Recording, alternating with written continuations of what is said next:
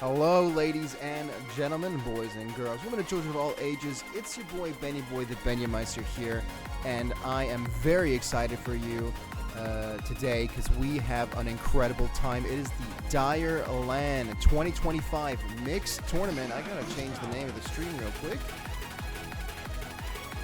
And it's going to be one hell of a time. I'm sure you guys are all excited. I know that I am. And it is an honor and a privilege to be here. We, of course, are brought to you by Routing, a Dutch keyboard manufacturer of mechanical keyboards. Thank you so much to Routing for sponsoring us. And make sure you check them out.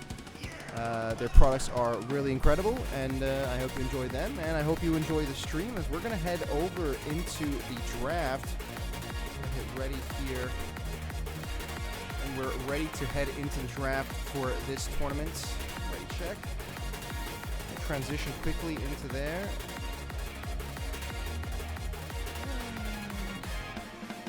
I hope everyone's as excited as I am. Oh, seems to be a bit of a...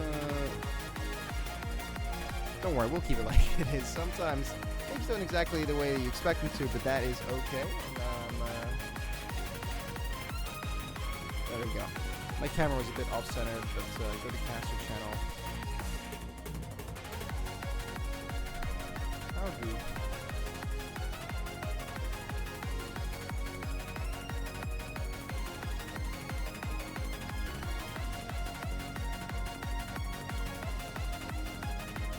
Broadcast channel? Should I go to the broadcast channel? Here? There you go. All right. Perfect.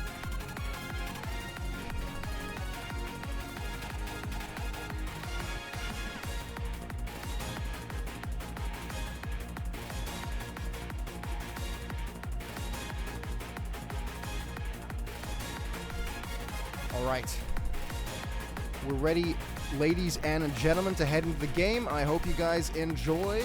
Now let's take a look at the draft.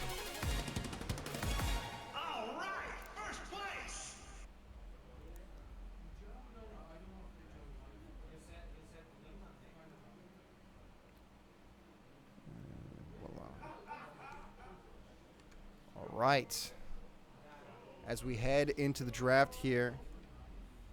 Oh, this audio's a bit quiet. Let's well, we should have all the music, but for some reason no music in the draft itself. We have the two teams, Team High School Dropouts and Horse Dick. Truly a match for the ages. As oh, what is this?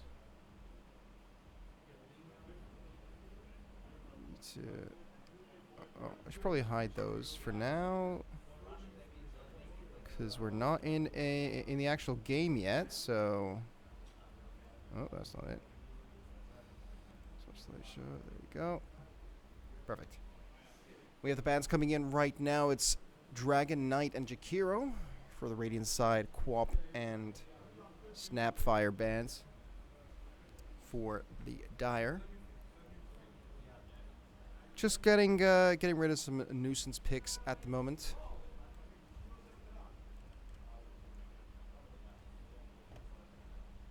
Starting slow, but we'll see how these teams want to go. We're already going to overtime for a band. That seems to be a bit of a... So reserve time for a band seems to be kind of bad practice, but...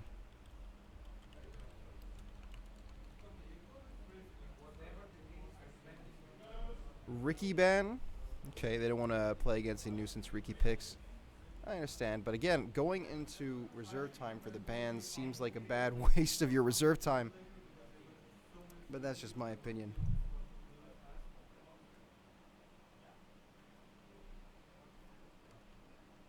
All right. It's very quiet here. Let's get some music in here. While we wait. Add source.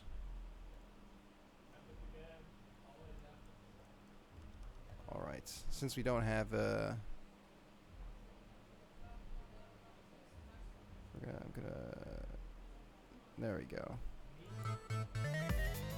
Nice and quiet.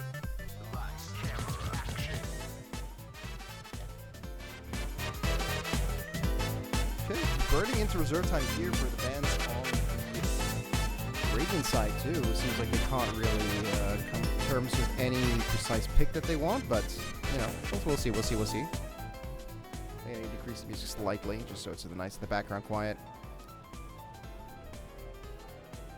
Earthshaker with the Void Spirit ban. Earthshaker, of course, an incredible hero. It's going to be a nice basis for their team. Good initiation, good team fight. All around, nothing you can really do wrong with a good Earthshaker pick. Let's see how Team Horstick wants to play around it. With the Lion, another team with good stuns, good hexes, and good damage to the Finger of Death, turning target hero inside and out.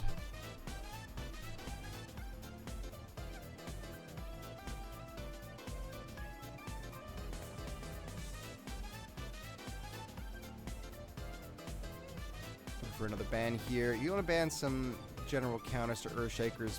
Champs with good disengage, Camp can catch him out early. Remember, until he gets the Blink Dagger, there's not much an Earthshaker could do. So if you can just bully Earthshaker in the early game enough, Earthshaker really, really suffers pre-Blink Dagger, pre-Aghanim Scepter. So, see if people are, anyone's in chat at the moment. We'll see how's everyone in chat feeling. How's the sound of the tournament? I hope everything looks good.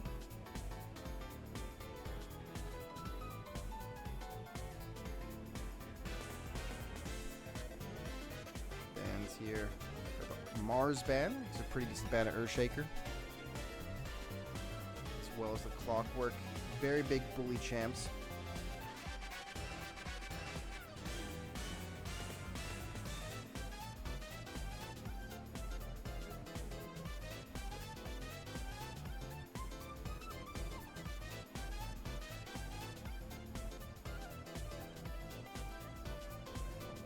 Root for the Paramedic. Oh yeah. Make sure to root for your friends. Paramedic is on the high school dropouts team. Been an incredible player so far. And I hope to see some good stuff. The Ogre Magi pick. Now that is something you want to see. Ogre Magi, of course, real good fun, real RNG, and starting it this quick into the game, cooking up some spicy stuff. That's what you like to hear. That's what you like to hear. That's what you like to see. Team Horstick, they certainly know how to have some fun.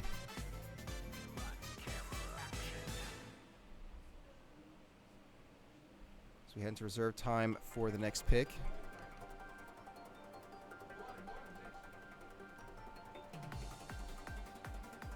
They're thinking how they're going to deal with this. Our match is quite a tanky and a very nuisance pick with Lion. Shadow Shaman. Okay, we're setting up a good, strong core here. Shadow Shaman is an incredible support. Of course, some of the longest stuns in the game with the Hex, with the Shackles. Can be very, very annoying and very strong push. So they have the good team fight, but they also have the strong push afterwards. They're going to be looking to convert these fights into solid victories. And, you know, you can't blame them for this kind of build process. It's a very simple, very standard core build. Whereas Horstick, they seem to be going for some better cooking. And the Abaddon next. This is probably going to be the Pause 3 Abaddon. Not anything too fancy, but it also, you know, benefits from pushing. You can, of course, stack that Curse of Avernus onto the towers. And once you do, you get some incredible gameplay.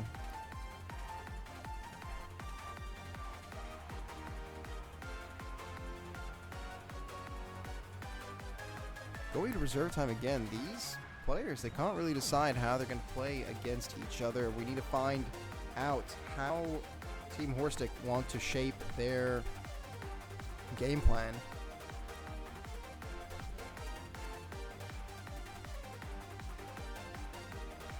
Tick down to nearly a minute of reserve time used.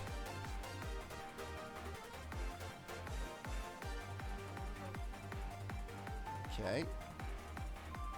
Firstly, I want to see some kind of carry be picked here now to be able to shape out your draft. The bans are still left. No, okay, they're going to be picking their own pause 3, and pause 4 in the Necrophos and Centaur. Okay, so they're gonna...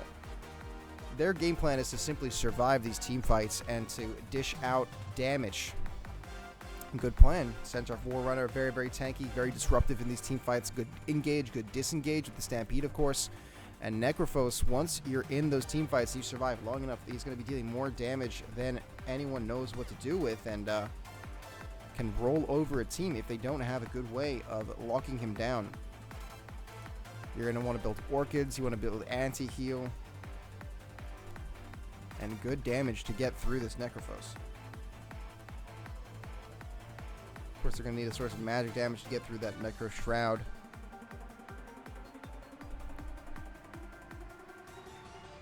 He does go Ethereal.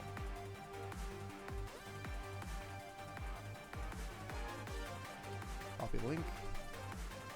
And the Monkey King is picked. They're really going all in on those team fights. The Wukong's command is going to make zones of death, basically. If Earthshaker can get a good Echo Slam down, lock every team in place, Monkey King's able to get out a good Wukong's command, and they're just able to deal massive damage. This Lion can't step into these team fights to be disruptive, because not exactly the tankiest hero, this Lion, and a good stun locks him down permanently. And by permanently, I mean until he next respawns. In the background, you might hear some of the players yelling and shouting. Of course, this is the DireLAN Day 2 of it. Players came in yesterday, and we had some incredible guests. Odie, Pixel, Shiver, Kezu. Incredible casters, incredible players, and incredible people. Very, very nice, and it was very lovely to meet them. So thank you to them for showing up. But yeah, the players slept here overnight. Didn't get a lot of good rest, from what I understand. But they're loving it. They're having a great time, and that's what you like to hear.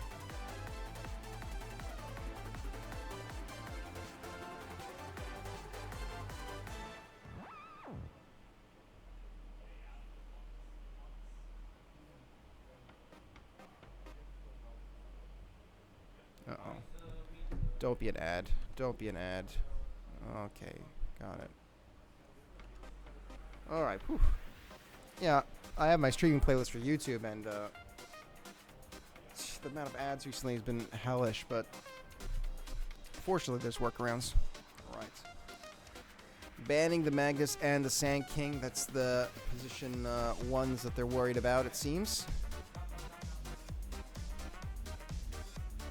Well, MK can play in position 2.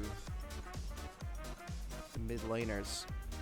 We have the Death Prophet ban, and one more ban. They just need to ban these anti-team fight heroes that can really flip the script on them. I'm not sure how good Faceless Void is at the moment, but Faceless Void is not too bad here. As a ban, I should say. Chronosphere, of course, can be super disruptive in these team fights, and if the Dire side is able to get a good Chronosphere off, they can do enough burst damage on the Monkey King before the fight even starts. And they go with the Visage ban. Nothing wrong with that.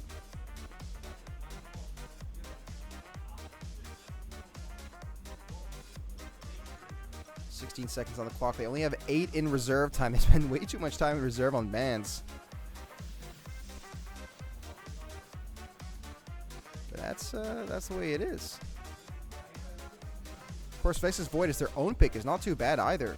Actually, it is very, very bad.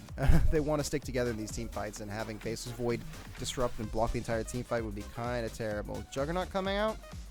The Invoker for the mid lane.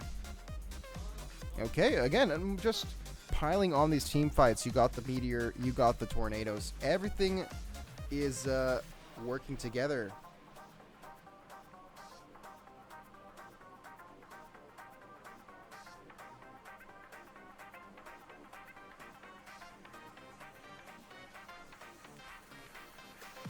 How are they going to respond in the mid lane? It could be Necro mid. Necro mid is always a possibility. It could be Lion mid. You know, you never know with these picks. They are technically flex picks, although they do have a place they're way better than in other places.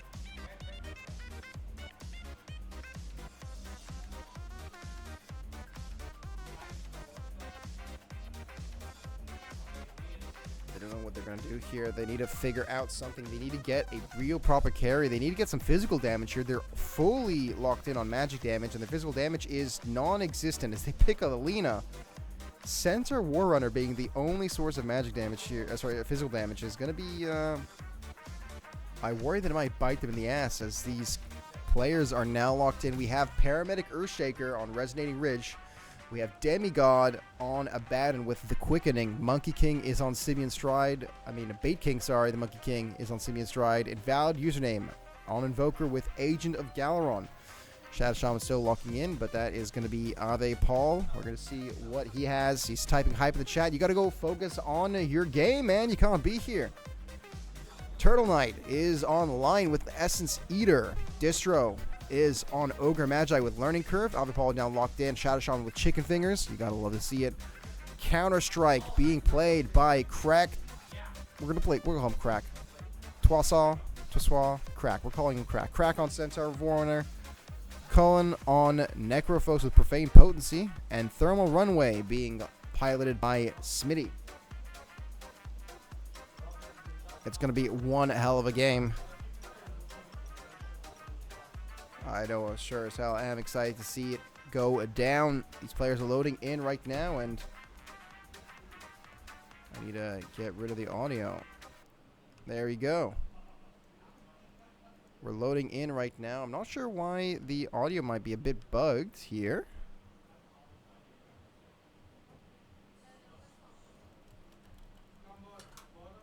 Okay. I'm not hearing much in the way of... there you go. There you go. Let's... The audio is not coming out. It's very concerning. Output.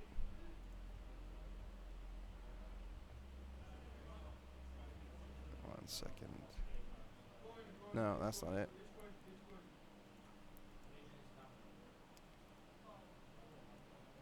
There's no sounds being played. This is, I don't know why. They tested earlier and casting spells definitely made noises. And it seems like we might have a, okay, mouse problems. This is freaking weird. What's the output device we're on right now? We're currently on USB out 1.2 Behringer Flow. USB out 1.2 Behringer Flow recording.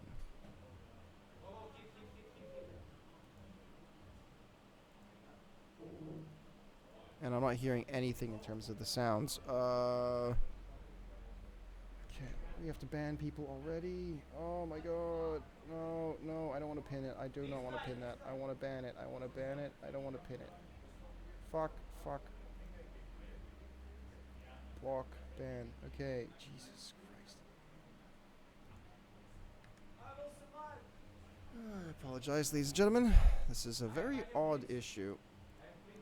And I don't know why it's happening. If someone can tell me, let's reset audio to default and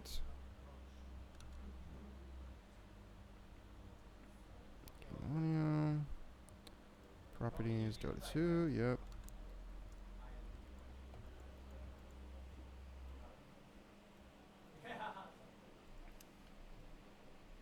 This is very, very concerning. Unfortunately, it seems that the audio is...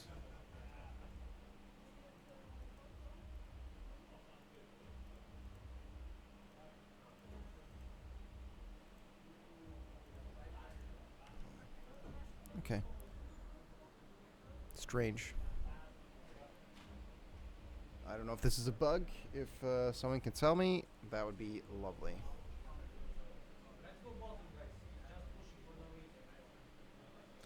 As we're just paused and waiting for the players to get back in. Some banter in chat. Seems to be some mouse problems from the Shadow Shaman, Ave Paul. Been having some technical issues here at the LAN. It's been a bit bothersome, but you know, we get through it. Do I need to change my...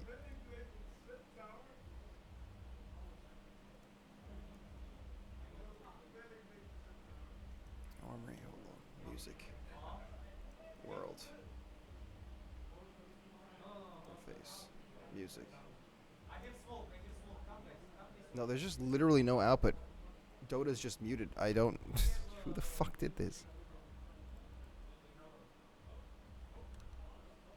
Okay, we're back in the game.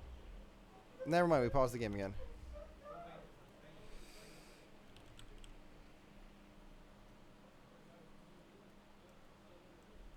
Okay, Dota's been put on 1. Why has that been put on 1? Reset. Okay, so this is a problem. I cannot fix it, but Dota and OBS have been both put on literally 1, and it's not letting me change it.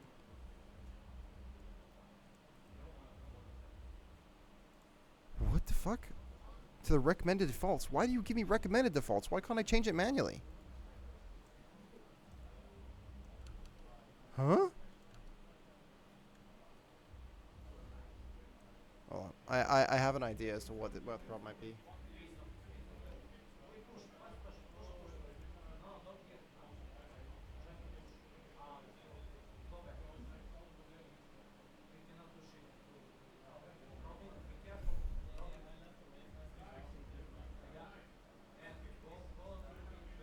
I changed the game to full screen and now it's broken. That's so cool. Currently I am playing on... Okay.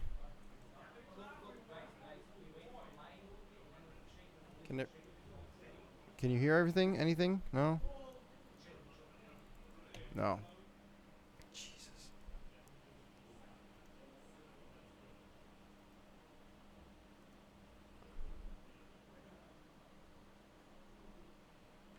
Well, I guess we're just gonna have to have one silent game, and I think I have to restart Dota after this, but I'm sure it'll be fine as they smoke up here. It's gonna be ganked towards the bot lane. Lilina's gonna get caught out here in the behind. Earthshaker, nice with the stun. They're able to get her off. It's going to be 1-for-1 trade. It seems as Invoker's going to walk away, but no, Lina is just going to go down here for nothing here as here comes a big stomp onto 4. Does some damage, but not enough as Necrophos is kind of walking into some trouble here. He's going to go down, taking a lot of damage. Necro, where are you walking, buddy? Right at the start of the game, we get 2 kills for the Radiant side. No for the Dire. And I don't think the bounty runes are worth it, ladies and gentlemen. Feed for content, says Eternal Knight. You know, it certainly looks that way. As we have the early wards go down. KDA right here at the start. It was a kill for the support and the offlaners, so it could be worse, all things considered. Which sucks. I can't hear any of these voice lines because the game is just muted. Windows screwed something up and now everything's muted. I am terribly sorry. Okay, Nitro Spike going out. Necro's going to play this low, long game. I see no downside to every single one of these players simply building a hood, stacking a bunch of pipes, getting maximum magic resistance. So here comes the pull here. It's going to get cancelled. Nope. Able to get the pull pretty successfully without an issue here in the other bot lane. Monkey King. Fortunately, he's against 2 melee heroes as their offlaners, so Monkey King's going to be able to get those Jingu stacks up. No problemo.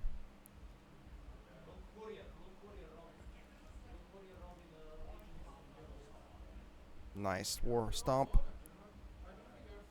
Building up Jingu stacks, just get a bit of that lifesteal out. Meanwhile, top lane, Courier goes down. Mid seems to be a pretty resounding success for this Lina, able to pressure out. Some damage here. Fortunately, the shield for the Abaddon is going to keep MK alive. Dire side, despite losing 2 deaths early on, Horstick, I believe, is what they are called. They're able to get the lead in terms of CS.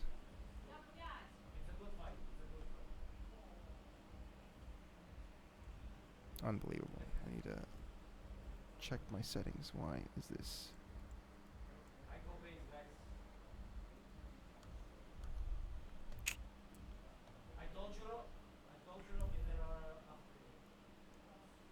Mid lane. Invoker having to go walk back to base. Bit disappointing, bit humiliating for this Invoker, but I don't know why the camera's zooming in so much.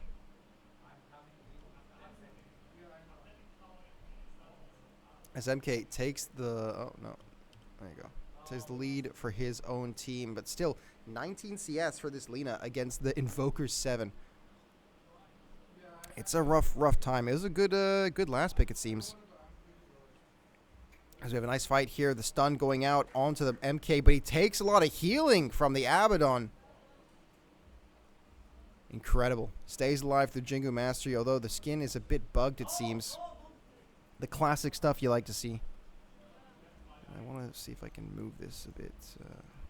No, can't move the chat. That's fine.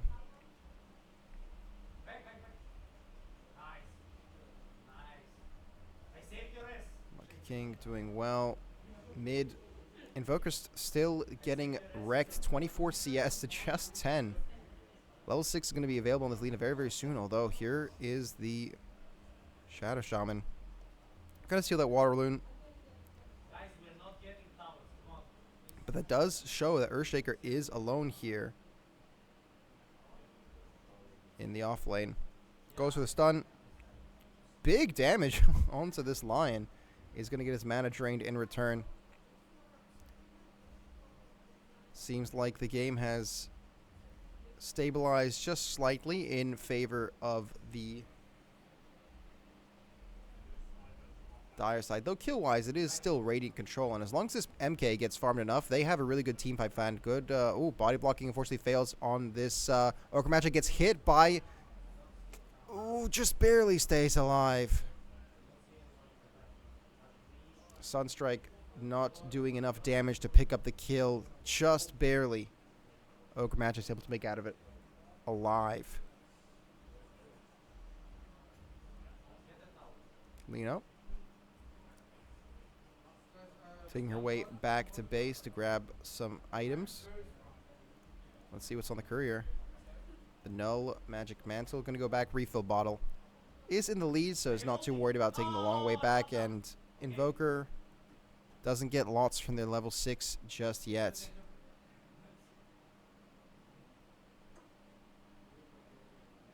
The Necrophos has been farming quite a bit. 30 CS himself and 21 CS on the Center War Runner. Remember, this Monkey King, he does have the kill here. Kill and 2 assists, so he does need that gold.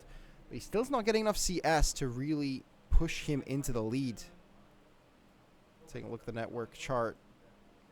We still a very clear, resounding lead for the Necro and for the Lina. Oh, nice stomp. Nice double edge. He's going to take a lot of damage here, but the heal from the Jingu Mastery, as well as the Q, slams down. Big healing. Can he go back? And finally, the Sunstrike hits it, gets the kill onto the Ogre Magi. Very, very well done. The Boundless Strike, of course, applies the lifesteal on every single hero and creep hit, and that is quite a lot of healing. Sunstrike, true damage, pure damage, increased on individual targets. So some very, very good timing there. Very good positioning from both the Invoker and the Monkey King. And, you know, farming ain't too much of a problem if you can simply get the kills. And the Radiant, they like that idea too. Able to get the kill onto Bait King. Crack with his stomp.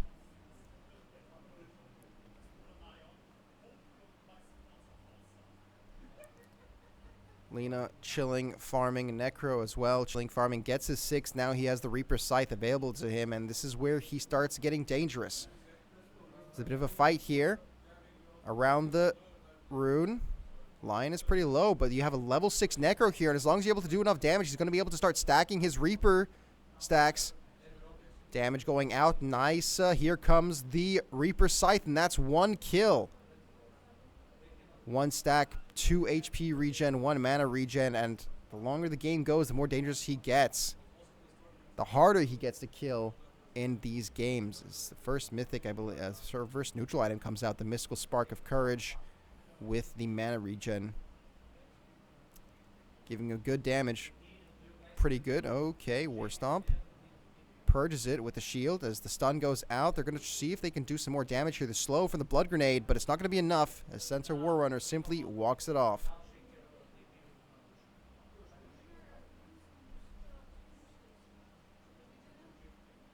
Nice deny there from the Invoker. Using the Forge Fiends to get rid of that damage rune. And we're zooming in again. I don't know how I could stop the camera from zooming in, but we're zooming in again.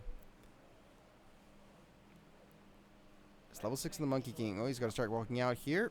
Teleport comes in for the Centaur War Runner, and he's going to back out of there. Mid lane, Invoker's playing back safely. You know, there's no need to go too far forward, as Lion is spotted out on that ward. Places his own ward down. I'm trying to set up vision here. Oh, Lion spotted. Shadow Shaman just in range to get the shackles. Here comes the Meatball. Tornado not coming out. Meatball is going to do enough damage, though. Huge damage. Easy from Avipol in all chat.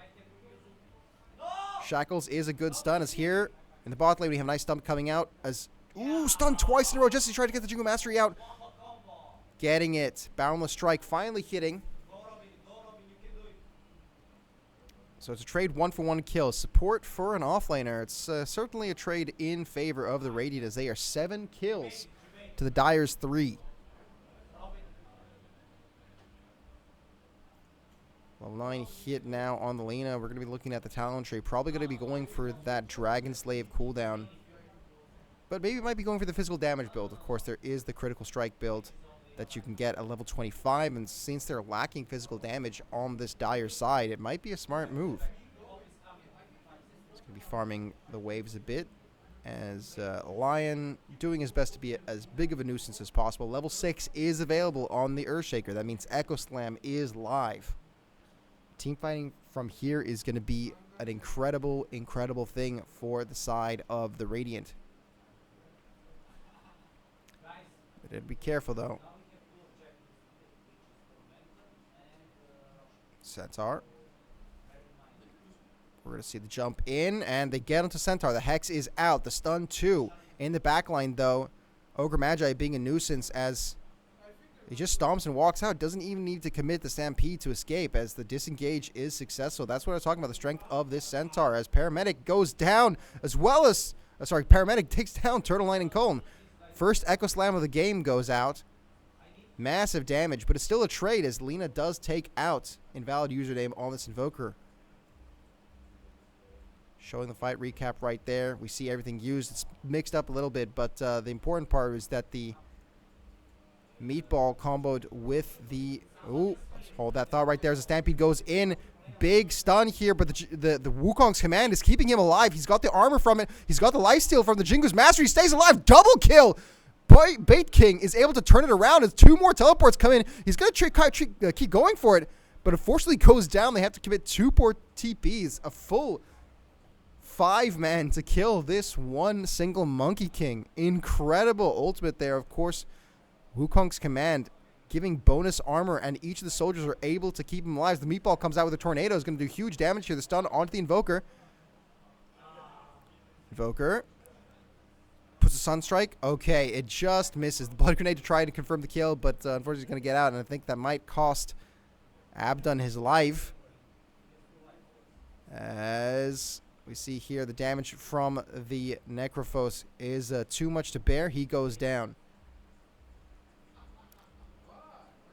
There we get 2 kills, but they did trade 2 in kind, so we're going to quickly kill this little fellow.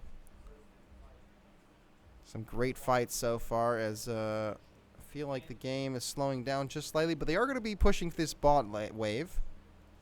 So I'll keep the camera centered here as I try to fix this audio issue. Again, my sincerest apologies, ladies and gentlemen.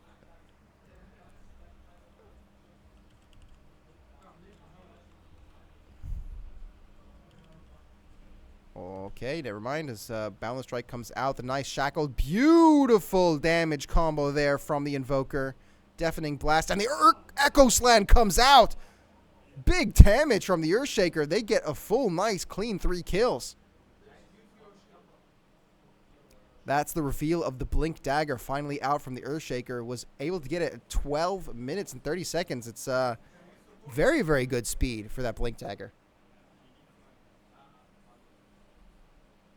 And now those early kills are starting to swing in their favor. They might not have the highest net worth, but they do have a little bit more momentum. It is still 1k gold in favor of Radiant's side.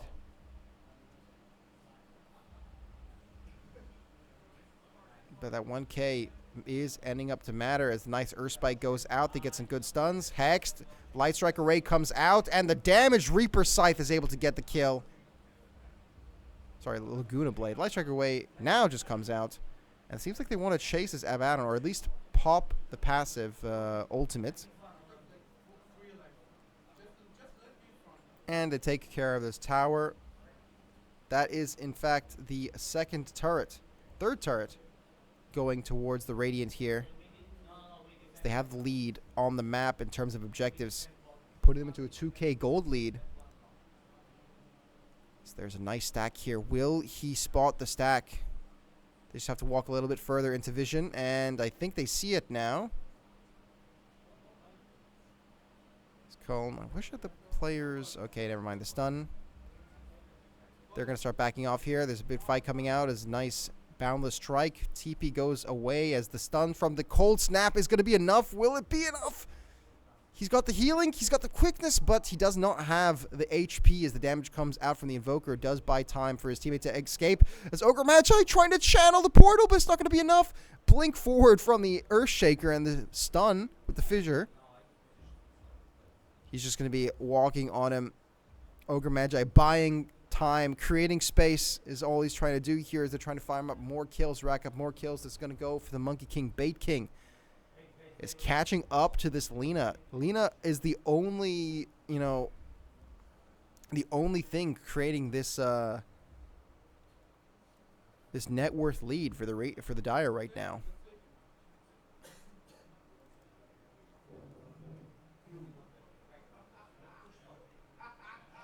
Centaur Warrunner does not have, just as I say it, the Blink Dagger is finally purchased for him. He has access to that Blink Stomp, and then the Stampede for the disengage. Now their team fight is starting to build forward as Roshan makes his stroll back to his nightly home. Centaur getting assaulted under his tower. We see here the Echo Saber being built by the Monkey King, as well as the Orb of Blight. He's going to be going for that max physical damage Desolator build. My personal favorite build for Monkey King. As the Sunstrike goes out, but it misses, and fortunately he's gone a bit too deep here as the stun gets him, and boom! Laguna Blade and Light Strike Array do the job, and oh, here comes the Echo Slam onto 2. Big damage. The Shackles are able to catch out the Lina, is keeping him there in place. They don't have enough damage, though. Never mind, they do. Earthshaker is a one-man army of himself. Big damage with the Enchant Totem. This Invoker comes up to help secure the kill. They're able to get 2 for 1 trade. Monkey King for the Lina and Centaur.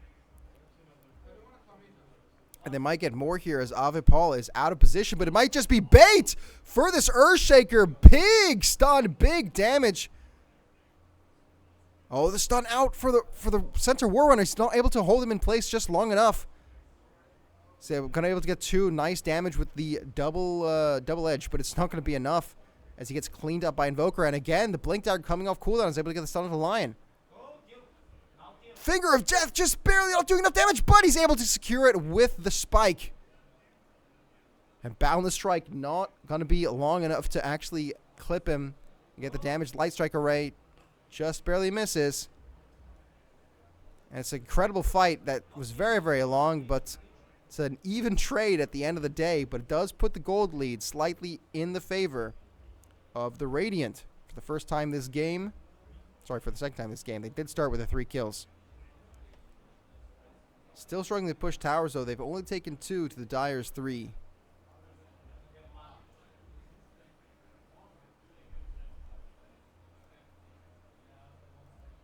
Mana drain just going very, very slowly. Able to get the kill. Onto the creep.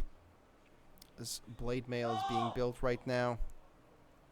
We're going back to the neutral stage, farming. The Radiant is out for Necrophos, so he's going to be a farming machine, a pushing machine right now. Probably going to go for these Boots of Travels as soon as possible so he can be a global pressure on this map. Meanwhile, Blink Dagger is out for the Lion, and Alina is working on her BKB. On the side of the Radiant here, we have the Blink Dagger getting queued up for the Shadow Shaman of Baden. He's building his locket. Sheepstick.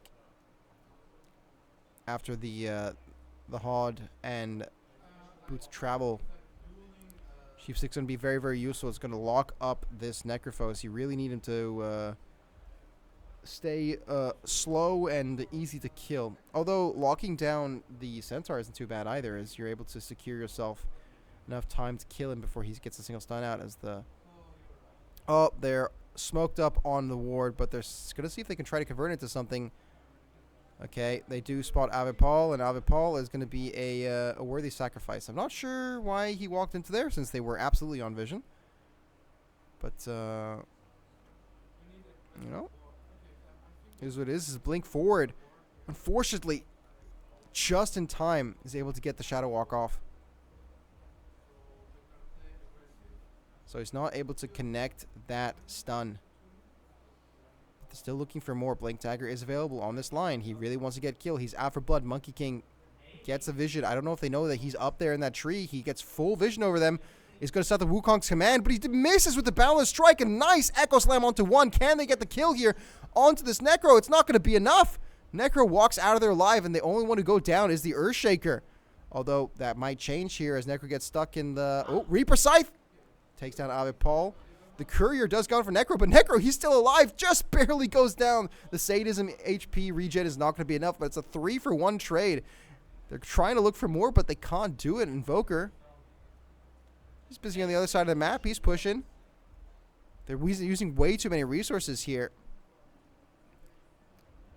And they can't even transfer it into a Roshan as he has to walk over down to the bot side, his summer home. Set up down south in the nice sunny climates of the Radiant. It's a very, very good team fight, though. There were so many resources spent to try and kill this Necrophos, and that's the power of this champion. Look, the Cloak stays alive from a lot of the burst damage. He's got the Radiant, he's got the Sadism, he's got the 3 stacks of Reaper Scythe, and that's going to start getting worse and worse and worse as the game goes on. He's going to be more and more tanky, more and more survivable, and harder to kill. It's going to be a real nuisance in these extended team fights, and that's how I assume why they picked him. As long as the team fights last long enough, he's able to do damage. Now, the Desolator coming out for this Monkey King. He's got himself his poor man's shield. Incredible.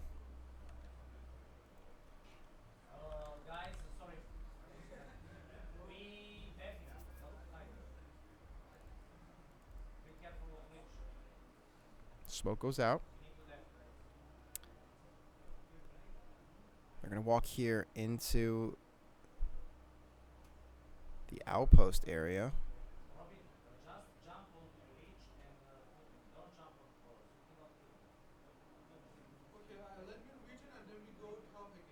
Can they find this Ogre Magi? It's something for a kill, that's for sure. But, I mean, 5 people setting them bot. They will be able to take this tower. I don't think the teleports are going to come out in time. I don't think it's going to be worth it to teleport out in time. They're going to be just scouting, making sure that no one's teleporting in. I think the Dire is perfectly okay with trading this. They're going to pop the ward, the glyph, sorry. Make it a bit slower. Take a bit longer for Radiant to push as they steal the Shrine of Wisdom on the other side. Terminator goes down. I think that's actually the best way, the best case scenario. They're able to get the shard onto the Lion, which is insane. Lion shard is the best shard on that team, in my opinion.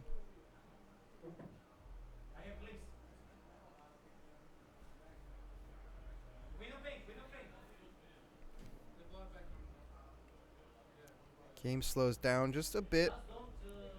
They're in the farming phase, making sure that they can hit their next items. They got the Kaya coming out there. The Locket still not done. 4 staff for the Shadow Shaman, and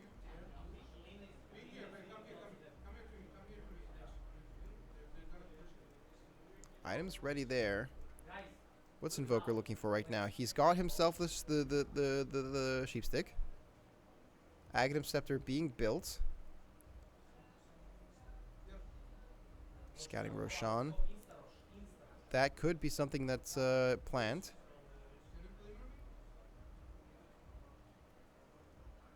Monkey King walking up. He's got the good scouting potential. Will they spot him, though? Can just cut down the tree. Here comes Wukong's command, and he misses again. But here comes the BKB and the stun. Reaper Scythe goes out. That's one dead monkey. Can they get more out of this? Meatball comes out, but it doesn't really hit onto anyone. Stays just barely alive, but Colin's able to get a second kill onto the Shadow Shaman. Abaddon is going to be caught too. That's 3 kills. The engage was a bit too messy on the side of the Radiant. He did not catch anyone out with that Boundless Strike, and it looks like they're going to have a free Roshan heading into the pit now to take it. Lion just going to scout, make sure that no one else comes too close, and the Radiant, they had a good lead, but the Dire side are now catching up. These fights are swinging slowly, and that's another stack of the Reaper side. 12 permanent HP regeneration on this Necrophos. The more and more regen this man has, the longer he's going to be able to live in these fights, and it's going to start being a nightmare.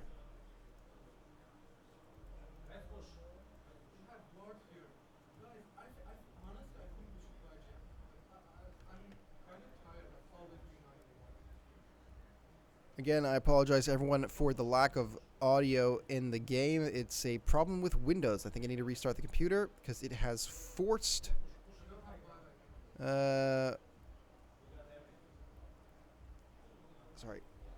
forced Dota to be on 1% volume. It's forced Dota and OBS to do that, and I don't know why, and I don't know how to put it back because it's not letting me change it. So game 1 is going to be like this.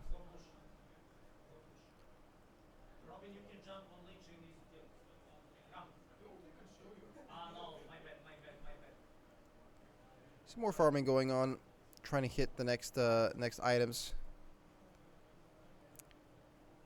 Refresher being prepared for this Earthshaker. As I believe that's Aghanim is nearly complete for this Lina. It's going to be pretty massive. The Flame Cloak giving a crap ton of stats. Magic damage amp. Nothing to scoff at. Burst damage is the name of the game for them. They want to get rid of this Monkey King as fast as possible, so we'll see how well they're able to manage it as a nice stomp comes out. Nope. He got stunned halfway through a stomp. Pops the Blade Mail, walks out. He's just going to be trying to push this wave, apply more pressure. They're going for these tier 2s in the Radiant safe lane, as it seems like they might want to trade tier 2s for tier 2s. Seems like a fair enough trade. I think still goes in the advantage of the Dire side. They are ahead in gold, 5k up. Suddenly pushing, but I feel like they know that this is coming. Yeah, they walked across wards. It happens. No need to gank, but simple trade, tower for tower. They take the top tower. Bottom tower will fall shortly, although they did not push it fast enough. So if Radiant wanted to, it's a very bad idea, but if Radiant wanted to, they could all teleport in and try to push something here, but it looks like they're just going to try to take control of the top side of the map. Warded out. Likewise, bot side has been warded out by the Dire. And slight flaw, of course, in the team design. Very, very slow pushers. It looks like the only good pusher would be Lina, but her attack damage is not high enough at the moment. Pushers in the sense of taking towers. They can take waves like it's nobody's business, but to hit the towers is a bit on the weaker side. Of course, some of the best push in the game being the Shadow Shaman with his wards.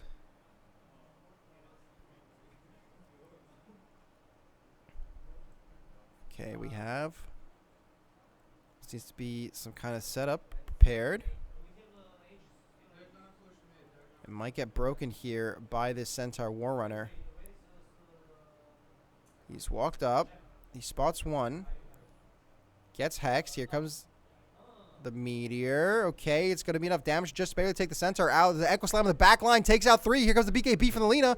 They're able to take down 2 for 1. But right now, they're turning the fights right now with the Lina. She's got her cloak, she's got her BKB, and she's got the damage as another one goes down. It's a 3 for 2 at the moment. Invoker's just barely going to get out of it. The huge damage here for the Monkey King with that Jingu Mastery and the Boundless Strike. Hex out onto the Lina. Lina's not going to be able to make it. Aegis is popped. She's alone here. Can't really do much unless she can one-shot the Invoker. But Invoker's bound back out there, so he's out of sight, out of mind, and out of time as Lina just barely goes down. Unable to take anyone else. And an Ultra Kill for Bait King. Huge damage with this Orb of Corrosion and Desolator melting the armor. Invoker posing the game. Rob, we're pissing. All right, I guess I'll take this time to open volume mixer. No Windows 11. I need the old volume mixer. Can you please give me the old volume mixer?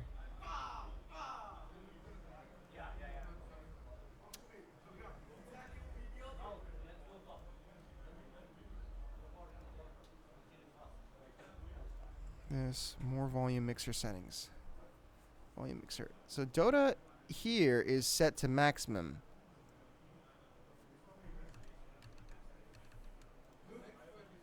I'm not hearing it. Ridiculous. Ridiculous. Windows 11 is by far the worst operating system. I'm going to rant about this now while we have time. Windows 11 is by far the worst operating system I've used in my life. And you get stuff like this that happens that has no reason for happening.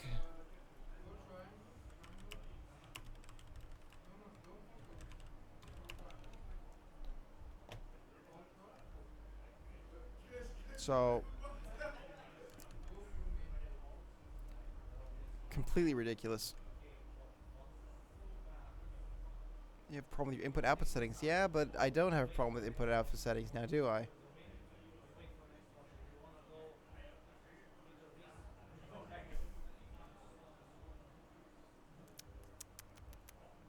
It's crazy because it was working yesterday. I set up the streaming PC. I set up the everything.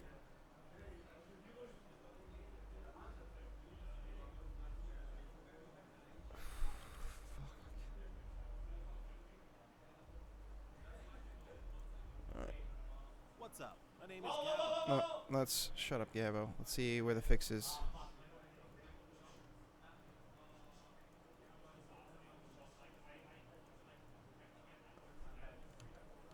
Game is still paused, so I have a moment to find this.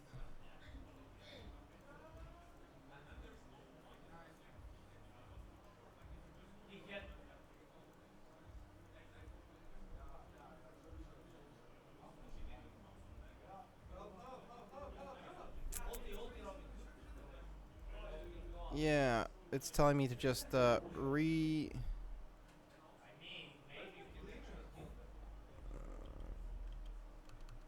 restore my computer. Thank you, game. Oh, thank you, Gaben. Alright, they're back in game.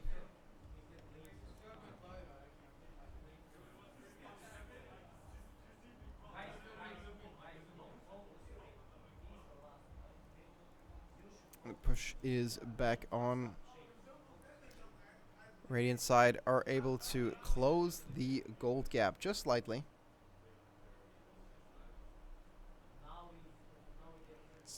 Gone to even. I'm just gonna audio.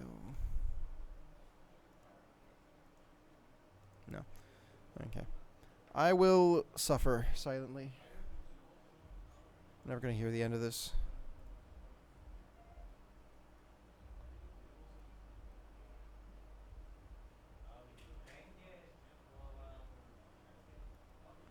Slow pushing here. Not much happening at the moment. They're just slowly recuperating on the side of the Radiant. They're neck and neck right now in terms of gold differential. Eul Scepter is ready for this Necrophos. As is the BKB, I believe, just fresh. Yeah, still on its 9-second charge for this Monkey King. This next fight is going to be devastating as, oh, they're able to actually catch out a guy, and they don't want to waste the Reaper Scythe. Oh, they do. Okay, they waste both the Reaper Scythe and the Finger of Death. That's over a minute and a half of cooldowns that they cannot allow for another fight to take place in. But I feel like Monkey King, he's going to be pushing this. It's about sending a message. Okay. This nice stomp comes out from the Centaur, but in return, here comes the Wukong's command. The Balance Strike is not going to catch the crit as everyone has left the arena. But the damage is huge coming from the Lina and the lights. Oh my god, the Sunstrike hits on everybody. Huge damage. 2 go down. It's a 2-for-2 trade as the Necrophos is finally coming in and starting to change the fight around. It's a 2-for-3 trade. They're able to catch out the Invoker on the top side. Invoker getting drained of his mana, getting slowed down as Abaddon is trying to fight 1v1 with this Ogre Magi. Ogre might be the only one to be able to do anything here as he's able to pop the ultimate from the Abaddon. Abaddon slowly regenerating up all of his HP. And the damage is going to be there. They're able to get one more kill as here comes the Echo Slam is able to get one. Necro is out, but a second death is picked up with this Ogre Magi. Necro does not sidestep the tornado. Goes Ethereal.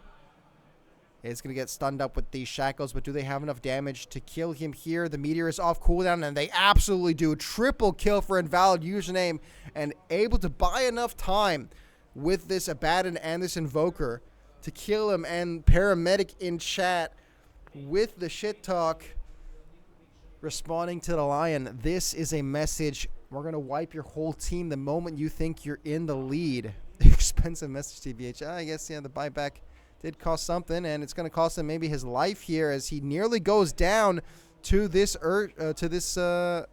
Centaur. Light Strike Array, good damage. As the fighting continues, a total fiesta here. Sunstrike, big damage is not going to be enough as Turtle Knight is able to take out Bait King with the Finger of Death. Tipping Paramedic, really expensive. Yeah, my X was more expensive. Good banter in the chat. Invoker. Ooh, does get hit just at the very, very end. And Light Strike Array to hold the stun in place.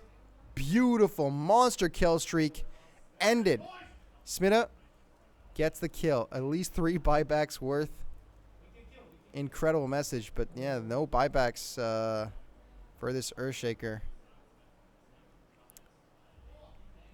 We're going to see some nice pushing in here. The Lina finally is going to be doing some good damage to these towers.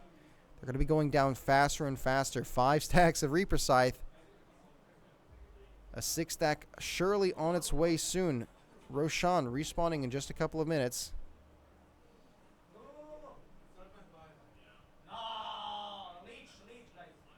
Top lane is the only lane that still has a tier 2 turret left. They're going to be pushing tier 3s very, very soon. Getting some general relationship knowledge. I don't know if they know they're on stream.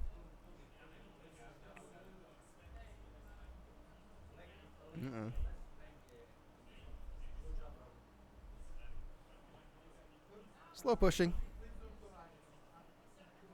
Nothing too special happening at the moment. They still are waiting for their cooldowns to come offline. Respawning for the Invoker. These death timers are starting to get longer and longer, and every single death is going to compound that even more as the game goes even longer.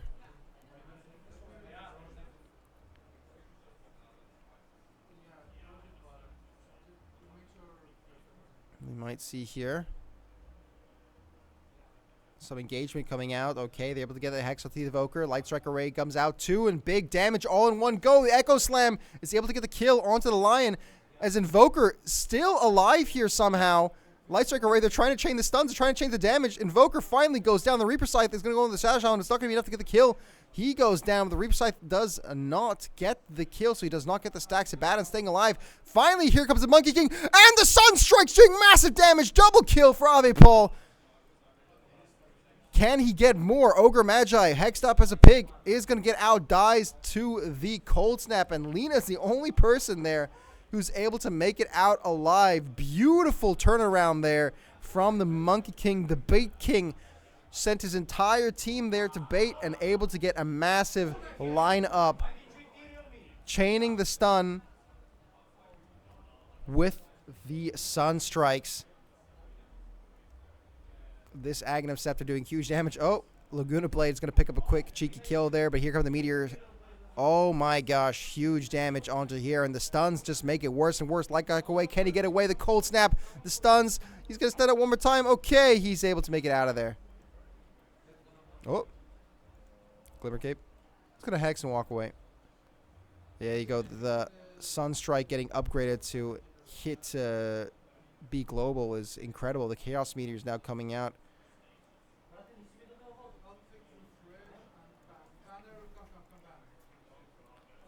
Aghanim Scepter. Okay, we get the start of the build for the Lion. That's going to be the most important item for him here. Now that he's got everything else sorted. And the Blink Dagger now going to be coming for the Lina. Probably going to replace that Null Mantle. Null Talisman. Oops.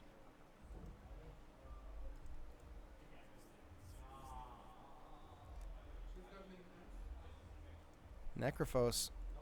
His pressure is not being felt much. These fights are becoming shorter, which means he's not able to do as much as he normally would be in doing these fights. As we saw here, he tried to reprecise the Shadow Shaman, but it wasn't just enough damage. There was no damage present because simply the game didn't last, the fight didn't last long enough. Shockwave on the Satyr Tormentor, of course. Oh. I just missed that in the bot lane. I'm assuming Bait King stepped out a bit too far. Yep. Okay, that's the blink reveal. Passive PKP. Okay. The blink reveal from the Lina, able to get a nice stun chain. Yeah, you can't pop BKB while you're still stunned. What items we see here available for him? Probably going to grab the upgraded Static Shiv. Serrated Shiv, not Static Shiv. That's a League of Legends item.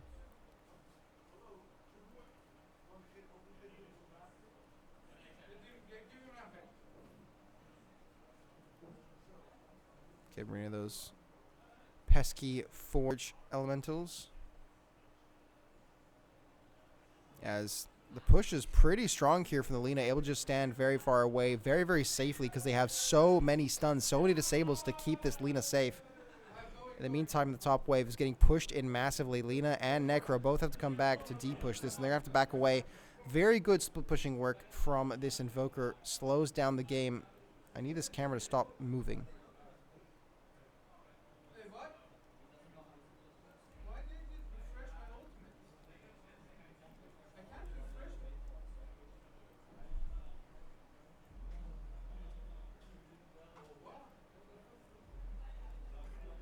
It seems like they might be eyeing up Roshan soon.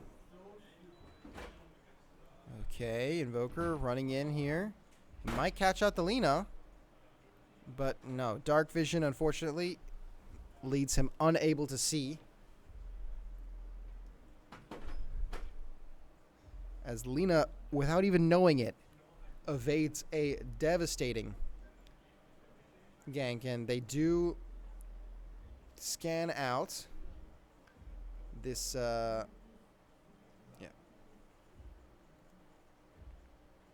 they're able to scan out the Roshan being taken. It is a bait, of course. Earthshaker waiting very, very passively in there.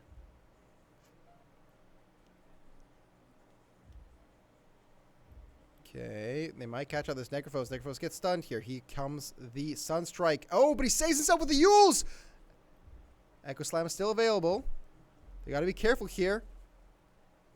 Abaddon comes in. Nullifier on to this Necrophos. It's going to be devastating since that Shroud is purgeable. And they're able to get him stuck here inside this ring of Serpent Wards. Lina, what are you doing? Then you're right there. And there comes the Echo Slam onto 2. Big damage. Double kill for Paramedic. Who's the carry now? Here comes in Bait King. Tornado up, but he's ethereal. He can't get the kill. Nullifier goes up. Not going to be enough as Earthshaker gets another kill, triple kill for the paramedic. Smita getting a double kill in response. The damage of this Lina is incredible. Paramedic here gets an ultra kill. What are they feeding this guy? Ethereal Blade. Light Strike array damage. Not going to be enough. Blinks forward. Shadow Shaman just staying alive. Blinks towards the neutral camps. He's going to die there to the neutral creeps. Almost a rampage, by the way, for Paramedic Earthshaker. Ridiculous.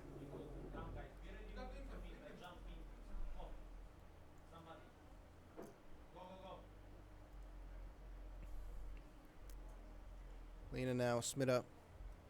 Got to take full advantage of this invisibility rune. Got to walk up here. Got to make sure he's not in the turrets. He's going to spot out the paramedic. Can he get the one shot? He won't. And able to just barely get the kill before he gets the fissure off.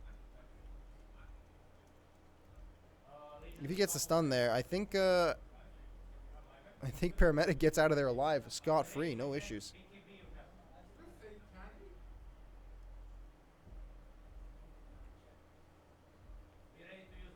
Dezun Bloodright. Very, very powerful, especially with the Death Pulse. And I'm pretty sure it also increases Heartstopper aura. Smitty rank. Legend. Oh yeah. Hurland 4.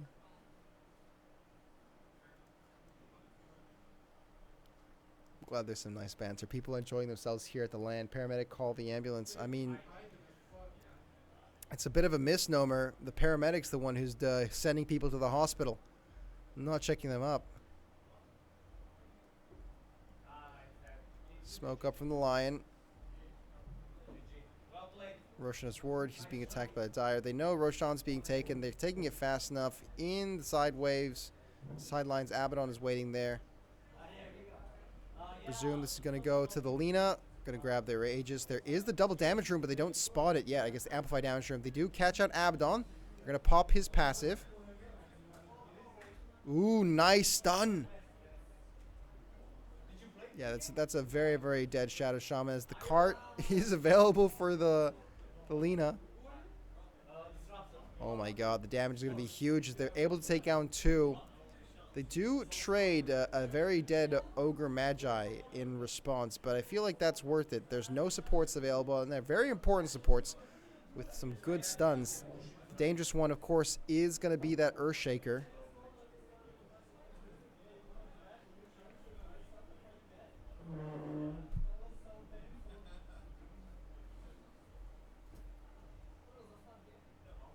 Slowly pushing out the wave here, but top lane Invoker is being quite the nuisance, causing some issues there. It's going to give his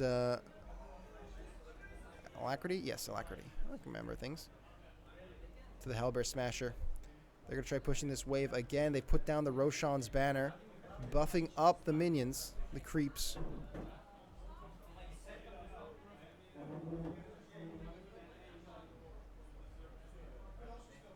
Still able to do quite a decent amount of damage. Able to take down the ranged barracks, but both sides do fall down here as a bunch of gold being hand-delivered to Lina. 3k in the bank. That's good enough for a buyback. So you see an item coming in here. Take a look at his courier. What's in his courier? It's coming now. Helm. Alright, building out his Veil. Discord. And you got to be very, very careful about this push that the Invoker can lay down. Lina, in my opinion, should be building towards that tier 2 teleport boots. Is the audio very quiet? I don't know. It could be me as well. It shouldn't be me, but I can turn up the gain if you'd like. And oh, why am I on line 7? That's not what I want to be on. I can fix the gain in a moment. It's probably going to be fixed for the second game. This first game, there's a lot of issues right now. There's no in-game audio. So someone might have touched my settings last night while I was away. So there's not much I can really do about that. But I can assure you the second game will be much better. We'll have in-game audio. We'll have everything set up nicer.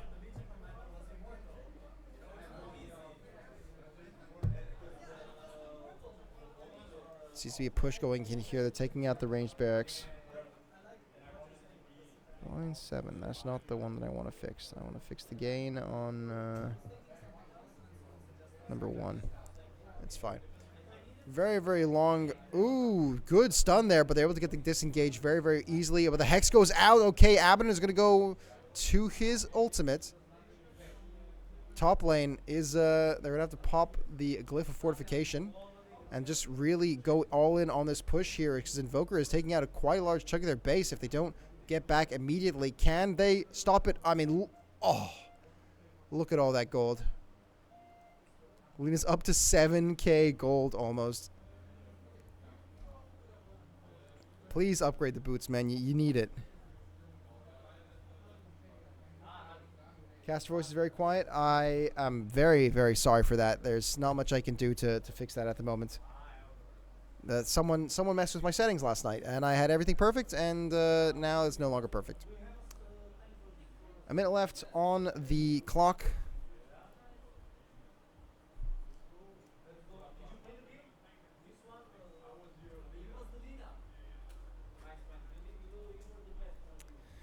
Everything will be fixed for the next game. I apologize. Someone touched something, and there's nothing I can do about that at the moment. I have to take a look at the settings specifically and sort everything out again, because on stream, like on my Streamlabs, my audio is set as max as it can be. So what I suggest is just turn up the stream on your side. Unfortunately, that's all I can suggest at the moment.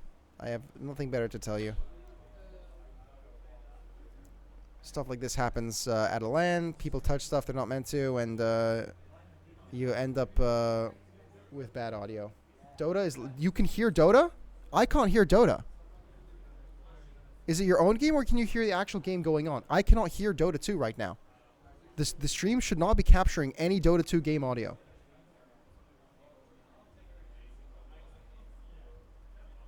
So if you can hear Dota 2, that's very concerning.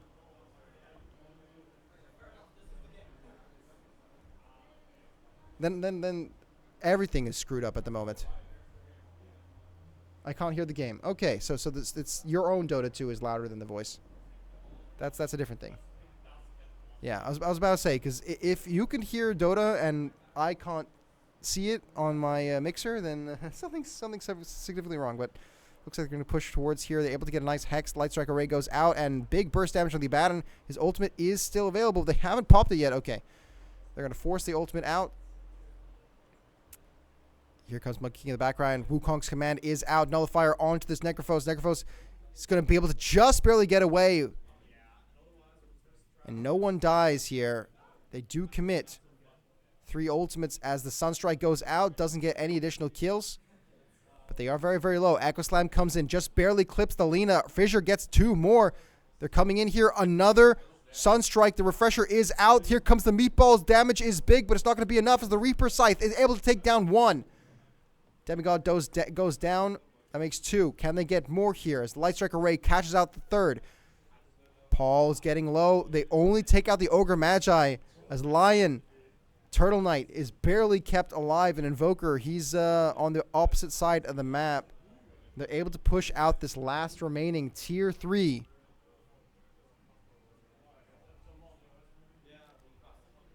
And we have some stream issues, but I will figure something out.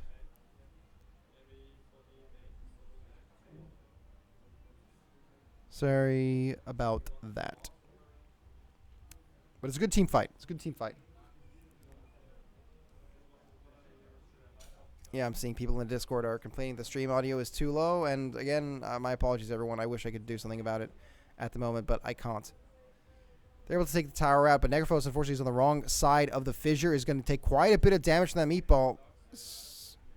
Able to survive just enough. Is going to be able to blink out of there without issue. Ooh, gets hexed, gets chained. Able to trade out for the Light Strike away. He's going in ethereal. Monkey King is down for 22 seconds. They can really push their advantage that they have here. But Ave Paul just barely makes it out alive. Can they get him? They blink forward, and he blinks out. He's alive. Incredible from Paul to stay alive there.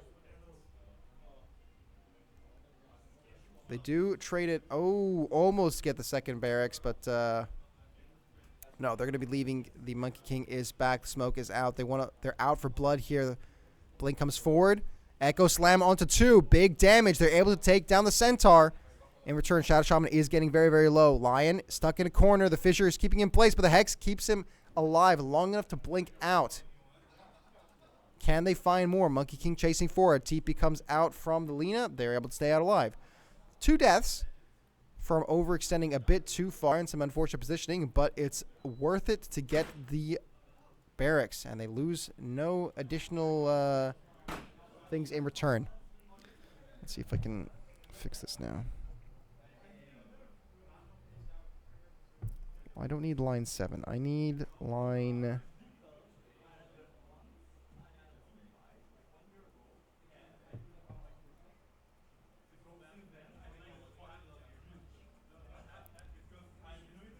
Okay, is this better? Is this better on stream for everyone?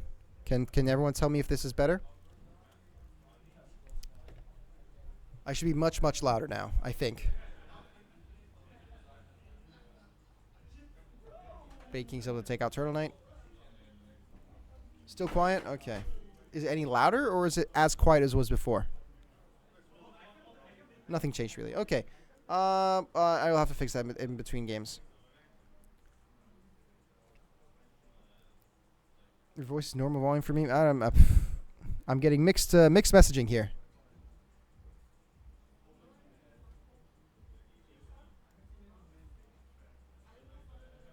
Maybe I need to turn up. Maybe I'll turn it up even more. Okay, this is absolutely louder. I know for a fact that this is louder, because I can hear myself through my own headphones much, much louder. So. No complaints this time. And if I yell during a team fight, nah, that's on you. If I blow your ears out. But this should be definitely way, way louder.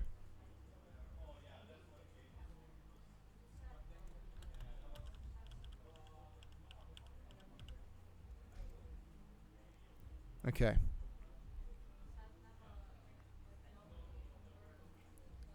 Okay, good. That's one fix. One thing to fix. Yeah, someone unfortunately touched my my audio settings, and so it was quieter than it should be. And I apologize. I mean, fortunately we have the VOD this time, but I'm afraid people are gonna yell at me because the VOD's gonna be cooked. VOD will be cooked.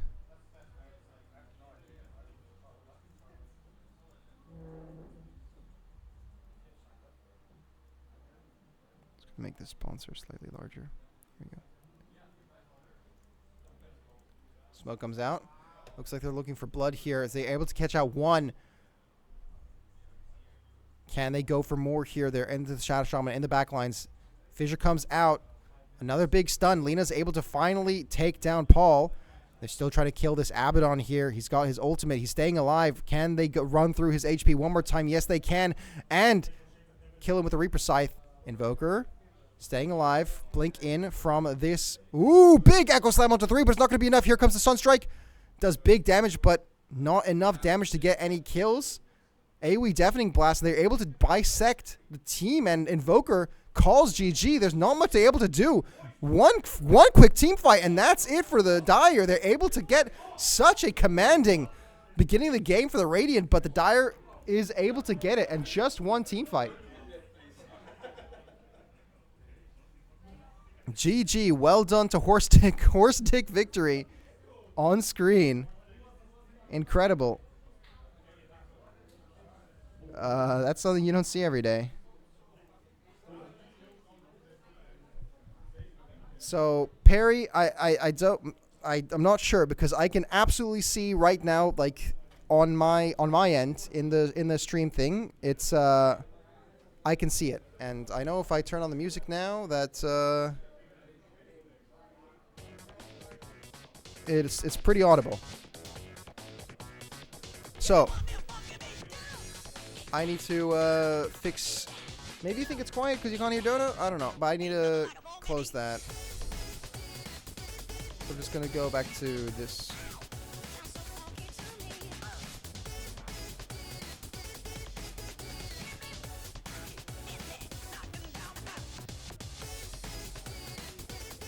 Okay, how does it sound for everyone?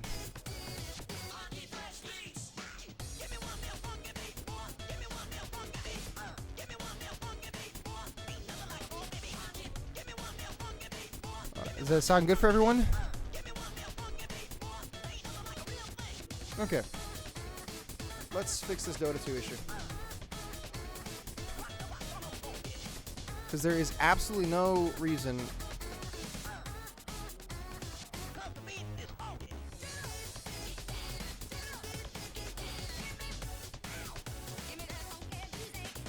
Very, very quiet. I feel like you're trolling me.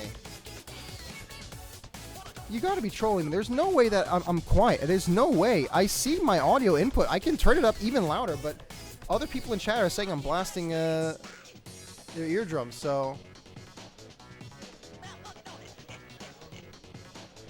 Sure, sure. Please do come here, bring your phone, and we'll listen. Here, let me fix this. I think I need to close Dota to start it. Here.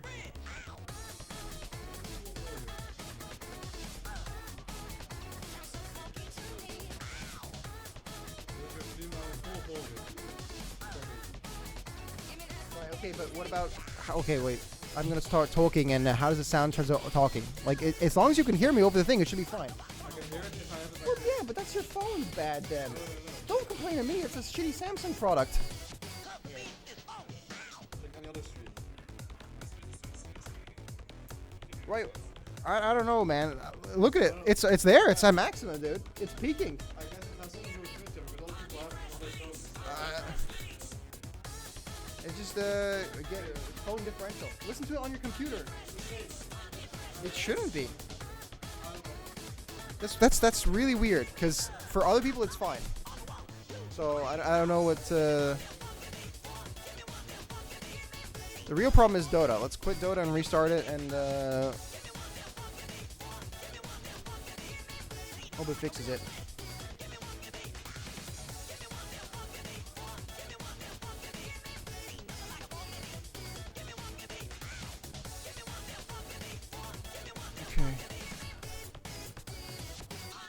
Everyone else in chat, can you please tell me if it's quiet or not? And if I need to boost something even further, because at this point I don't know. It's if it's not encoding audio properly, there's not much I can do about that. Audio settings, decay rate fast, peak chest of peak. I have no like special audio problems. Okay, okay. I just need to restart Dota.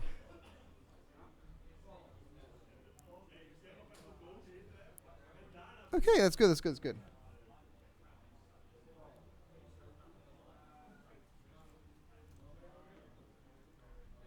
Oh, that's not what I want. Okay, we're gonna jump back to here.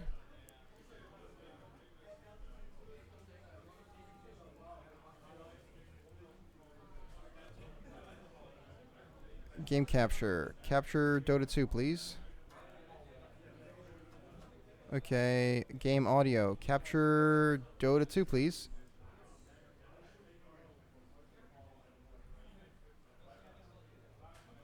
Okay.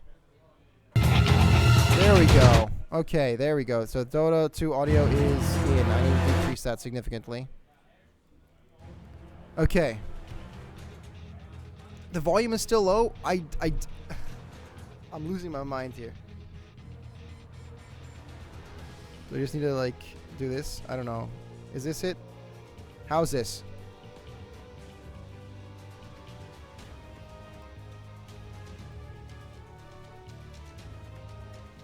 Is this good? Is this better?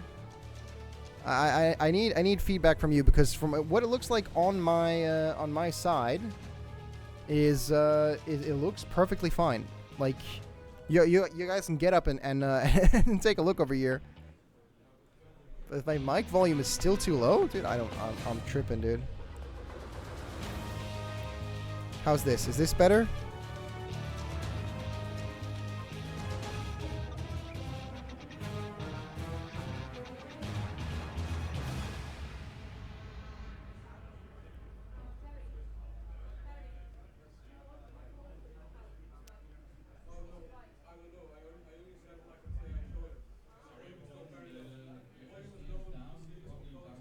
No change. I don't know what's wrong with the audio. For some reason it's not taking the right input, and I can't change it to do the right input. Line 7. I don't need line 7. I need line 1.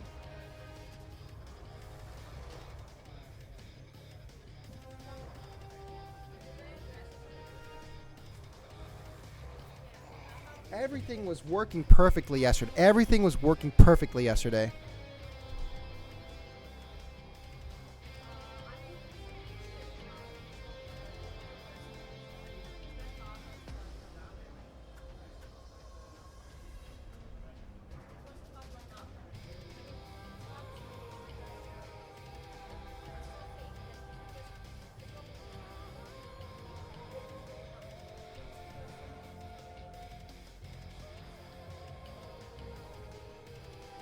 Oh my god.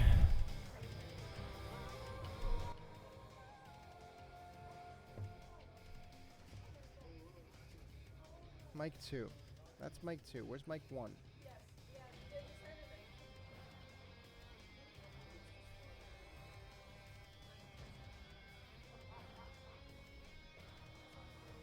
How does this sound? Is this better? Is this better? Is this better? Is this better? I'm going to keep on going until it's better. Is this better? Is this better? I hope this is better. Please, dear God, please be better. It's so loud in my ears. If it's not loud on stream, then I don't know what's happening. Much better. There it is. That's the game audio. This is my microphone's on max. Yeah, but like lower the game audio then. No, but the problem is that's not it. It has to be my microphone itself, because if I lower it too much, then everything is shit. Okay, now apparently it's better for everyone. Is this better? Because it's peaking on my fucking stream. It's peaking here. Unbelievable. I'm sorry for everyone who was okay for it in chat, because now your eardrums are blown out. Just not peak? Well, it's either peak or no peak. This is it. This is what you're dealing with.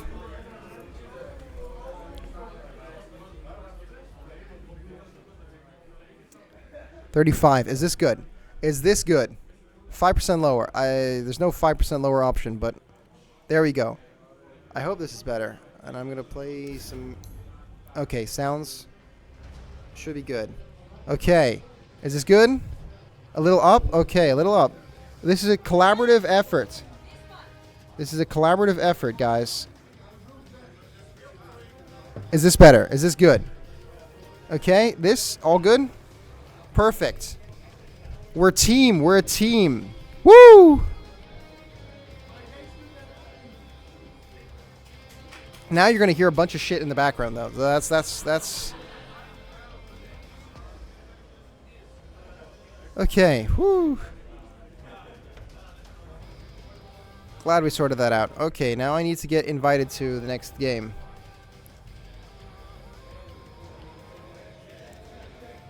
We have a power issue. Okay. Let me know when the next game is ready. We have a power issue at the moment, fellas. So, okay. God. Well, the VOD should be fixed. The VOD's going to be good. So the first game apparently was shit. Sorry. Second one, it's going to be great. Come. My aura here. Not interested. Why? You see this? Thank you. Okay, there we go. If microphone's good, we're good.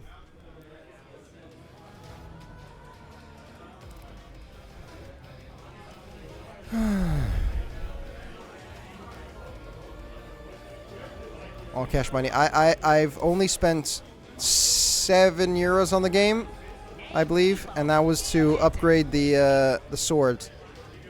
Unlock the upgrade version, the Thought Slayer. Yeah, let's do a skins start. Alchemist.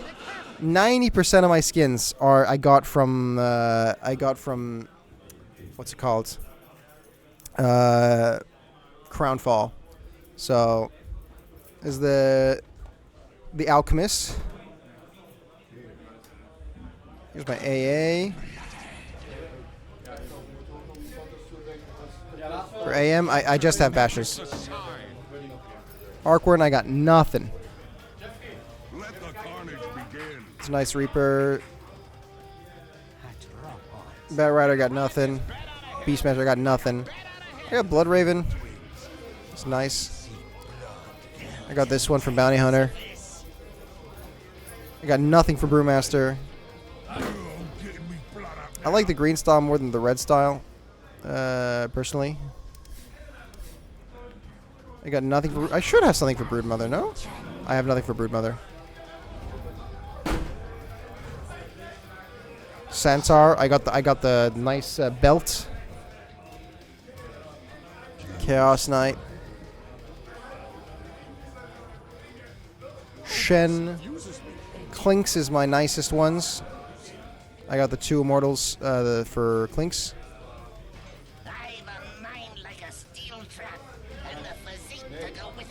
CM, I have her immortal. Darkseer, I got nothing. Darkwill, I got nothing. Dawnbreaker, I got nothing. Dazzler, I got nothing. Death Prophet, got nothing. I have this one for Disruptor. Yeah, I got really shit skins, so... I wish I had the Soul Shredder. It's a fucking cool-ass sword. Yeah, I don't have good skins, so... Nothing impressive to show off on stream. I'm gonna grab a glass of water, and we're gonna be right back. I'm going to.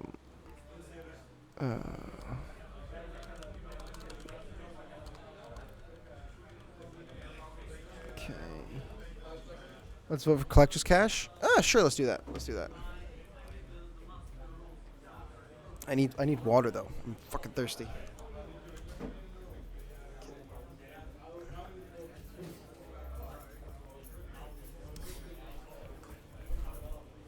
Collector's Cash. There we go.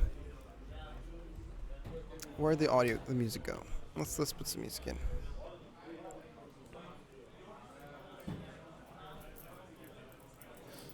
It's some nice, relaxing music.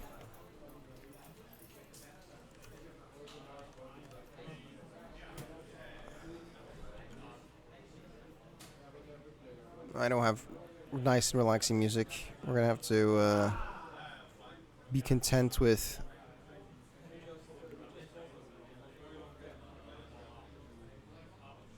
that's fine. Oh, okay. Where you lose this. Okay, Lashrak. What are you thinking? Not a fan. Ooh, I like the spears. It's got a fucked up looking chin. That's a nice Grimstroke. Oh, I need to go back. I didn't like this one. There you go. Doom. I don't know. It's a bit too much.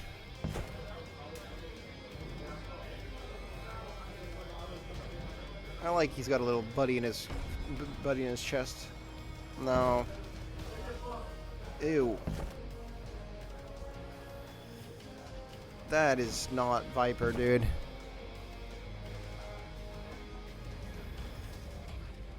Why does she have spikes for legs? No.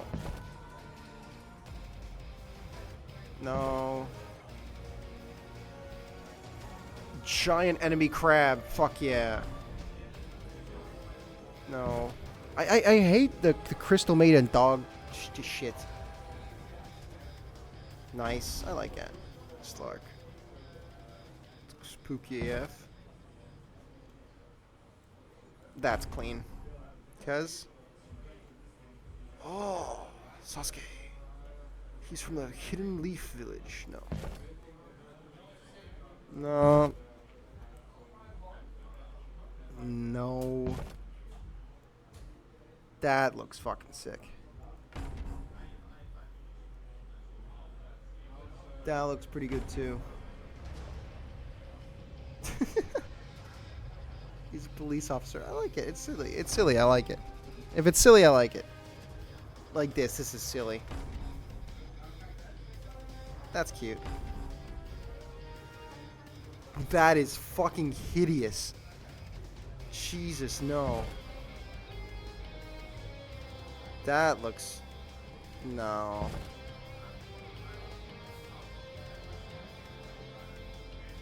Sure.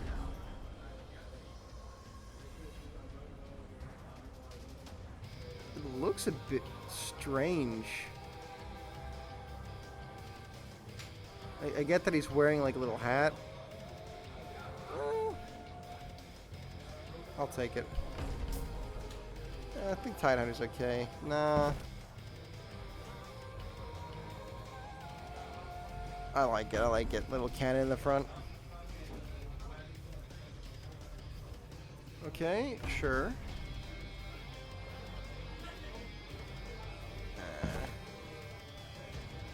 No, definitely not.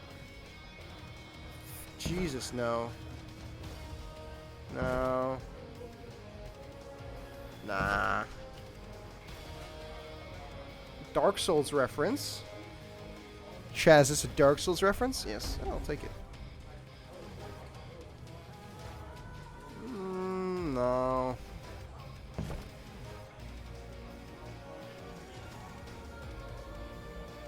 I like the wings are the... That's kind of cool. But that's not cool enough. Yeah, sure, why not? Why the long face?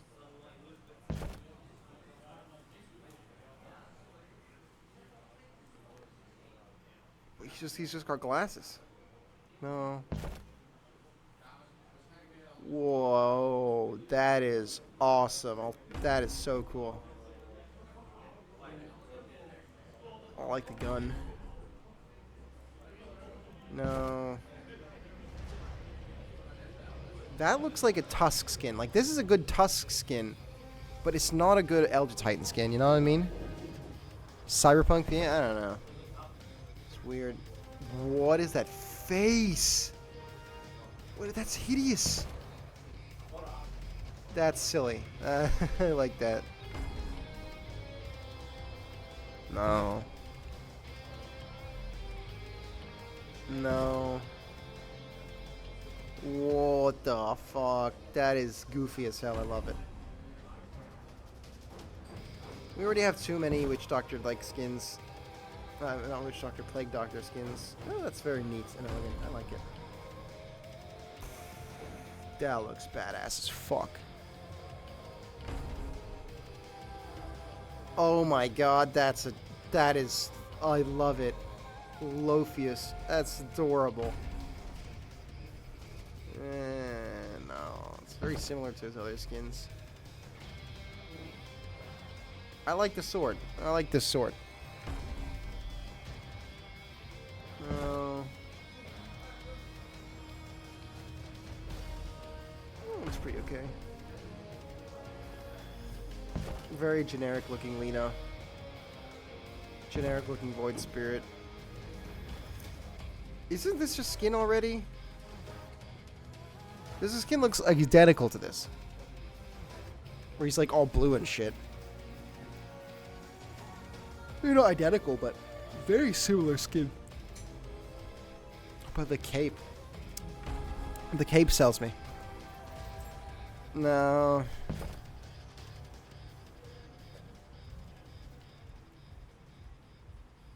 No.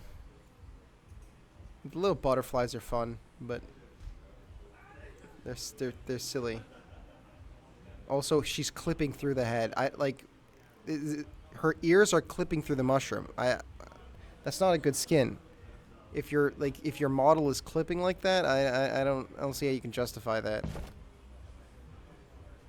No. Clown, sure. Why not? No. Ooh. Big morning star. I take it. No.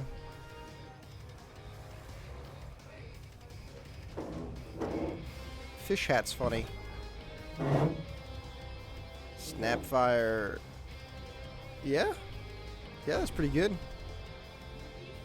Bard Marcy, that is adorable. Absolutely. Absolutely, yes. Not really. The axe is fucking badass. I'll take that. It's a nice outfit. I'll take that. The glove is cool. The walrus glove, like the punching glove, is fucking cool. I'll take it.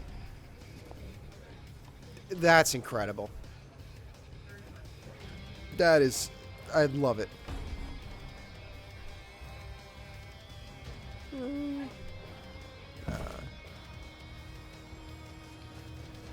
Stop moving so I can take a look at you. Oh, stop moving so I can take a look at you, damn it.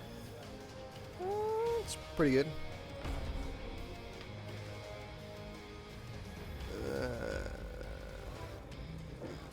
I think it's a bit excessive, in my opinion. No. I hate the fucking Crystal Maiden dogs. That is funny as fuck.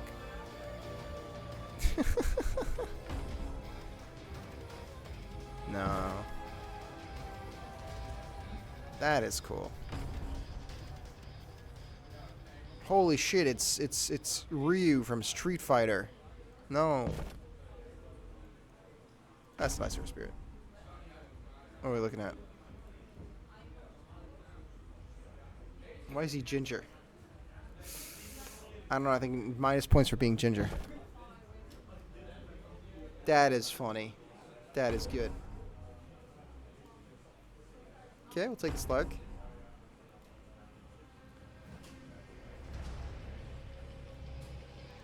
I like it. And little salamander. What the fuck, man? That's awesome. That looks really fucking cool. I mean, there's some clipping issues, it seems, there with like the block thing, but I think that's more excusable than Hoodwink's ears clipping through the hat.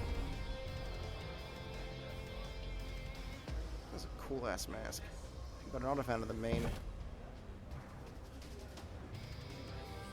That's awful. No way. Sure, the panda's cute. That looks fucking intimidating. No. No. No. Nah. I like the scarecrow. That's cool. Football. I take that's fucking yes. Football hooligan. Ogre Magi. That's good. I don't. What is this British theme? No, that's not good. Look, that doesn't look good.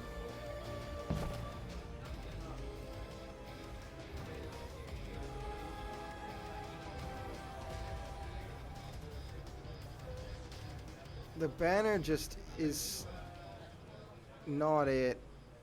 It's two-dimensional. This part looks great, but the weapon is just not it. Oh, that's pretty good.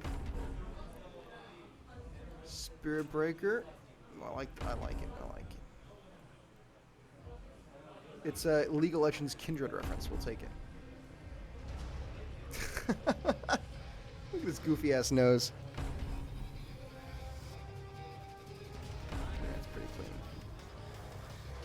head crab fudge. That's fun. That's fun. I'll take it.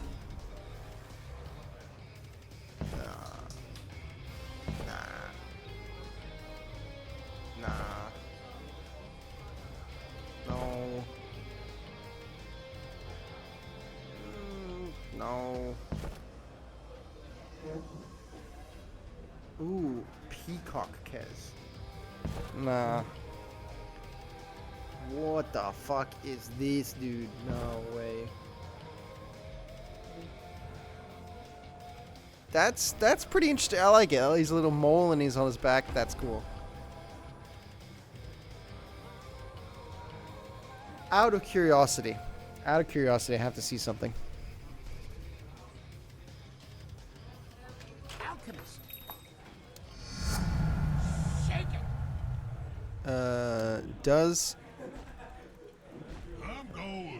Does he pull out the pickaxe? Yes. Oh my gosh. Incredible. Okay, that's definitely good. Absolutely. No. The blades are cool. We'll take it. Nah. What the fuck? That's fucking... The beholder eye and everything. That's good shit. Why is he drinking out of his fish? That's... No. That's not great at all.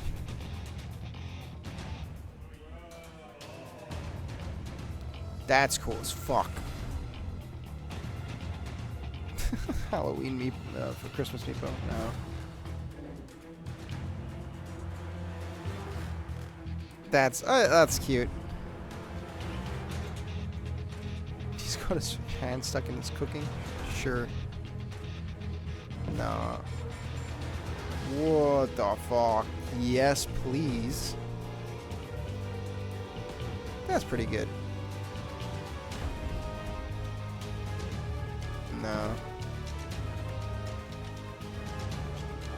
I like that. That's fun. That's fun. You got little guys in the back.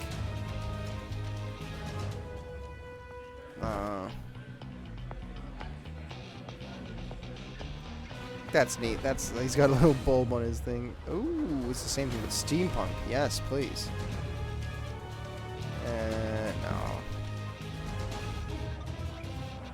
No. No.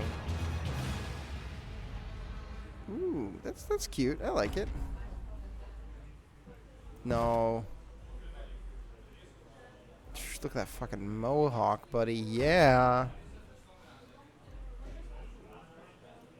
Death plotter with the sunglasses. Yeah, sure. Just the sunglasses. That is goofy as hell. Oh, it's because it's the One Punch Man. Yes. Okay, sure. Fuck it. We'll take it. That is awesome. That is awesome. No. Book Oracle. Beautiful.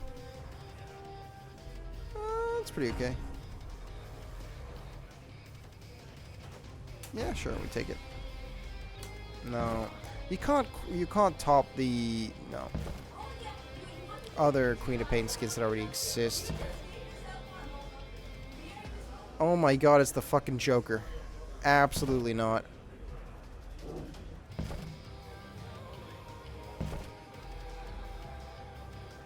No.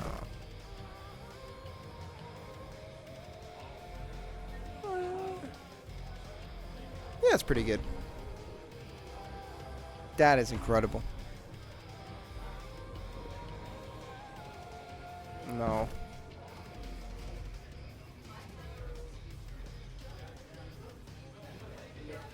I get why they did the thing with the coins, because you can't have that kind of effect of like a coin spilling out, but I don't know, it just kills it for me. That's pretty cool. No. No, I don't know why it's just a thing on their face. It'd be okay if it didn't have that, but it does, and so it's not okay.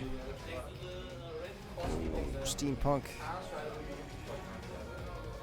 Nah. That's nice. That's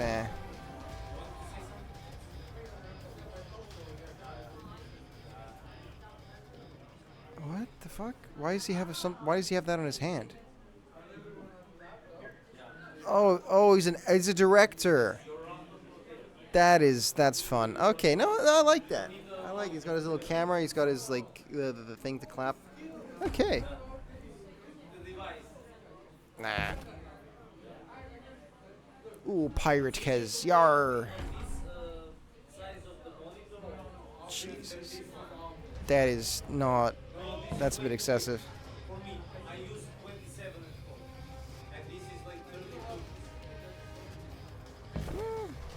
Actually, you know what? That's pretty simple. I'll take it.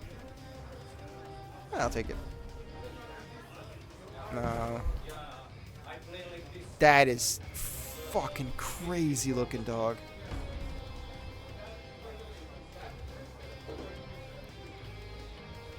That is awesome. Not really. That's cute. I like it. No. Oh my god. What the fuck is this? This is incredible. Incredible. Ooh, that's smooth as fuck.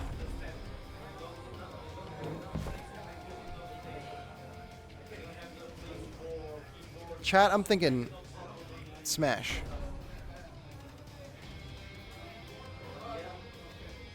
It's alright. That is sick.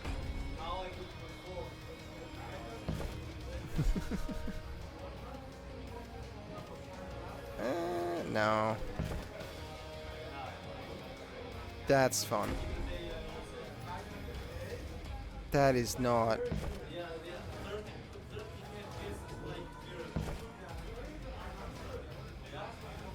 It's the same skin, just different. No. That's nice. That's really good. That's okay. What the hell, boy? See what they tried to do there with the veil. It looks sick. It looks really sick. No. Just 80 left to go.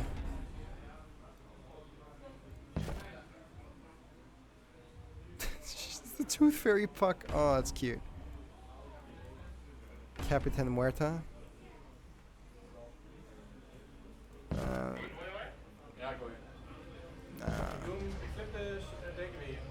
No. No. No. No. Yeah. No. Oh, actually, you know what? This. Yeah, sure. The fish head is nice. Oh, no. Fucking hideous. No.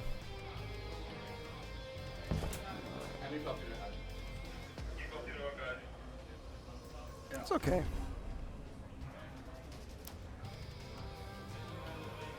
I see the vision, but I don't like the vision. What the fuck is that, dude?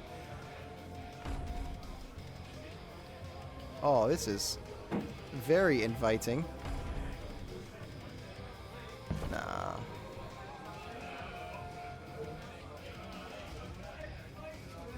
That's pretty clean. That is... That is great. Oh, that's good.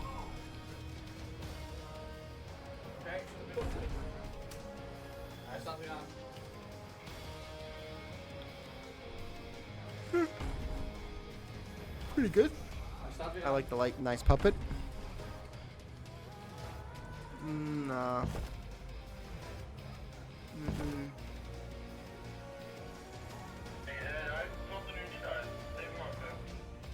Well, Weaver's not low. Oh, I think the game crashed. Did you guys cut the power? Not yours. Oh. If the power was cut, then everything would be... Chat. Are you, can you still hear me? Is the stream still good? Loading the Weaver skin crashed the game. That's, the Weaver skin crashed the game. Incredible. Thank you, Valvo. Thank you, Volvo. Close program. Cancel. Okay. So apparently that skin crashed the game. Incredible.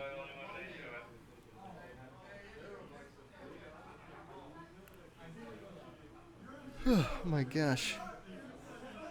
Well, while it's loading, I'm gonna go grab some more water.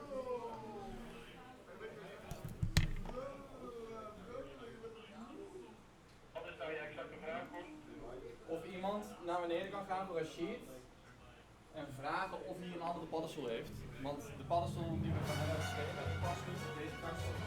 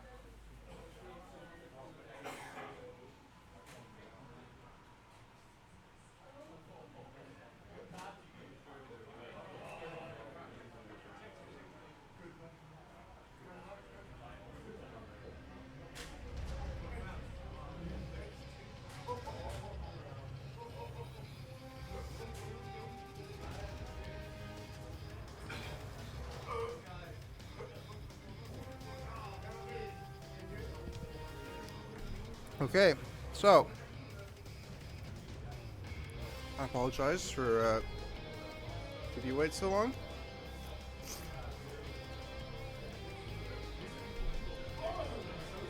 We have a problem with the power at the moment. That is adorable. No. So there's been an excess drain on the power, and one of the breakers popped. So about a third of the players don't have, I guess half, technically, half the players don't have power. No, a third don't have power, so.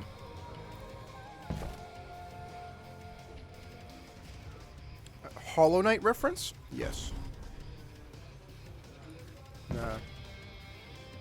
But anyway, that's getting sorted out now. I think the breaker's going to be reset soon, and then once you do that, the tournament can continue.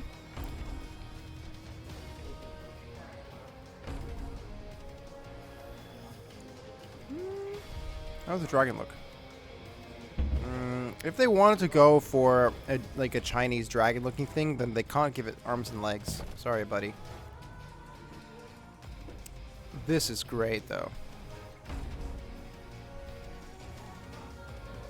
Nah. I have the objective opinion on which ones are good. Yeah. This is incredible.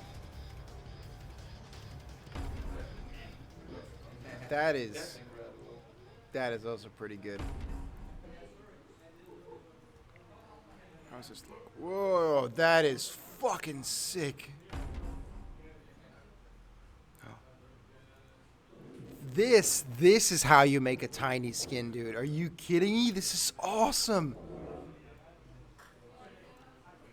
This is the best skin I've ever seen in the game. Have you seen this? Seen this?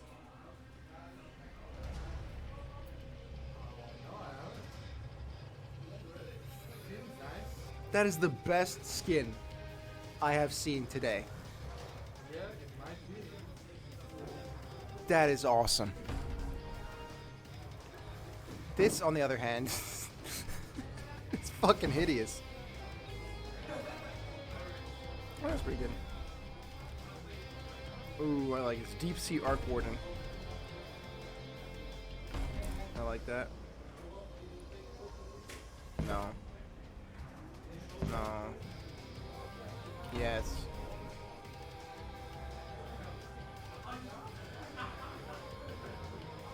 Nah, man. No. This is pretty good. I don't know what the fuck these guys are doing there, but the rest of the skin looks good. The monkey.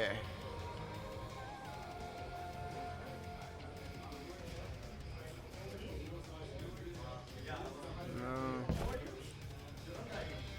That's nice.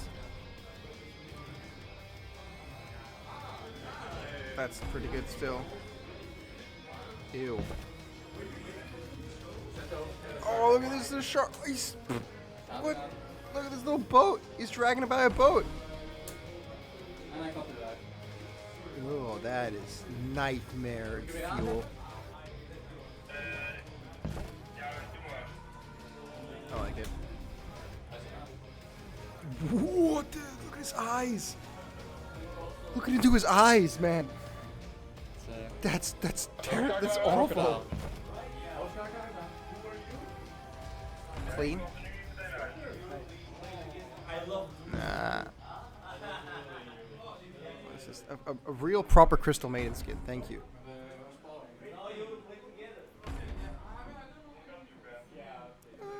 No, I don't like this whole snake motif for her. Some characters are really good with a snake motif, but that's just not it. Okay, that's for like you sell that skin for 10 cents. That's good. This is nice. This is nice. Ooh, a bit excessive. It's okay. This is great. I love gambling. Nah. Woo, mama. This is a Pokemon Emerald reference. Team Aqua. Oh, that's pretty good. Is Harley Quinn Templar Assassin? No, thank you. Yeah, maybe. No.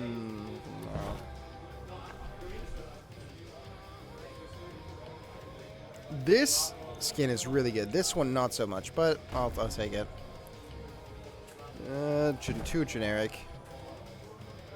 That's nice. And then we've looped back around. Yeah, I like this set. No, I don't like. Okay, we've looped back around. Okay. And I think they got rid of the Weaver. There you go. That's my objective opinion on all the skins. It's right. Everyone else is wrong. And what are you doing now that the stream is... I think we're going to have to take a quick pause.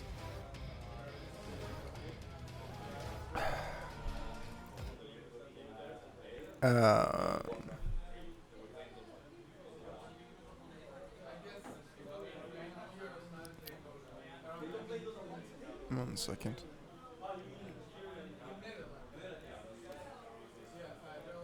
There are some quite good skins. I'm gonna put a we'll be right back, and we will be back.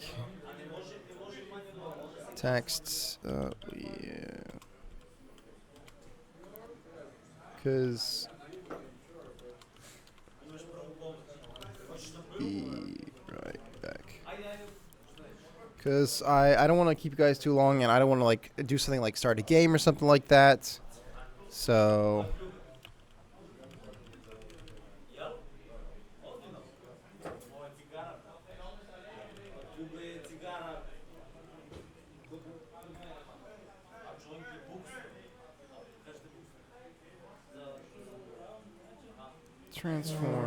Transform, center horizontally.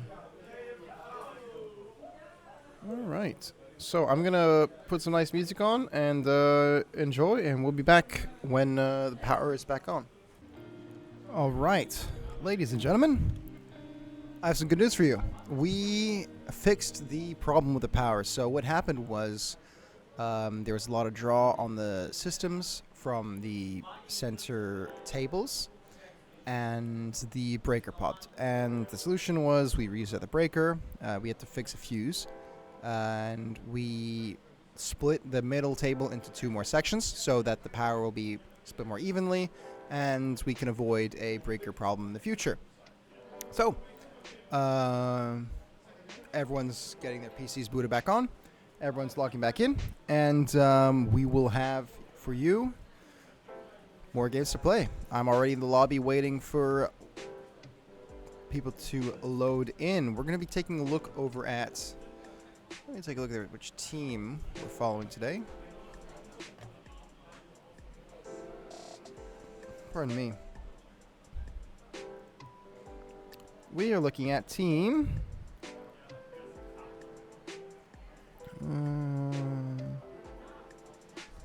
Kiwi. Where's Kiwi?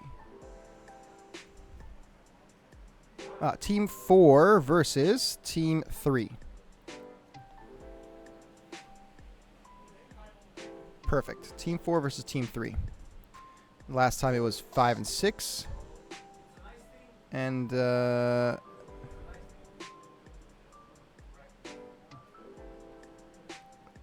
might have to look at one game twice. We'll see. We'll take a look at who how things are going for the players. But I think should be good. I apologize for low camera quality, but you know, it's my only camera. Unfortunately, we as you may have remembered last time, the camera setup was significantly better, but someone moved the cameras.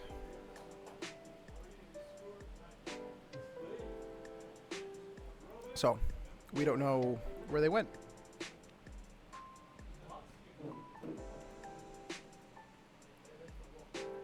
All right, we can continue with the tournament. Okay, that's as of 1 minute ago. We have players loading in right now. While we wait, I hope everyone's doing well today. And I hope that the audio is going to be much better for this one. Players coming in. That's good, that's good. Means we can slowly go into... I think I'll fix my hair a bit. There we go, much nicer.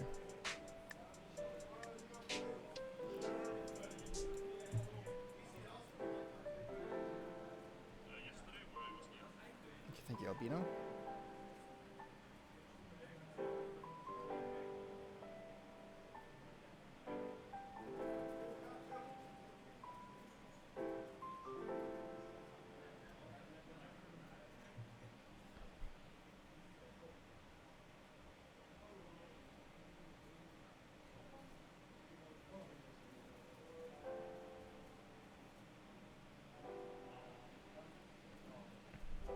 Again, I'd like to thank Wooting for sponsoring the DireLAN.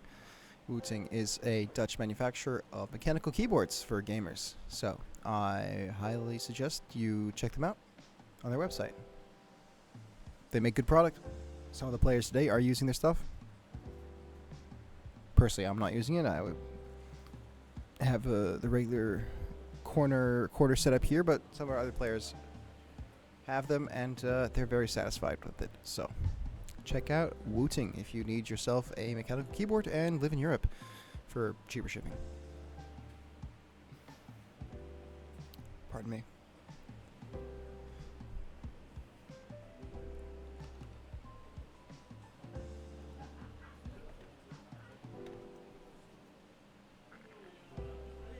That was a weird noise that my body made.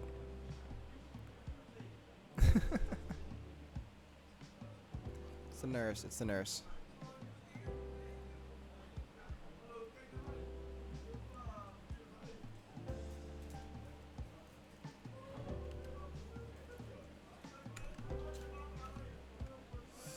One of the teams is loaded in. Feed pass are prepared.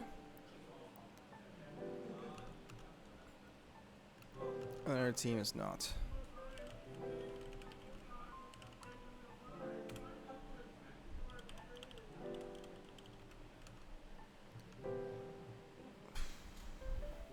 What the hell?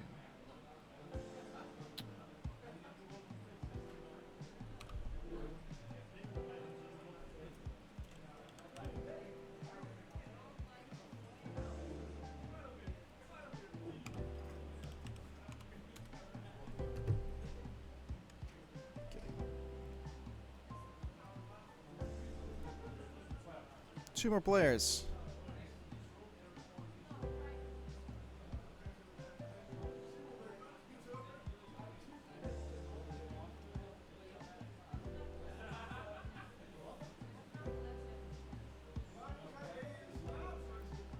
We're getting there slowly.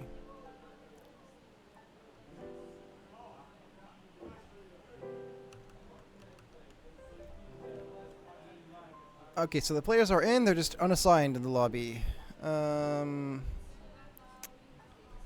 everyone. Make sure you get into your teams and be ready when you are. And ready whenever you are. What game do you want to cast? I'm currently casting 4 versus 3. I'm in the lobby already. Oh, you're already. I just wait. I'm waiting for the last person. Needs to. It's team feed pass versus team Papego. Great. So.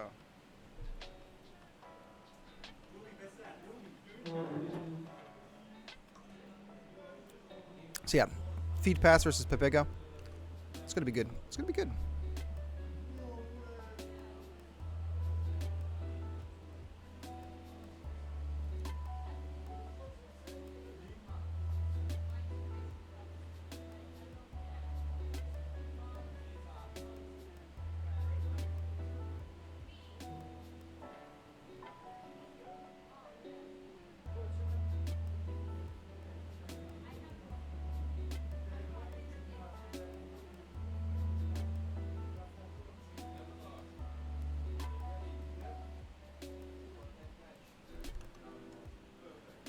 Okay.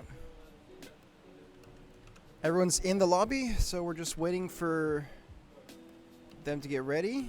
And I'm afraid that's the end of the lo-fi shield beats, and we're going to have to go back to the more intense, fun music.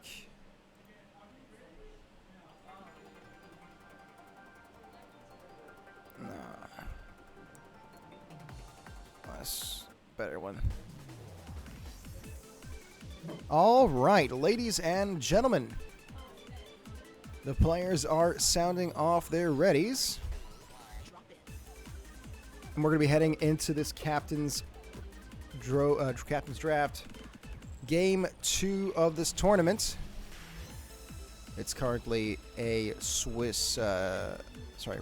round robin as the players are getting prepared. I hope the music and the audio levels are all perfectly calibrated this time, and there should be no complaints in the chat. It's going to be awesome. It's going to be awesome. The nerves are catching me. Perfect.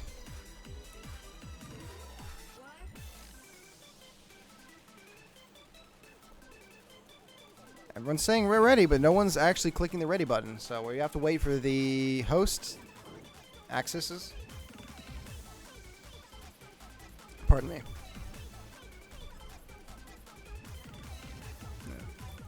Music brought to you courtesy by TMG. This is Bede's battle music from Pokemon Sword and Shield.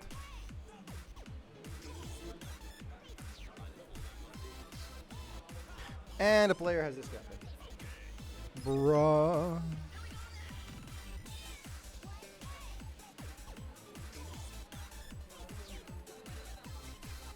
The entire team just left. What the hell?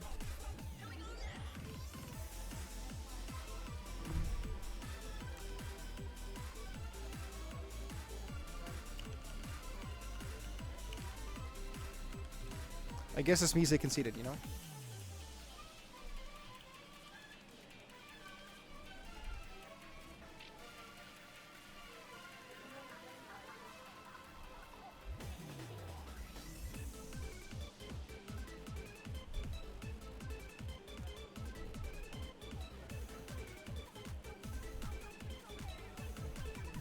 It's incredible. I'm just double checking. Their PCs seem to be fine from what I can see, but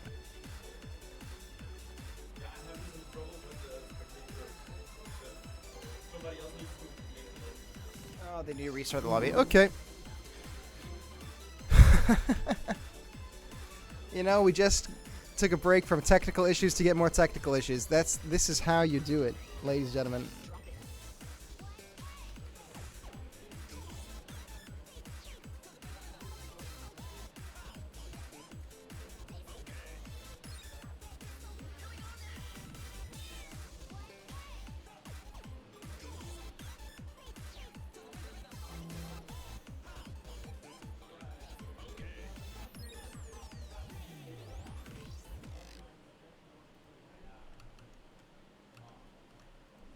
Oh, that's not what I wanted. This one. Why is it not letting me accept this invite? What the fuck?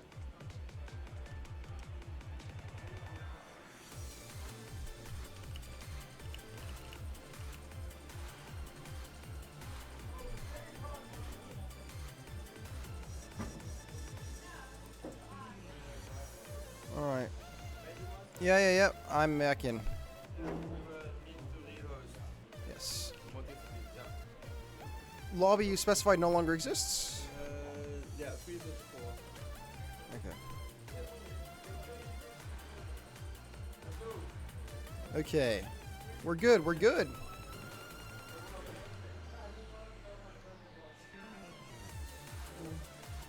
Thank you, darling.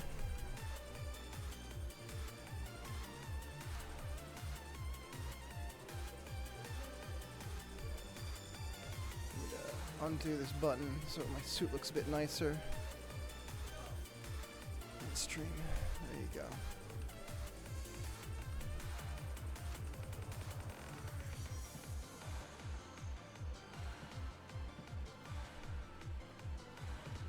Okay, we're waiting for players to join in. I mean, one person's unassigned and the others are there.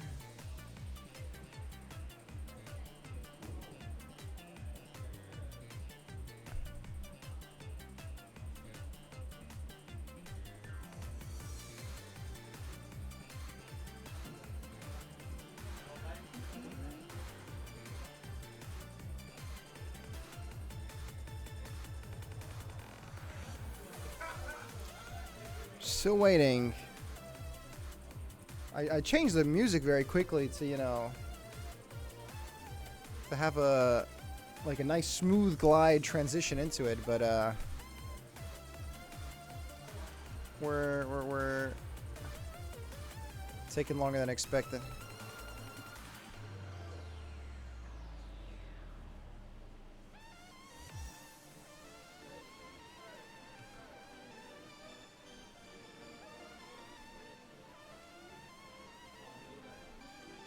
Okay, all the players are there. I'm ready. Let's see if they're ready.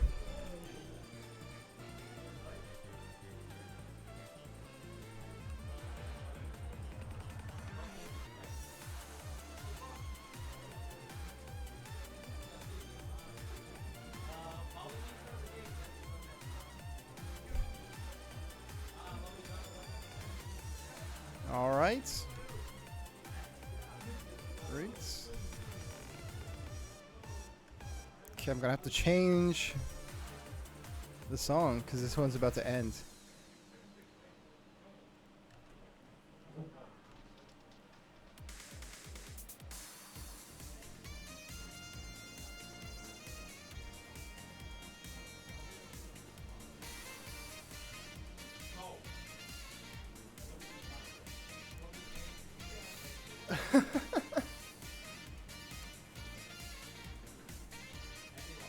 Okay, there we go. All right, ladies and gentlemen, we're heading to round 2 of this tournament. This is Team 3 versus Team 4.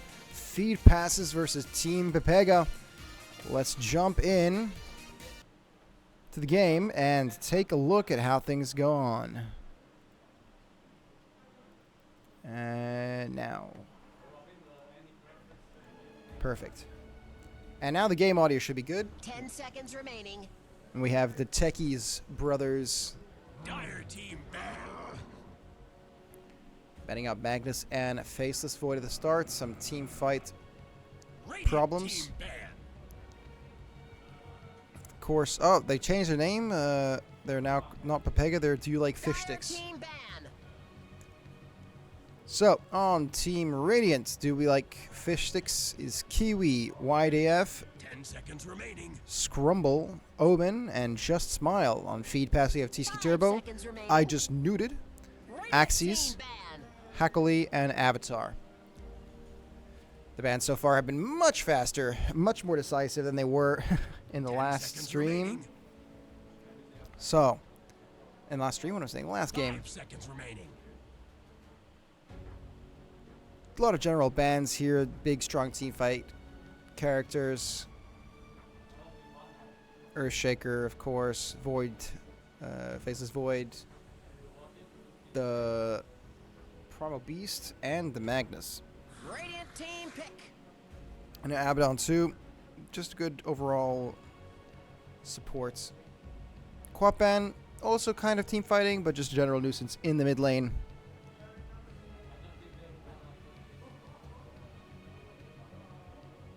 They did go dip 10 into seconds remaining. reserve time slightly for that ban, so 5 seconds remaining. let's see what they're able to pick this time. For the first pick, who do they deem to be the most important hero to pick up?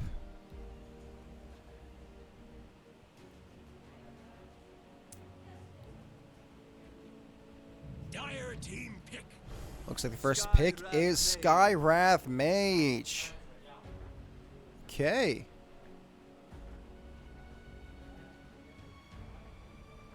Pretty good pick. It's a nice flex. It can be mid lane. It can be position 5. I'm presuming it's position 5 because I 10 believe seconds this remaining. is... I think... 5 seconds remaining. Can't hover over their names, but I believe this is either Scrumble or YDF playing. The first pick for the Dire. Let's take a look. See how they want to expand their plans. Do we go for individual picks Radiant team or for ban. team fight? We go for Techies, option number 3. Radiant team ban. Okay, they want this game to go long, and go long it shall. Techies will inevitably stall out the game and make it quite hard 10 seconds for the Radiant remaining. to push into them. Of course, this could be some kind of freak battle 5 Techies seconds technique. Playing around the meme talents, but it's very possible. I'd like to see it, the meme talents being used. The level 25, 251 attack damage, the scaling range with attack speed, making Techies a global powerhouse. Dire team ban. Banning at the LC, so there's no single target pick. Of course, locking down someone and then bursting them with the Techies mines is a viable strategy. Ricky ban for the Dire. Now, what do they pick next?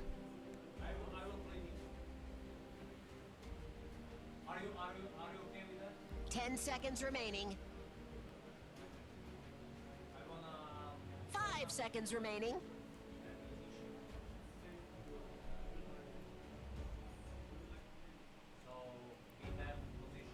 All right, heading into overtime pick. I want to see how these. We'll definitely see what they're thinking with these picks coming out. Lich, okay, just a good, strong, nice position 5. Keeps his teammates alive. Very disruptive in team fights with the Frost Orb. Chain Frost, I believe it's called, not Frost Orb. 10 seconds remaining. 5 seconds remaining. 5 seconds left on the clock. Heading into reserve time to pick a Centaur Warrunner. Okay. Centaur, of course, good with the stuns. Any sort of stuns is good with Skywrath Mage. Centaur, good initiation. The Stomp with the... Okay, Bane as well.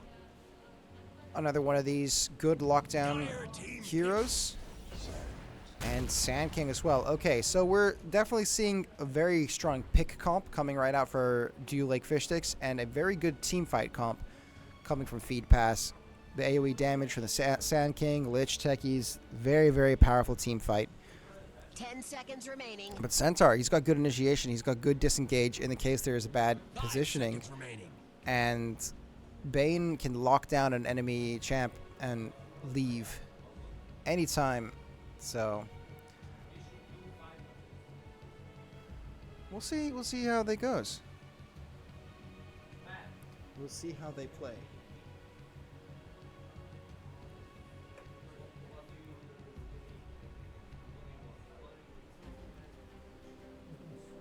Heading to reserve time, they're thinking about what they need to pick for their carries. Is it going to be a position 1 or position 2 first? I presume they're going to be going for position 2. No. Maybe. It could be Mars mid. Or we've been duped and this Techies is mid this whole time. Phantom Assassin. Phantom Assassin picked. I was talking with Kiwi. Look over at him. He's not looking at me, but I was talking to Kiwi yesterday that I'm a big fan of Phantom Assassin. Just how ridiculous it is. PA wins games, and I hear some screaming. 5 seconds remaining. And basically, I get to see the PA picked, and I'm very happy to see that.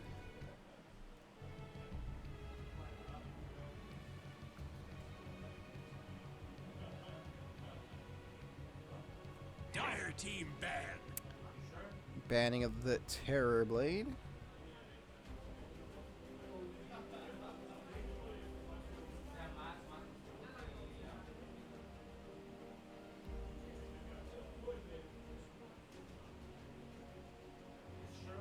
Seconds remaining. Who are we looking to ban here? Just more 5 team seconds fighters. remaining. Honestly, if you can get rid of an Enigma here. Dire team ban. Puck? I don't know why Puck.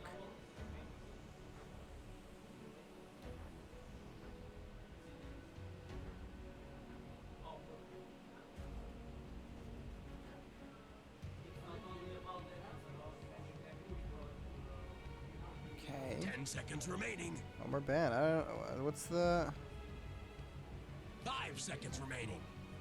plan, guys? One more ban out. I mean, Puck has decent team fight, right? If Puck can leash Mars or Sand King before they head into a fight, it can be pretty good, pretty devastating to engage. But they got to be thinking about other things that could disrupt a team fight greatly. Something that both has high damage and can suddenly impose disadvantage in a fight. Maybe Storm Spirit here is something you ban. Storm Spirit, once against the Aghanim's, can be very, very disruptive. Aghanim's Refresher, the double Vortex pull, can be huge, and especially with squishy champs like Lich and Techies. Storm Spirit can get some nice kills pretty early. Void Spirit too could be very annoying with his remnants. Radiant team ban. Necrovo's ban, okay. Again, that's something we talked about last game. It's a champ, it's a hero that's very, very good when it comes to extended team fights. As long as he stays in the game, the longer he does damage, the longer he heals, and the harder he gets to kill. So that's a good ban. You know, it's 10 seconds remaining. understandable. 5 seconds remaining.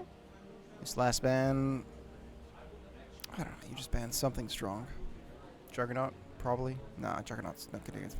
Juggernaut's okay into Phantom Assassin. Juggernaut's good into all these guys, kind of. Just like Rush, Monkey King Bar, lol.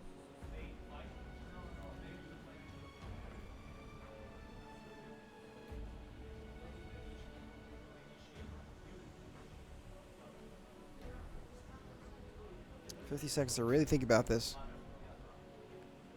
They're really thinking. Who are they thinking about, though? That's the question.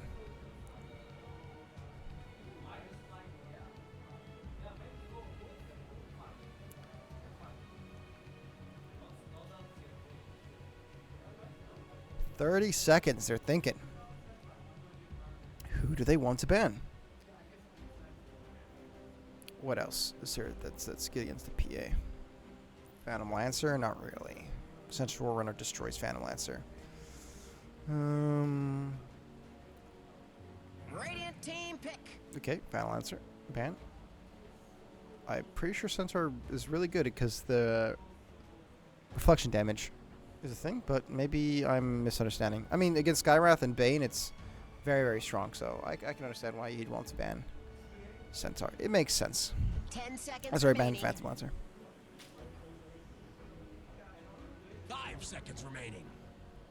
5 seconds on the clock. 9 in reserve time. What are they thinking? Dire team pick. Let's see. Storm Spirit. Zeus. Okay, pretty good. Again, damage. You got the vision from the ultimate. Burst onto Lich or burst onto Techies is what you need here. And yeah, they're definitely going for 10 very, seconds very remaining. strong picks. Individual, like, assassination team comp. 5 seconds remaining. Choose your hero. And the Medusa, okay.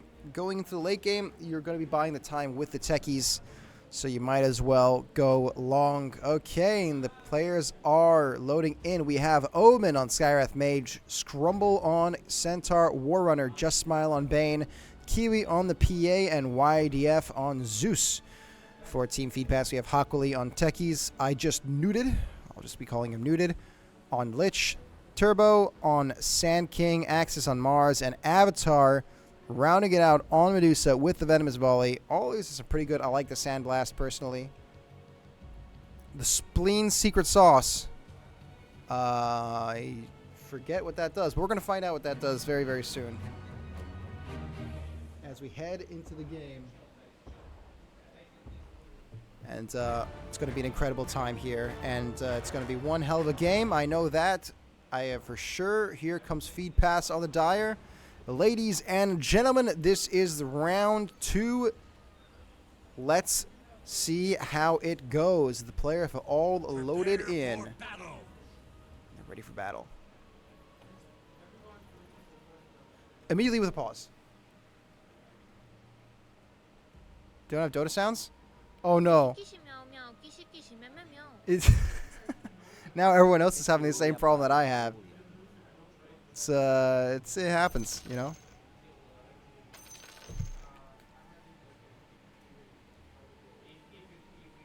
We have the great Paul here with his camera taking out some photos. I'm very happy to have such an incredible photographer for us today. For those of you who are at the DireLAN, after the event is done, he uploads all these photos. So make sure you check them out. They're really incredibly well done. And thank you, Paul, for taking some incredible photos, man. Yeah, people having audio issues, which is funny. Because I was having audio issues too. So I just restart Dota. Restart Dota. So what's this? Blast off, increase damage, and self-damage. So what are we looking at? We're looking at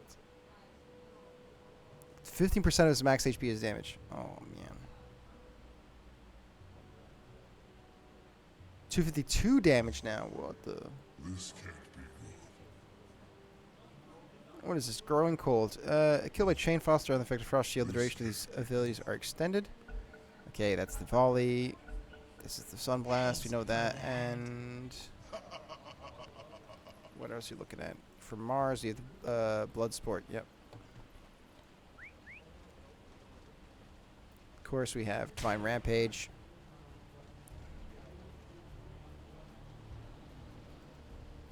We have Methodical. It's good to confirm the procs that go through. Counter-Strike. Perfect. We have Shield of the Scion. Okay. And Dream Stalker. Increase attack speed with attacking 9 units. Yeah. Pretty fun.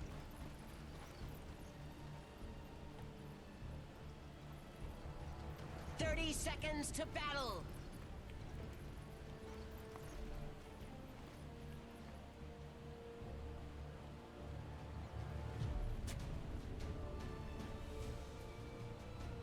They've definitely spotted out the smoke.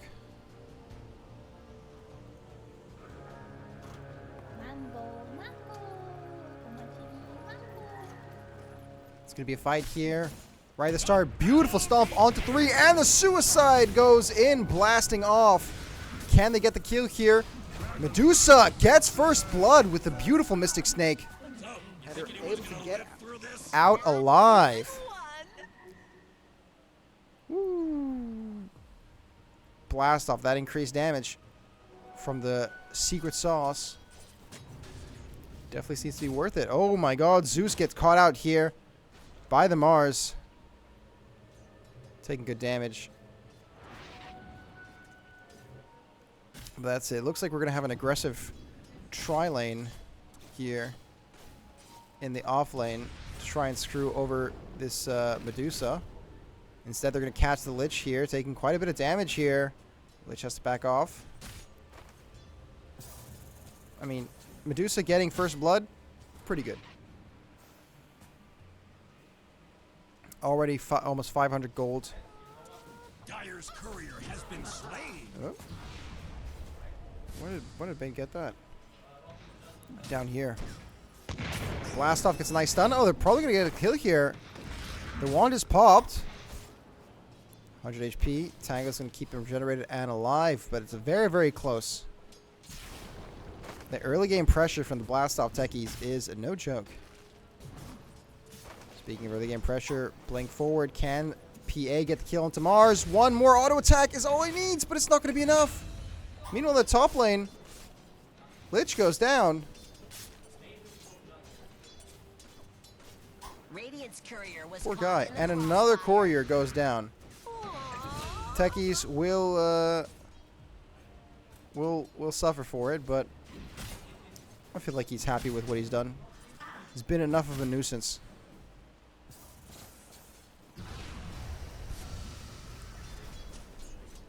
The mana is getting very, very low for Medusa right now.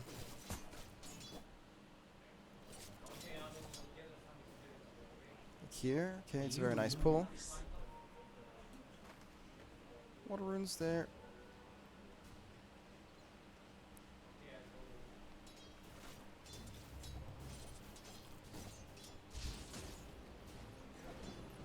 Just going slowly. They're going to try to disrupt here the Bane with his pulling efforts.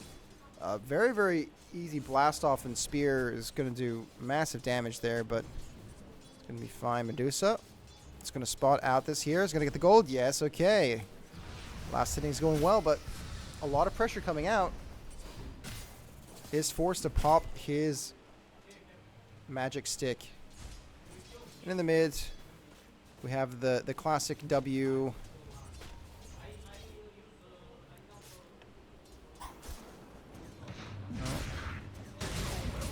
Okay, okay. Nice aggressive play here onto the Techies, but the Techies is able to get the suicide off.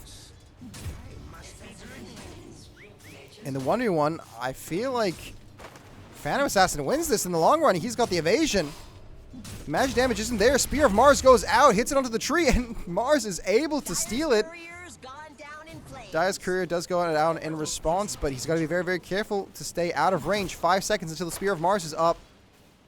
Rebuke and Spear of Mars could have spelt disaster for the PA, but fortunately, the healing salve is back up. Oh, no.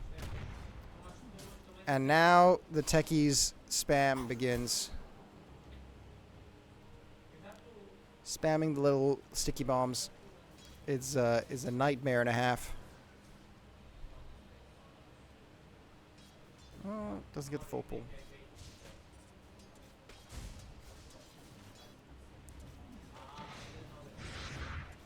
Oh, Bane, not again. Okay. He does fortunately save his courier. Techies is going on a quest to try and kill it or suicide himself for this for this sword, and Just Smile gets the kill onto him.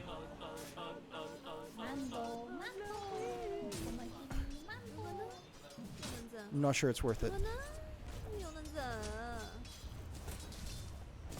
But you know, it's for the memes. And when you put it like that, it's always worth it. Okay, nice damage onto Zeus. Really nice damage onto the Zeus. Oh my gosh. Level 3 Sandstorm already dealing so much nuisance damage. And with the way things are going on this Radiant side here, they keep on pulling the wave into these neutral camps and basically stacking the camp for it. Medusa can take the hard camp while fighting the minions at no really cost to himself. 24 CS on this Medusa, 32 on the Sand King. And pressing W in the wave is the easiest way to get anything done. Oh, that's a nice deny there from Zeus. Meanwhile here, nice double strike. Oh, damage is going to be there.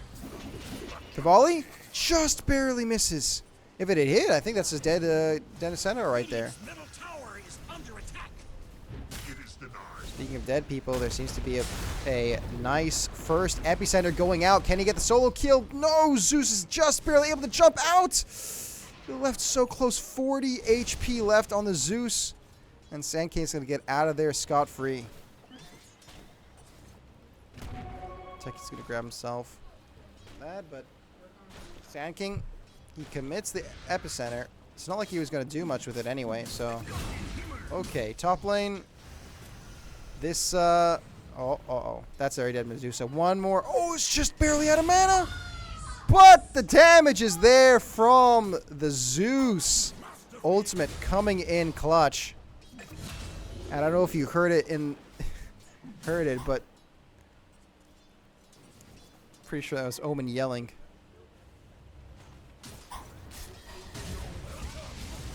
Oh, nice spear.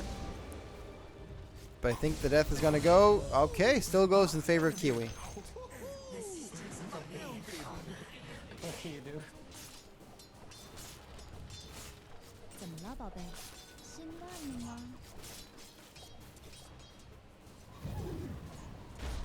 Look at this. Turbo in his lane, unmoisturized, unbothered. Living his life.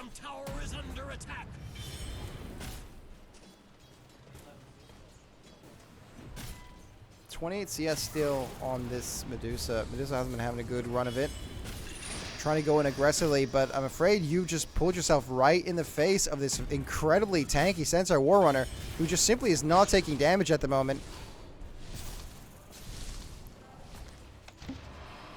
The free max HP, it's pretty good, and unfortunately a bit late there on that volley.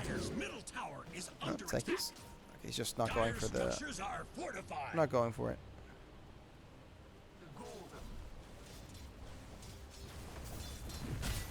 Scrumble's gotten pretty low, but he's still alive, still fine. The game is automatically zooming in, and I am getting very frustrated.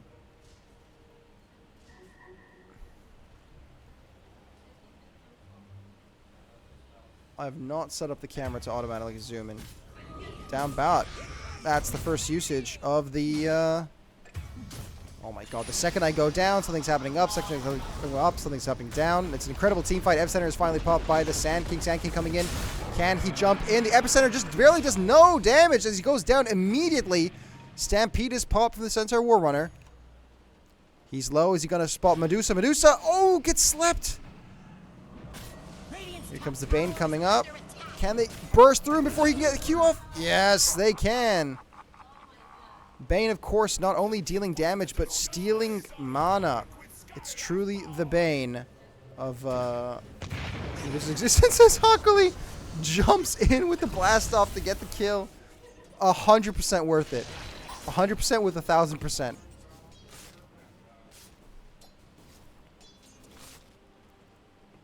As PA had a slow start, but is now definitely speeding up for sure. As is that how that works now? That's incredible. You can just take camps without even trying. Well, he's gonna be building towards his Battle Fury.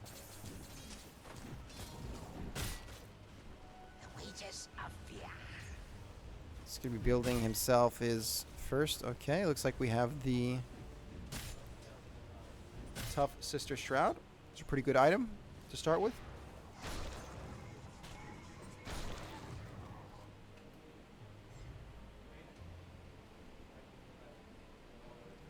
Alright. Arena of Blood just dropped down, but Mars himself is really, really low. He's going to jump in there, maybe try to get the kill. Epicenter comes out from the sand. Oh my gosh, what an incredible combo. Holding it in place with the blast off and then killing with the Epicenter, but PA just barely stays alive here. Disarmed from the zap, but he's going to be able to make it out of there. The reactive taser was not enough to do the damage, and PA just barely makes it with the slight invulnerability given them by the Nightmare. Very, very well played from the Radiant, keeping Kiwi alive on the PA and swinging it with 3 kills in the way. I'm not sure why PA didn't try to go in for the blink onto Mars there at the start, but it worked out in his favor. As Nuda takes out Omen, and Sand King is... gosh. Sand King's just taking out the mid. Pushing. I am terribly sorry, but I'm just gonna spectator camera. It doesn't let me... unbelievable. Anyway, Fiend's gripped here onto Medusa. It's just a confirmed kill every time it happens. Oh my gosh, but look at this. Oh my god, the triple kill. No, there's got to be a triple kill there. No, just a double kill there for the Lich. That was incredible. The Chain Frost with the blast off is it's going to cost them their lives, but absolutely well played. And you can see why they have that team synergy right there. Go Radiant, absolutely. Radiant right now, they're in a very commanding position, 19-9, but they're only 1k up in terms of gold. Radiant's middle tower is under attack. And that's gonna, that lead's gonna decrease only now because, oh, pardon me. Dust. Oh, he didn't actually go for the blind. He's going to take quite a bit of damage here, but makes it out of there alive as the Mars TP's in to posture aggressively.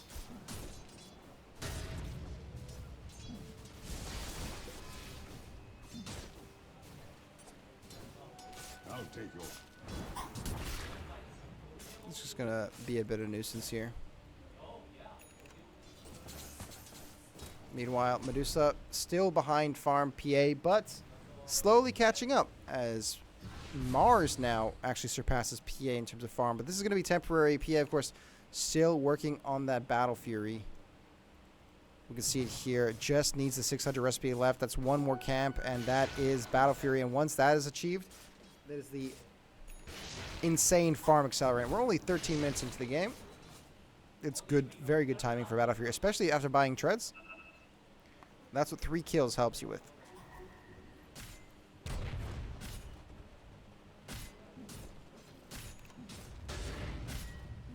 Meanwhile, Medusa just got her own farm accelerant. The Maelstrom is coming in. Oh, here it is. Battle Fury finally achieved, and now Phantom Assassin can be a very, very effective. Oh, Stampede coming in. Beautiful stomp onto the Lich, but the Spear of Mars disengages. Techies on the sidelines. Epicenter comes in for the Sand King. Techies taking a lot of damage, but he's still around. Meanwhile, Nuda goes down to Scrumble. T-Ski Turbo takes out Smile. Scrumble takes out Hackley. And they both kill Scrumble. As Zeus now comes in to try help clean up a little bit of damage, but oh my gosh. Sand King and Mars together deal so much burst damage. Omen had no chances there. Although, speaking of burst damage, oh, just barely not enough. As SK makes out alive. Very, very good team fight, but all in the meantime, Avatar is still farming. Every time that Radiant gets a lead, the Dire, they close it with a very, very smart fight, but it might be the end of that farming session as Fiend's Gripped. Every time Fiend's Gripped is off cooldown, they immediately Radiant's bottom tower is under attack. Immediately ruin his day. Radiant's bottom tower is under attack. Zeus is here alone. 13 seconds there. The Blink Dagger is available. Oh.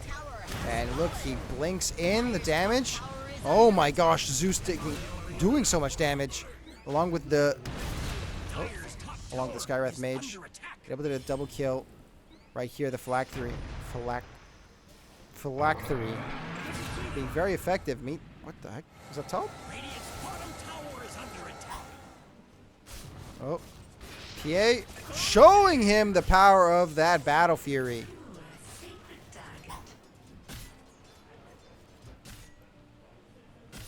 Incredibly well done there. But now the lead from the Radiant is going to be a bit harder to slow down. We see T-Ski Turbo here. He's got himself the Amplified Damage Room. He's charging up the Intercessor. Goes in. Big damage onto the Centaur. Can he get more here? Bane. Blast Off goes in, but it sizzles. Doesn't hit anyone. PA teleporting in. They have vision. And Turbo's going to have to run out of there. PA trying to walk up. The damage is there from... Oh, just barely gets it in time for the Brain Sap. In range of the Brain Sap and the Concussive Shot and Arcane Bolt. Mystic Flare did a bunch of damage too. You take a look at that fight recap right there. Big damage. Oh, nice blink in there. Knocking him back against the wall. And that's kill for T-Ski Turbo. But he's on the vision! Didn't catch it in time. And here goes the Chain Frost out. But it's only going to latch onto minions. Oh, no. The ult is wasted. And he goes down too. 2 more deaths on the Dire side. As the lead is 29-15. Kills to death. Dire's bottom tower is under attack. Farming not allowed, indeed. Not for Medusa. He does not have a license to farm. But he's going to be doing it anyway. He's trying to rush and grab up the... I don't know if this is just a value alacrity. Blades alacrity, but... Maybe. Dire's bottom tower is under attack. Okay, here comes the charge in. Oh, they found you! Fiend's Grip, and that's a dead Medusa. Like I said, this is the power of the comp. Their whole idea is they have a really, really good pick comp, and now they're going to get a pick. That's the Zeus ulti.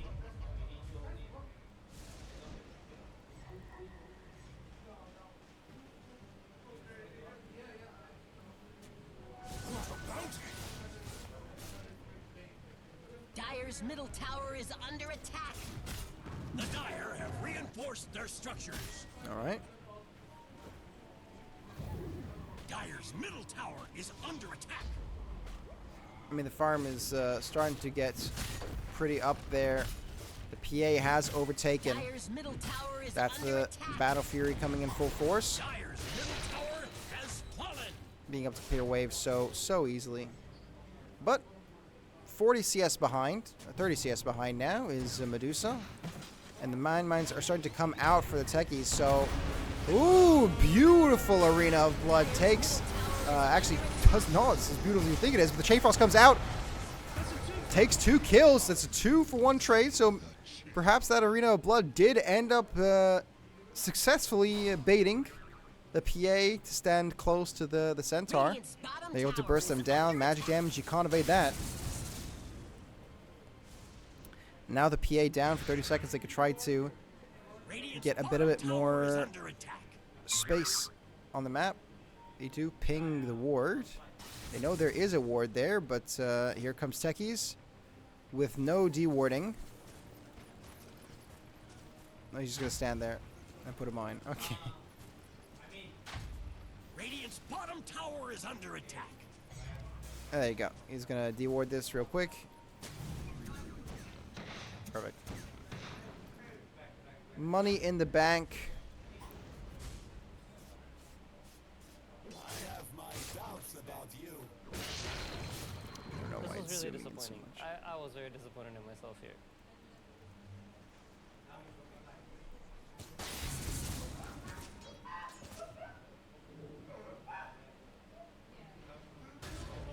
We're being next. Ooh, the Brigand's Blade.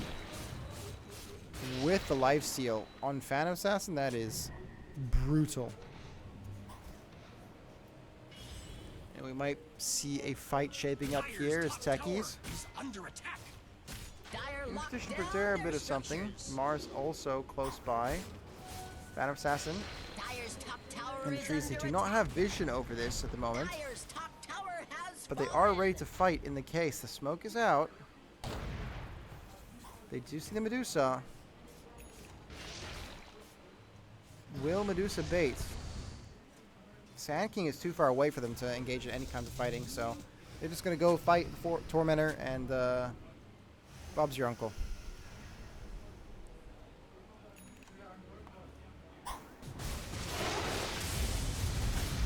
Ulti drops just to take a look at the vision. Ooh. The Brain Sap AoE. And what's the cooldown now? Just 5 seconds, I believe, after the Anger Shard? Yeah, that's, or is it 8 seconds? I don't know. But AoE Brain Sap is very powerful.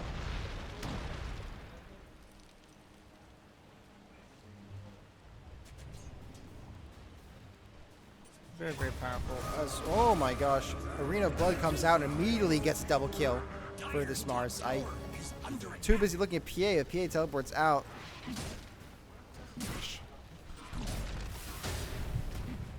Dire's top tower bot is lane. under attack.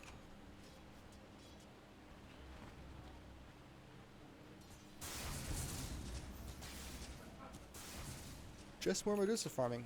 Aghanim Scepter finally done, so Radiant's bottom tower those is split under shots attack. have attack modifiers.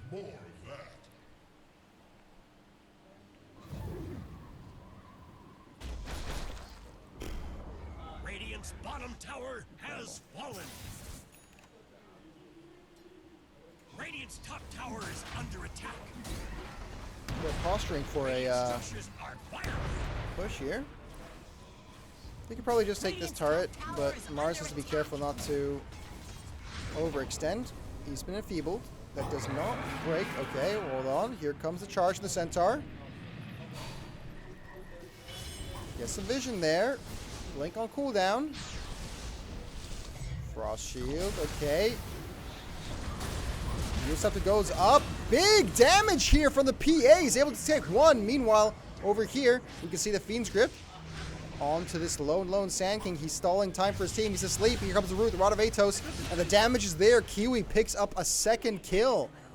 3 kills for no deaths. They have mandate now to push forward and get even more out of this. Can they take a whole turret? The glyph is unavailable for the Dire side. Radiant's middle tower is under attack. Every champ there. I mean, Phantom Assassin does have pretty good push. Look at that. Look how quick they're able to take that out. Dire's top tower Show net is worth? under Yeah, I can do attack.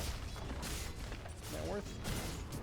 There you go. It's a very commanding lean for this Phantom Assassin. Oh, Techie's got caught out here.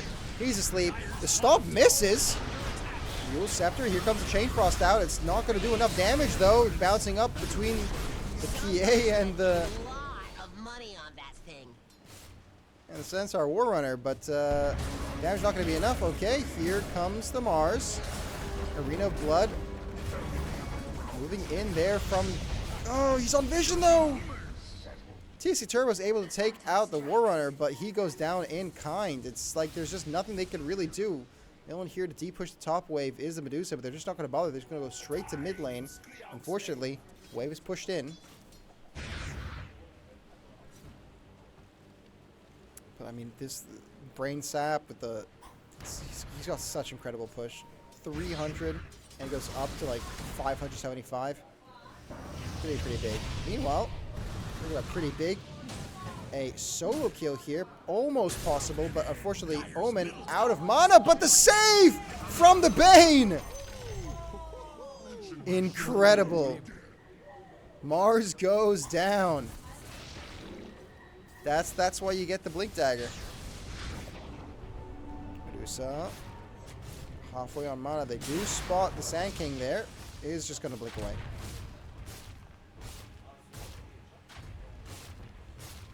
Yeah, PA can sort of just push the tower without any worries. At this point, what's his evasion stat at? His evasion's at... Nope. Hold that thought. What's his evasion at? Evasion's at 75%. So...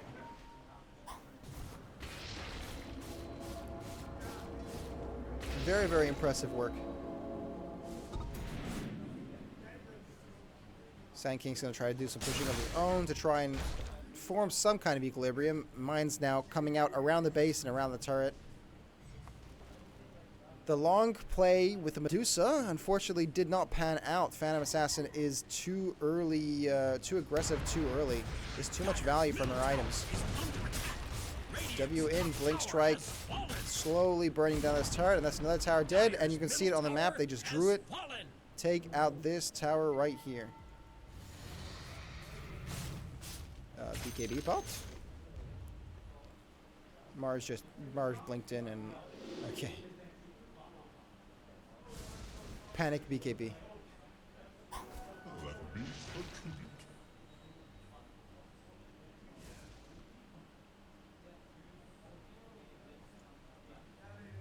They are spotted. They do see that they're trying to go for this tower right here. Sand King is really, really deep, trying to cut the waves as best as he can. They just need to buy time for this Medusa to do something nice. And here comes the Arena of Blood. Nice spear into the walls, but it's not going to be enough damage. Chain Frost comes out, but at the same time, we have the pipe being used, and the Chain Frost now. Beautiful Mystic Flare nearly completely obliterates, and here comes the Zeus to end it out. Great kill, Medusa now. Trying to clean up here, and the kill does go to Medusa, but it's a 1-for-2 trade. And they used 4 ultimates for just 2 kills. It slows down the push and it buys them more time, but past that, not much else. PA makes it out of there completely fine. It's, we see the use of the pipe coming in clutch, tanking a lot of the damage from that Chain Frost. It's incredible. Oh. And... Oh my gosh. Okay, well, Blink Strike's back off cooldown. Just end the sleep and kill him. Or, no, they just want to make him suffer. Ah! He popped the reactive taser. Okay. You gotta make sure that pops first, or else you're disarmed, and maybe Techies has a chance to survive there, but... not very likely. Pretty sure he's gonna go for the stone, or probably maybe the Mystic bounces. Oh, Bane? Slight disconnect.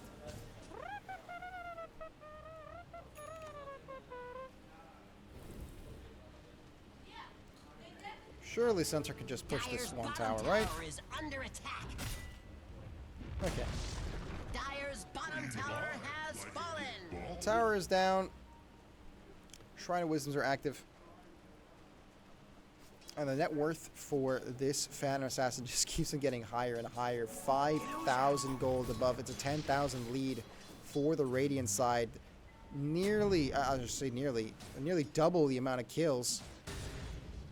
for the Radiant than for the Dire. It's a 21 kill lead. And it's not looking pretty for the Dire, but it's not impossible for the Dire. They can get some really nice picks. They have gotten really nice picks in the past using this Arena of Blood. But their damage is too spread out at the moment. They're grouping up slowly. Medusa Dire's bottom tower is under attack. working on that Manta style. It's going to be very, very important to get rid of that silence from the silencer route. Middle tower is So the Rod of Atos and from the, pardon me, Sigil. Dire's bottom tower is under attack. Dire's bottom tower has fallen. Another tower goes down. The demarcation line is right here in the middle. Dire's Go forth, bottom range tower creep. is under attack. They're going to die to the Mars.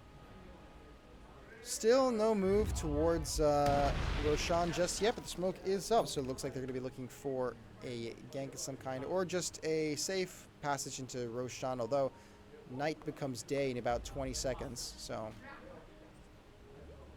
they are on vision. They do see them, but they don't react fast enough. The damage is there. The burst is real. 2 kills in a second, and here comes the sleep from the Bane. Another kill for YDF. The Zeus burst is real, ladies and gentlemen.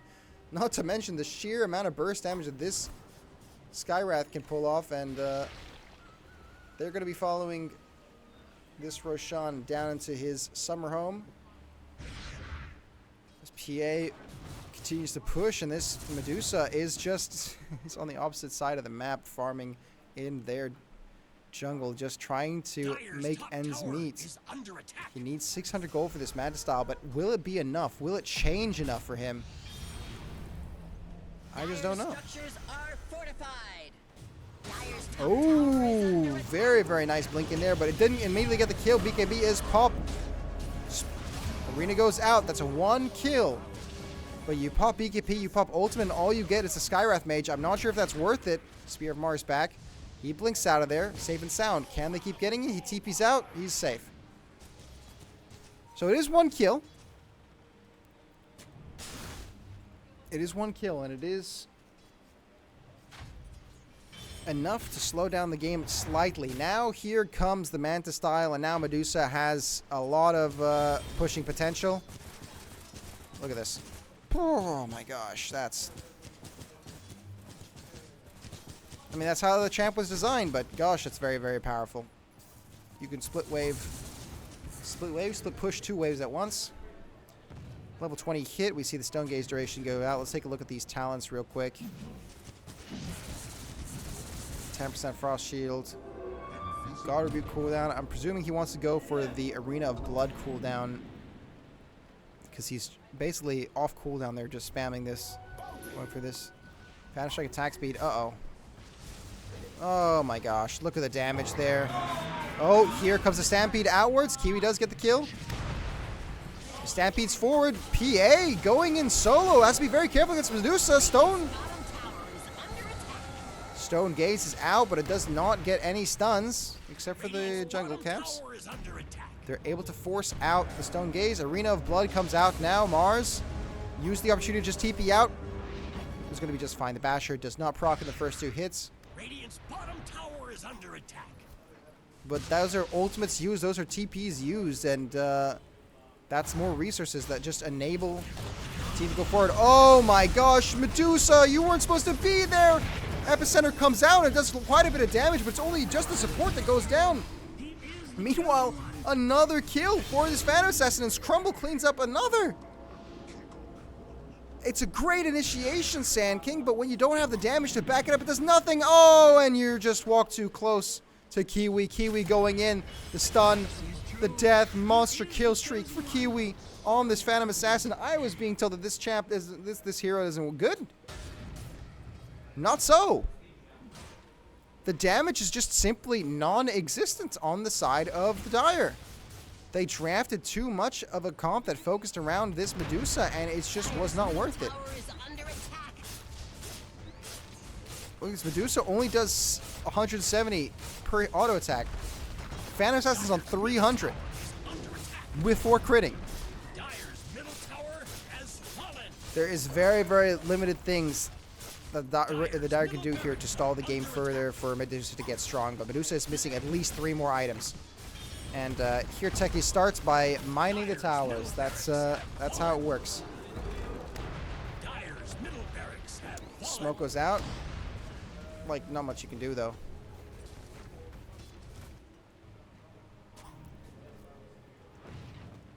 This Phantom Assassin is almost full build, building the Nullifier right now. Probably going to upgrade the Basher. Okay. Wow. He pops the Black King bar just to secure the kill on the support. They're getting these kills. Like, I can't deny they're getting kills, but these are... You're killing a Skywrath. Your results may vary, you know? Okay. Techie see that they baited out the Roshan kill. They're not actually going for it. PA. They spotted him. It's going to be another fight. Okay. Tsuki Turbo does spot Zeus. Okay. Nice Stormform comes out, but it's not going to be a lot of damage. It's a beautiful kill there from YDF. Is godly. He's still alive. And oh my god, you're falling asleep. Bane's got you grabbed, and that's a super dead Techies. And right after it, here comes a very dead Medusa as the damage is just simply non-existent.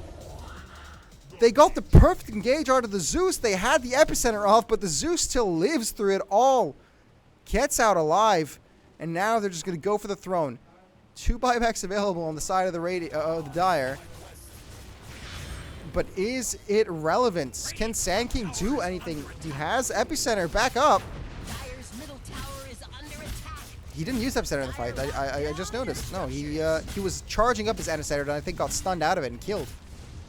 Dire's middle tower is under Again, Phantom Assassin and Centaur. This can deal damage to turrets, so they don't really mind getting shot by the turrets here. It's just all the more faster that they are able to push. Although the respawns are now coming back in, so they're going to back off. There's no need to overextend, no need to make mistakes. They're just going to go play clean Dota. Extra blast off damage for the Techies. Look, the Techies' early game was incredible. They got some very, very good pressure, but it was not enough. They weren't able to translate it. The damage is just not there. That's the fundamental issue, is that okay, you get the Monkey King bar, but what then? You're still only hitting for maybe 250 damage. You're able to get into this Phantom Assassin, but not much else through it. And a really, really awkward initiation from the Mars. They only catch the Centaur, who is still alive through all of this, pops a Stampede, and is almost able to run out of there just for free. Meanwhile, insane double kill there from the Zeus, a triple kill for the Zeus. 4 go down just like that, and it's just Medusa left on the Radiant, sorry, on the Dire side, grabbing out the Experience Rune. He can't defend the base. There isn't enough there. They don't have the glyph. Lucky Bastardo asking earlier, Zeus question mark? Yeah, if Zeus can get a performance like that, ladies and gentlemen, you definitely want to have it. 2 buybacks coming out, 3 buybacks coming back out. But is it stopping them? PA doesn't care. PA is getting some good damage in. Okay, they decide to blink out now. Maybe it might be safer. But the epicenter isn't back. The Arena of Blood isn't there. Okay, good Fiend Script and a very, very nice breaking of it, but it's not going to be enough. Stone Gaze comes out. PA slowly trying to run away from it. Blast off, is able to get 1 kill, but in return, a kill comes out for the PA. Zeus goes down. Buyback from the Bane. So 3 for 1, 4 for 1, sorry, 4 for 2 trade. Aegis of the Immortal still active on this Phantom Assassin, and now there is no access to any sort of Stone Gaze. The Arena of Blood is able to pick up the kill onto the Skywrath Mage, but look at the damage to this PA. They have no way of healing him. You deal no damage, baby. Down he goes. Mars is down. Sleep onto the Medusa. He's going to run back to base. Root, but it's not going to do anything, and Fiend's Grip. A cruel way to go in his own base, but they don't care. Do you like sardines? I don't know if they like sardines or not, but I know that they like losing. Because they just lost in a spectacular way. Ladies and gentlemen, Dulux Sardines taking this victory against Feed Pass 64-29 with an incredible performance from Kiwi on the Phantom Assassin. Congratulations to you guys. Well played. Fish sticks, sardines. What am I saying? Sardines. It's fish sticks. Oh, I ruined that. Could have sworn it said sardines, something about sardines.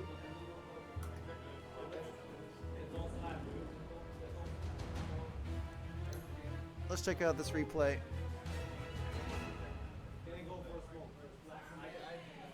Video. Game.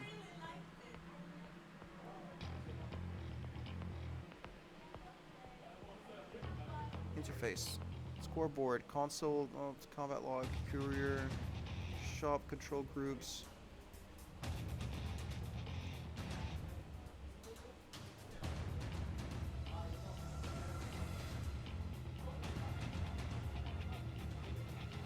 Paul? The player names aren't showing when I'm spectating. I don't know why.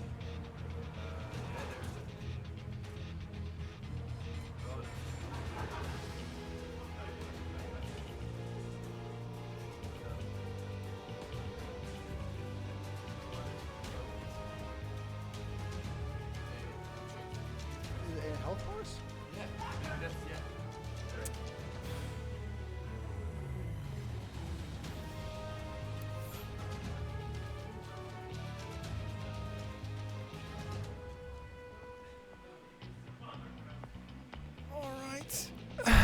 Okay, we got that fixed, so hopefully that'll look much nicer in the next stream. But we'll be back with the next games when the players are ready.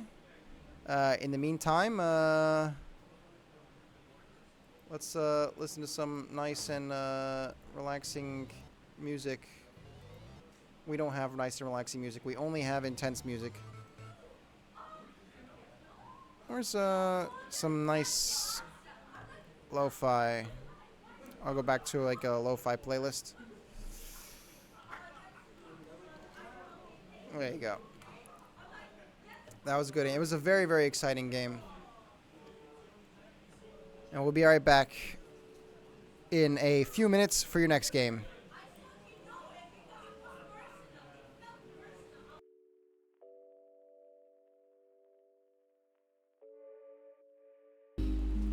All right. Welcome back. We are getting ready for the next round. I'm in the lobby waiting for everyone to start.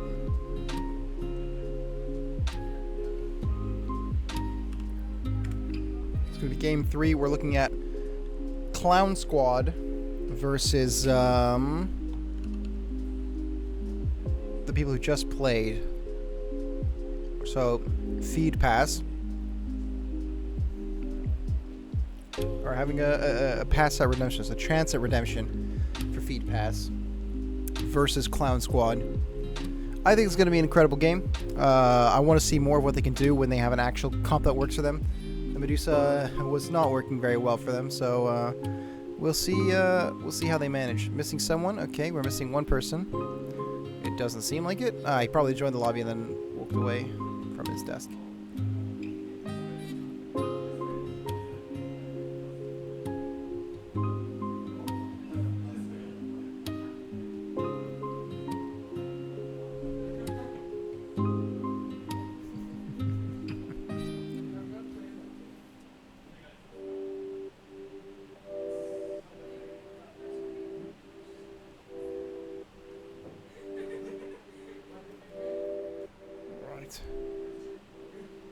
Oh, is stream frozen?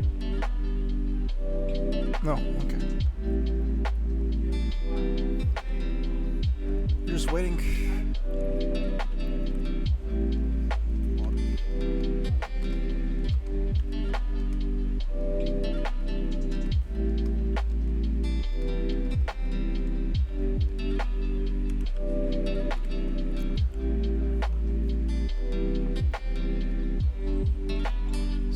enough.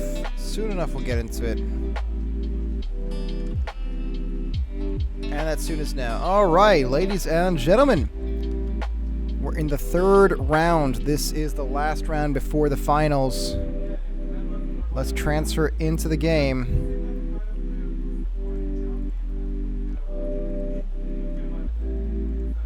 Transition over.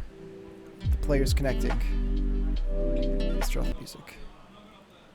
We're gonna have Dota 2 audio very, very soon. Thank you very much. Let's disable this. Connection failure?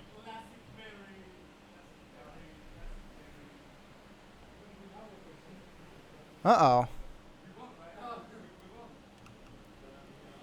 Did the internet die?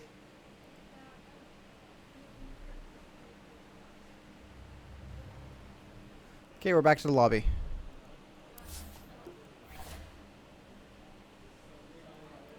Okay. That was very silly.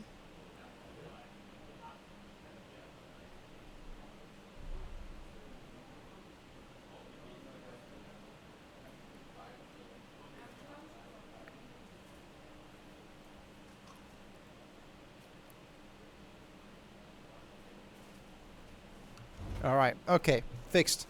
We're back. We're back. 10 seconds remaining. All right. Dire team ban. Let's check it out. Clown Squad versus Team Feed Pass. And the bans are going quickly. Silencer, Mars, LC, Quap.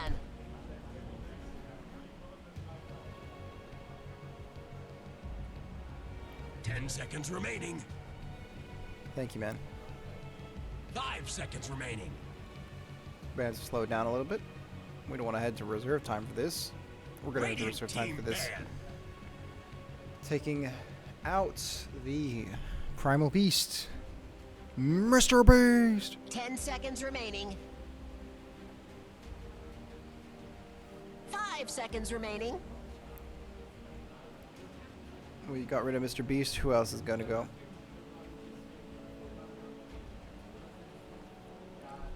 A pick champ, 2 team fight champs, maybe another pick champ. Dire team ban. Yep, another team fight champ. Invoker is out. They're scared of team 10 feed seconds passes. remaining. Invoker potential.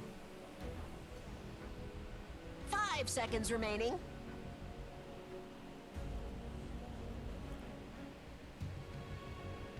Dire team pick. Void Spirit ban.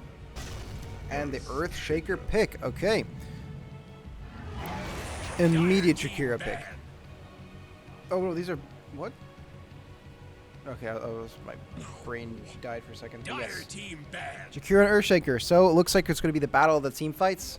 Earthshaker, of course, the classic Echo Slam, big money man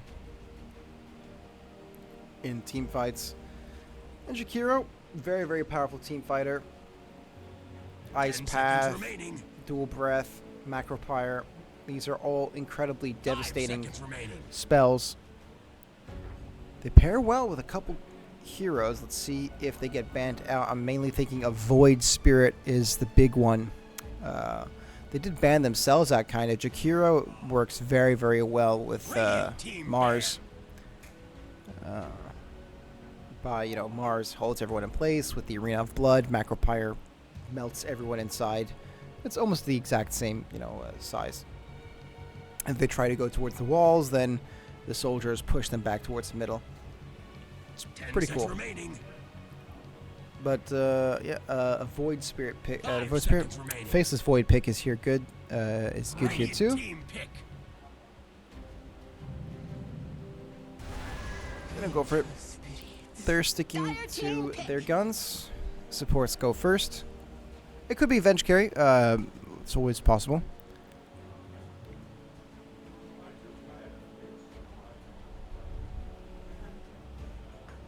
Ten seconds remaining.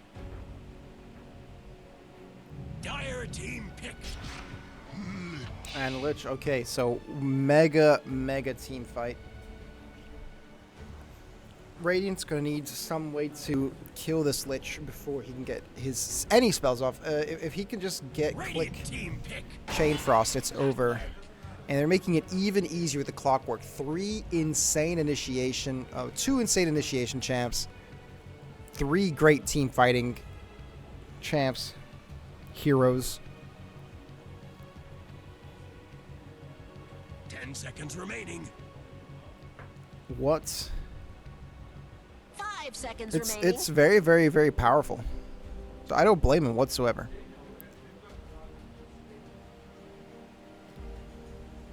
Radiant team pick. Okay. The Bristleback. Pretty interesting.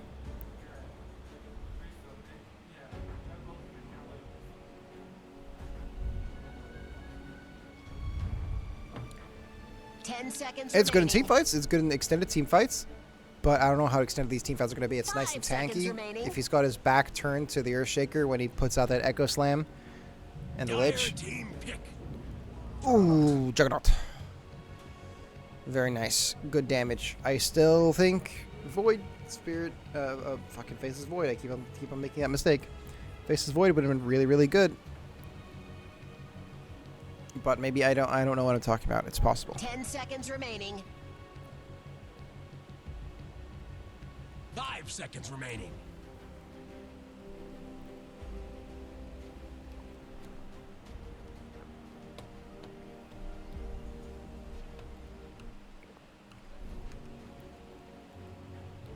Hold on. Focus. Where's the focus? Window focus.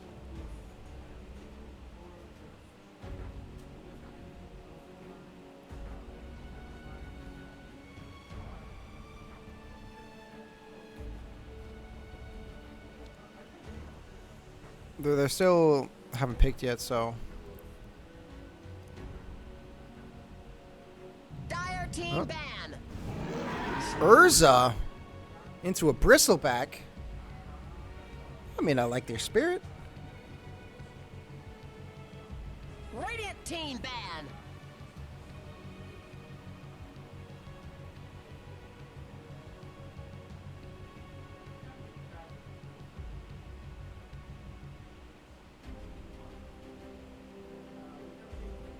Radiant team ban. Okay, DK gone. SF gone. I mean, Dire team ban. Mercy banned. Okay. What are they missing right now? I mean, we're missing any real good engage on the side of Clown Squad outside of Vengeful Spirit. Shrek. I mean, their team fight is insane. Radiant team pick. It is a death sentence to try to walk into team feed passes, team fights, but maybe, just maybe, Clown Squad can pull something out here that'll save them. They need something that can engage. Right? Both their engages, Jakiro and Vengeful Spirit, they're long range engages with stuns. One's point and click, one's not point and click, but they need something that can get in and be one hell of a nuisance for long enough for Juggernaut and Bristleback to do something. Lina picked, okay. I'm not sure how I feel about this, but that is a Lina. So we have Nat on Jakiro with the Icebreaker. We have Nutaz on Vengeful Spirit with Avenging Missile. We have Jubmel on Bristleback, Seeing Red. Nomus is a Juggernaut with Blade Form. Lina is played by Perry with Thermal Runway. TSK Turbo is on Earthshaker with Tectonic Buildup. Just Neuted is on Growing Cold. Lich. Hockley is on Clockwork with Expanding Armature. Avatar is on Urza with Bear Down. And Axis is on Leshrac with Misanthropy.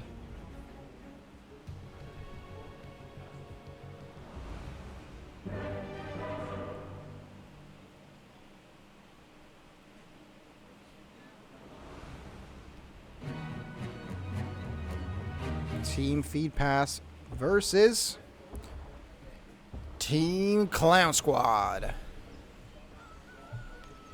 And we're back in the game. Prepare to battle.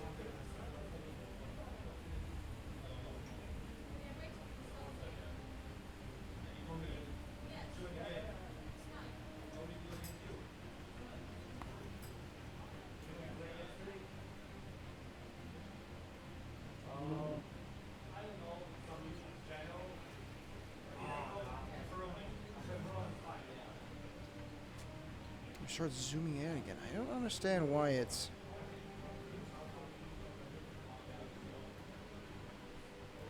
When you play with Lena, Couldn't find a solution to it.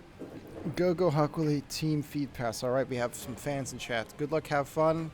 Being tight, but how fun is it going to be when you have an invade this early on in the game? Here comes the bristleback. It's being very annoying, building up these bristles and doing quite a bit of damage. Oh! Ooh! First blood goes to Parry. It would have almost gone to this Juggernaut had he not done the Dragon Slave, but it's a very, very good early invade. They get a nice kill for the Radiant. The battle begins! Surely that'll help. Tell me someone saw that. I can't rearrange their portraits. I got a lot of gold riding on this. Is it Earthshaker mid? Okay, Earthshaker mid against Lena. I don't know how well that's going to go for Earthshaker, but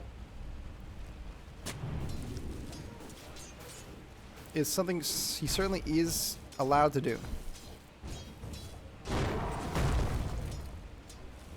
Especially with the thermal runaway. It's going to be very brutal later on.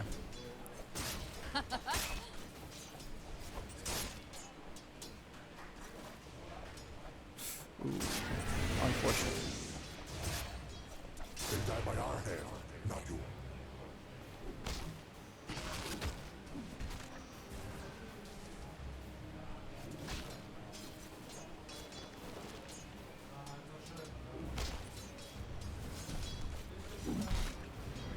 Okay, pretty slow. There's no like super high kill pressure or stuff going on at the moment. Fortunately. Gives me a moment to look at the screen in front of me.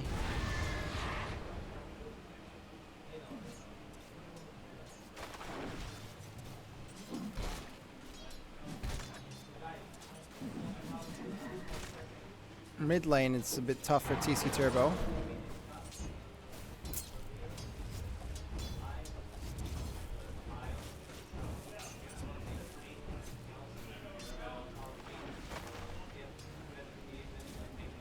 CS real quick. And of course, I mean, we see a very brutal story here of 13 CS to 5 in the mid lane. Bot lane, Nomus is doing a decent job. 9 CS. He's neck and neck with the Urza. Ooh, although just Nuda goes down. And that might be in trouble here. Body block from Nomus is going to do it on a damage. Jobmel at top taking more, but Axe is here at half HP. Nomus almost goes down himself. 2 kills up top. Rounds out the score 2-2.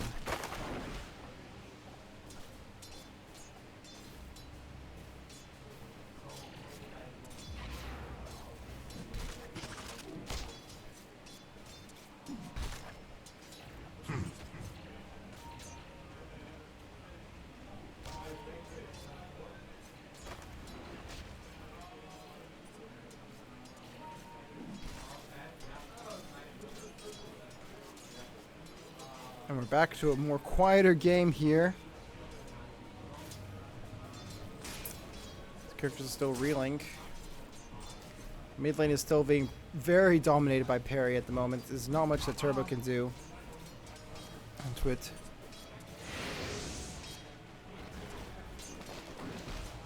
Tool breath being very, very painful at the moment. Well. Uh-oh, Lich tanking a lot of bristle stacks, but Urza coming in to scare him away, basically. Ending that whole encounter. Oh, Clockwork gets his cogs in. And this looks like a very, very dead Jakiro. The Blade Fury comes out. This Leshrac is taking a lot of damage, and Jakiro is still alive somehow. Axe is just eating the turret shots, and it's not going to be enough damage from Nomus. 2 points into Blade into Blade Fury, and it's just not enough. That is brutal. the way they're just able to walk under the turret like that. And Jobmel up top gets a kill in response. So it's not all bad on the Radiant front, but the Radiant safe lane is surely not having a nice time. Look at all these bristle stacks. Dire's middle tower is under attack.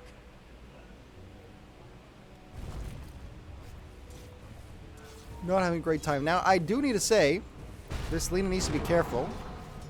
I take it back. Never mind. Lina is fine. But Lina has to be careful to not be too far up because Turbo can still do a lot of damage. Oh my god. Oh, the Dragon Slave. Tower is under attack. It just does damage, man. What can you do about it? Armor power. Nice dual breath. Just some general really nice harass. Went for the icebreaker, so you can detonate it. Liquid Frost. I like that one.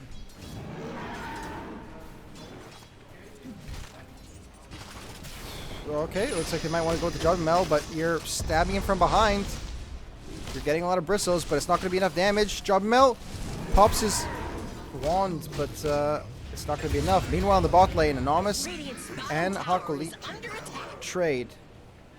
As Hakuli and Alexis are able to take Nat, and Anonymous takes out Hakuli. Very well done.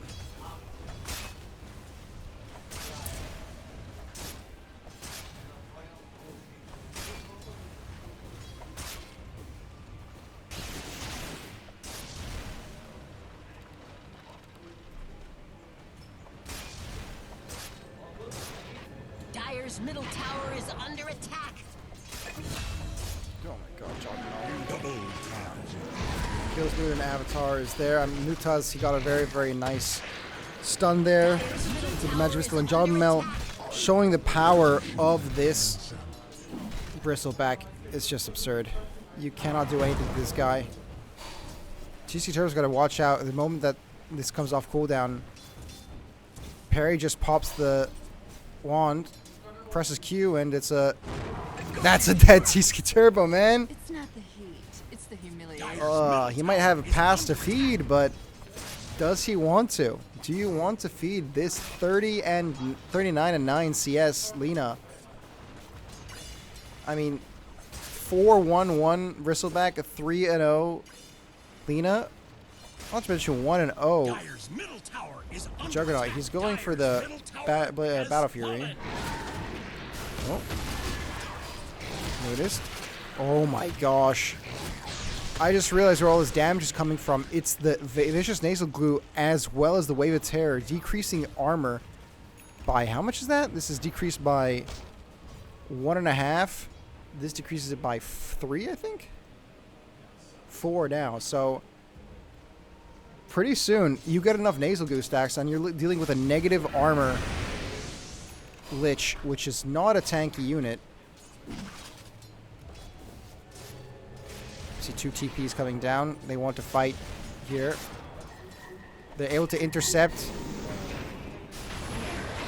Very, very nicely done. Avatar does take out Jobmel while he's alone up here, but we're going to see here quite a bit of damage going out. This Clockwork goes down. Okay, Laguna Blade on to TC Turbo. TC Turbo stunned up, and he's down to the Dragon Slave. Lashrak, our buddy Axis, is running for his life.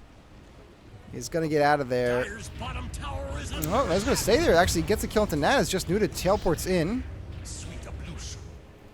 Nomus does have access to the Omni Slash, but it probably does not have enough damage right now with just the Wraith Band to accomplish much. Needs slightly more damage. Dire's bottom Cornucopia tower helps, is though. under attack.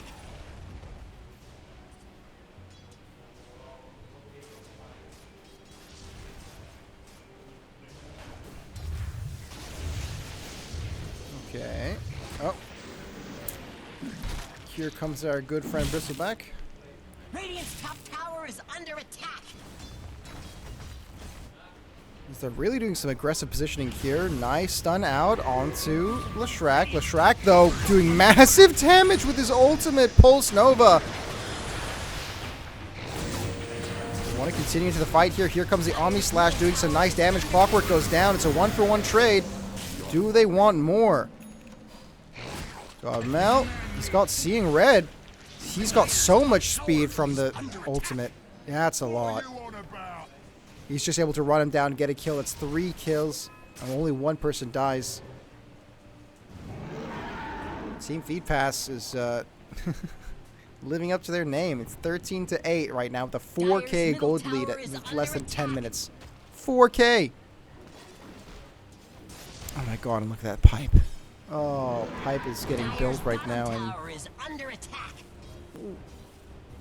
okay, Lena bum rushing the Boots of Travel. I didn't have that on my bingo card, but if it works, it works.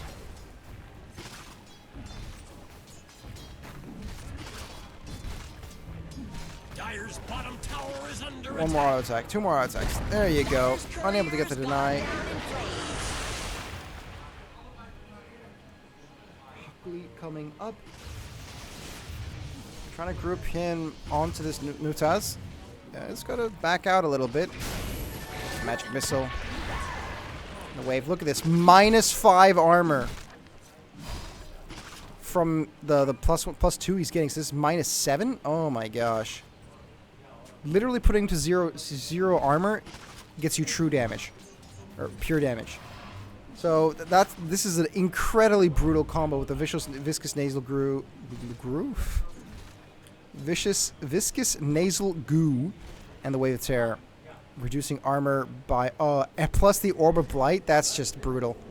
Speaking of brutal, here's gonna come a nice kill. Hypnotized and dead. Diabolic Edict explosions are no joke. 34 damage per explosion when maxed out, and just 1 target. Yeah, it's a very, very, very dead,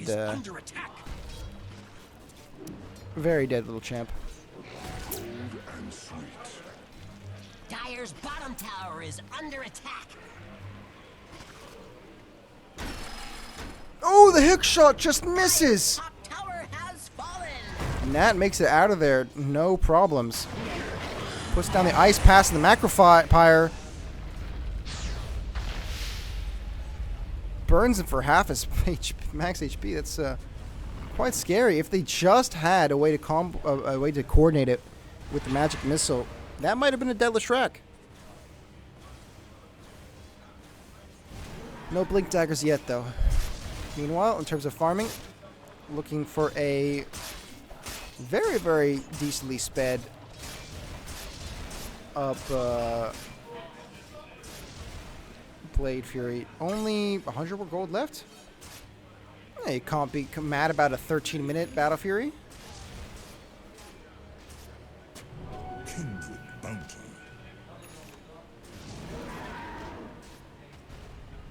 Dire's middle tower is under attack.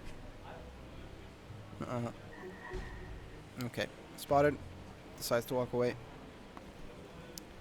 Battle Fury is ready for the Juggernaut. Just needs to pick it up from his courier.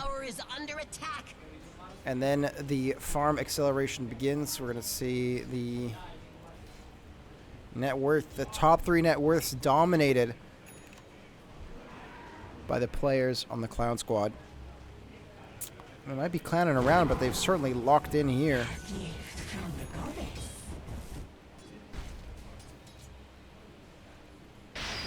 Okay. Hook shot missing again. Oh, that's 2 for 2, buddy. Hockley needs to lock in, man. Mid tower taking some damage to the turbo. He's not worrying too much to push in, but they've amounted a sizable force here in the triangle. Axis is getting shockingly low.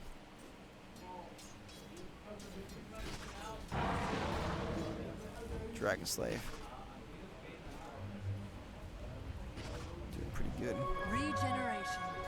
Pops the regen room, makes it out just fine. Tisky Turbo here in the mid lane, just farming. He needs his Blink Dagger. My boy's broke. There you go. Blink Dagger is ready, and now he can play.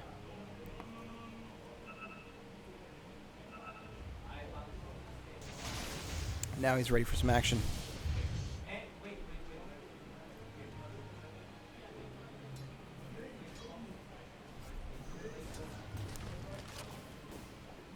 Mel.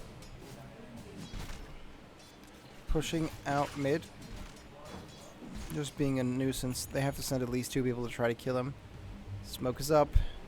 Natnu doesn't parry. They have the combined power to completely obliterate one hero.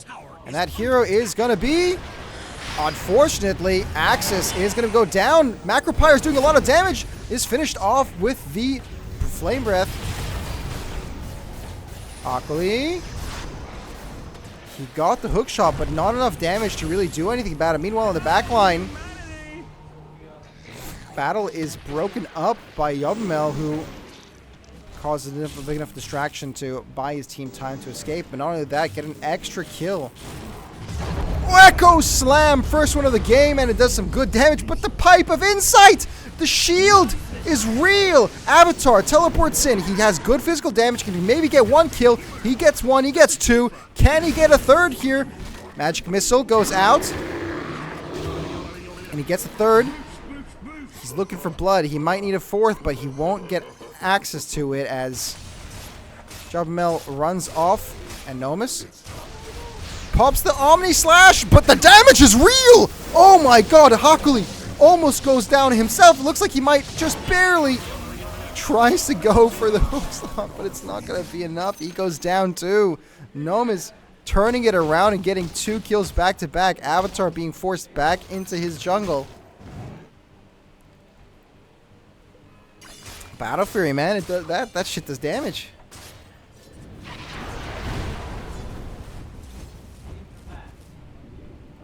This is dual breath. That's not flame breath. Dual breath.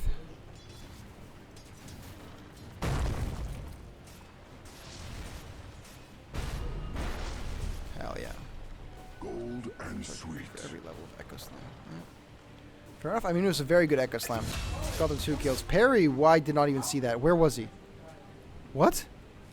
Parry just caught him. Parry just caught him farming. Lights turn. Blink. Ah, that was the blink reveal. Okay, fair enough. Dire's bottom tower is under attack. Radiant's top tower is under attack. Just jumps in and takes him out. I mean, they have a very, very strong pick comp, and this is a good team fight comp, but if you get caught out alone and you cannot react in time, you are decimated. Especially with the overcharging stacks of Lena's passive. That damage can add up. Shrek TPing out. Looks like they don't want to fight too much. Oh, nice hook shot in. They really want to get parry, and they do get it. It costs 3 people. Echo Slam and a hook shot, but... Oh, no, not Echo Slam. Just hook shot. But it's worth it. Killing parry is incredibly worth it, especially with that bounty. How much was that? 800 bounty? That's a good deal. Now the network slowly creeping back. We see Urza in 3rd place here into the network chart, but he has a Battle Fury. Radiant's bottom tower is under attack. Radiant structures are fortified. Dire's top tower. So we expect certain things to happen.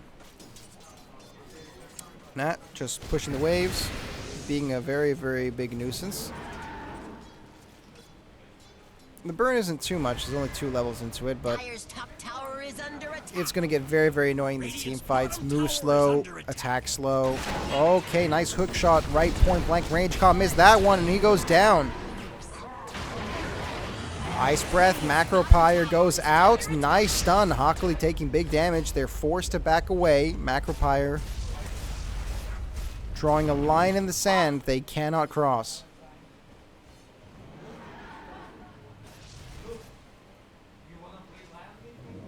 You know, top lane. Axis. He's got the Kaya built. It's going to help the Pulse Nova. Keep him alive. Ooh, okay. Arcane Rune with the Quill Spray. 2.3 second cooldown on that ability is not how it's designed to be, but who said the game needed to be balanced, huh? Shrek doing a pretty good job of just siphoning all the farm he can from their side of the map. The important part is getting out alive. Oh, they don't have the right ward there. They have the sentry, not the observer. And now they're going to get sandwiched, although he is pretty low on mana.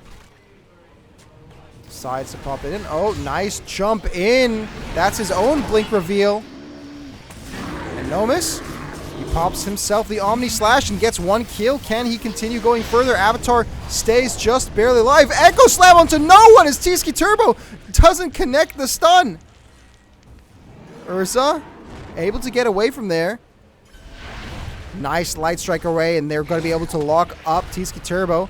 Blink forward. The damage is just not there yet. Nice fissure, and he stays alive. Oh, just barely caught in the very end of it. Here comes Axis with the Leshrac. He gets stunned up and goes down. This Pipe of Insight is putting in so much work. His Avatar himself is now caught out. 7 seconds left on Blink Dagger. Oh, but he's not even going to need it as Huckley gets caught out. Goes down, melted. Urza decides to blink back in to try and get a kill on the Novus. Oh my god, gets knocked back. Hypnotized now. Good job, Mel. It's going to be very, very careful. Oh my gosh, the cogs pushing Juggernaut back into Urza is brutal.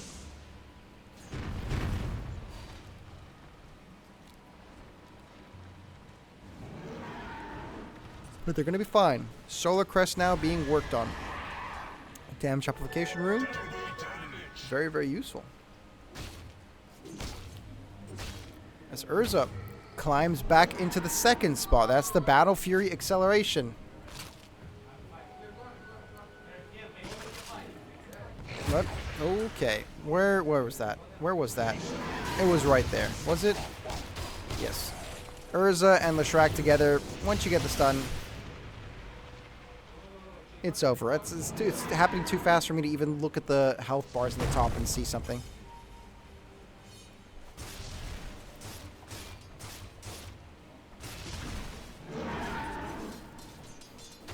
Dire's middle tower is under attack. Yeah, mid's taking some decent damage here. Bot lane, I think they're just going to give it up. Not enough resources, and it's not really worth it to try and fight for it. Now, the tier 2s might be in danger too. Diabolic Edict does quite a bit of damage with the explosions to towers.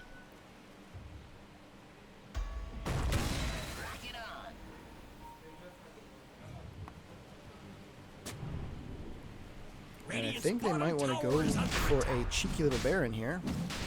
Of course, Urza doesn't have any life steal to his name. But he's got to be careful here. He's at half HP. He has to pop his ultimate. Uh-oh. He should be fine, right? Yeah, okay. He's fine. He's very low, though, so if they were close by, that could be a disaster. That could have gone very, very badly. Radiant's middle tower is under attack.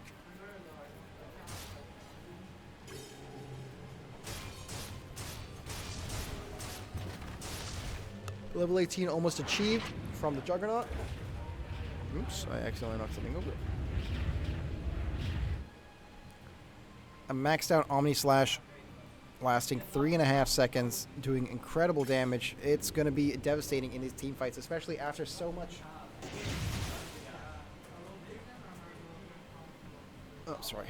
I dropped something. I need to pick it up. Especially after so many debuffs. So many armor debuffs from the side of Clown Squad. Radiant's bottom tower is under attack. Dire's middle tower. Problem is, Urza has now overtaken Juggernaut in terms of farm. Radiant's bottom tower is under And Leshrac is becoming more and more difficult to deal with the longer the game goes on. Okay, looks like they get a nice engage here. Vengeful Spirit goes down. Laguna Blade used, and that nearly burns through all of Leshrac's HP, but is able to survive. Meanwhile, down here, great initiation from the Earthshaker, and they get another kill. 3 kills for nothing. And the game is slowly starting to slip out of the grip of the Clown Squad. Dire's The feed pass has been revoked, ladies and gentlemen, as they are now going to be pushing Radiant's middle tower is under attack. Radiant's middle and tower not has looking a fallen. single hero Dire's while top doing so. tower is under attack. Glyph is up, so there's Radiant's always middle that. Tower is under attack. Looks like Radiant closed the blast doors. Yep, Glyph popped. For the dead. We expect this to happen.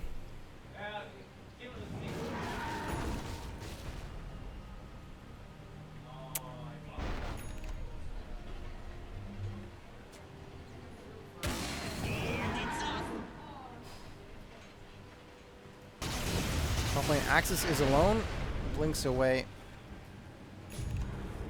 Parry. I think Radiant's just middle barely tower missed is him. under attack. It just became night. Oh, that's terrible. Very tragic.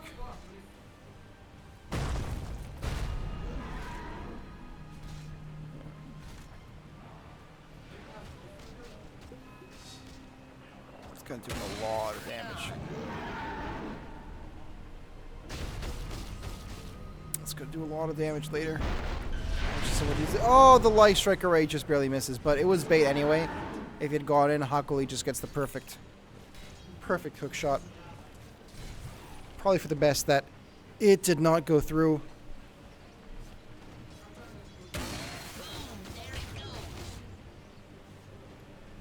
Radiant's middle tower is under attack.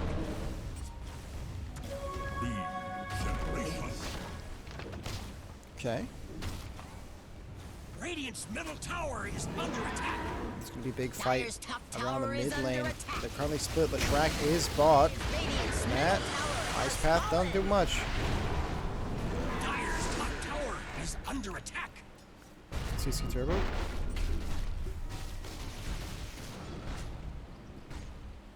Radiant's bottom tower is under attack.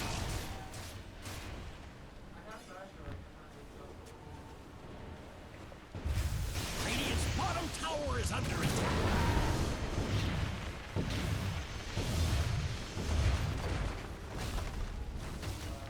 Radiant's bottom tower They're is not being under contested attack. for this. For some reason, there's zero contestation. It looks like they're going to try to go for farm across the map and try to do something else, but they have a very, very powerful Juggernaut here, and they're just not doing anything with it.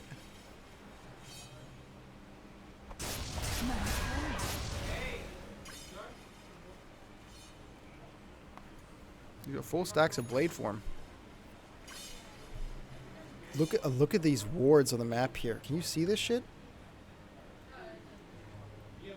That's incredible. They have full vision over the entirety of the jungle. Radiant can't go anywhere without getting fully scoped out. Oh my gosh, I completely forgot. There you go. Smoke is out for both teams. We're about to have an incredible clash here. Aegis was just reclaimed, and oh my god, incredible blink forward from the Urza. Immediately gets a kill. Hook shot from Hakuli, big damage, but here comes the Omni Slash and the Swiss Flash. Damage is massive. Hakuli and Urza both go down. Axis comes down, but it might be just a little bit too late. He gets a stun out. Echo Slam goes forward. It's big damage, but will it be enough? No, it won't be. Tsuki Turbo, he's got to get out of there. He's disarmed. He's stunned. He's dead. 4 kills, 1 death, and all it took was the buyback from the Lina to turn that fight around.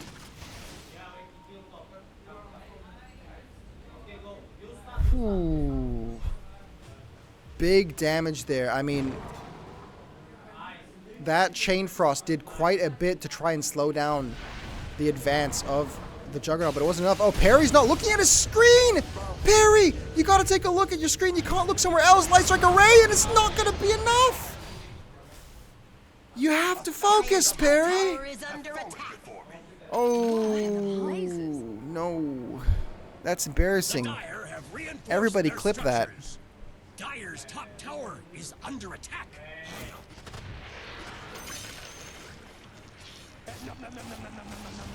Dire's top tower is under attack.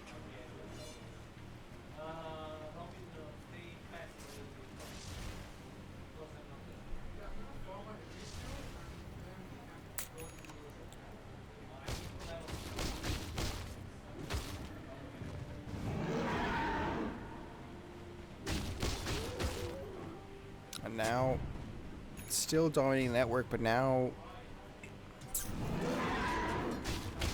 our dear friend Lashrak is starting to pick up speed. 3rd place in terms of net worth. Juggernaut is in contention for 1st place, struggling to find some farm. He's grabbed himself a Blade Fury DPS.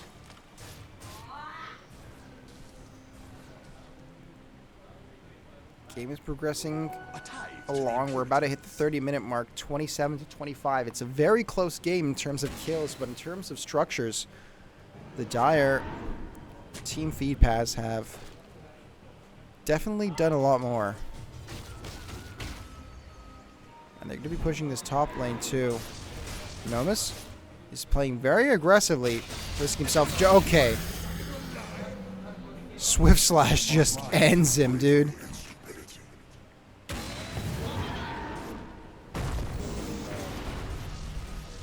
They're just going to have to back off here.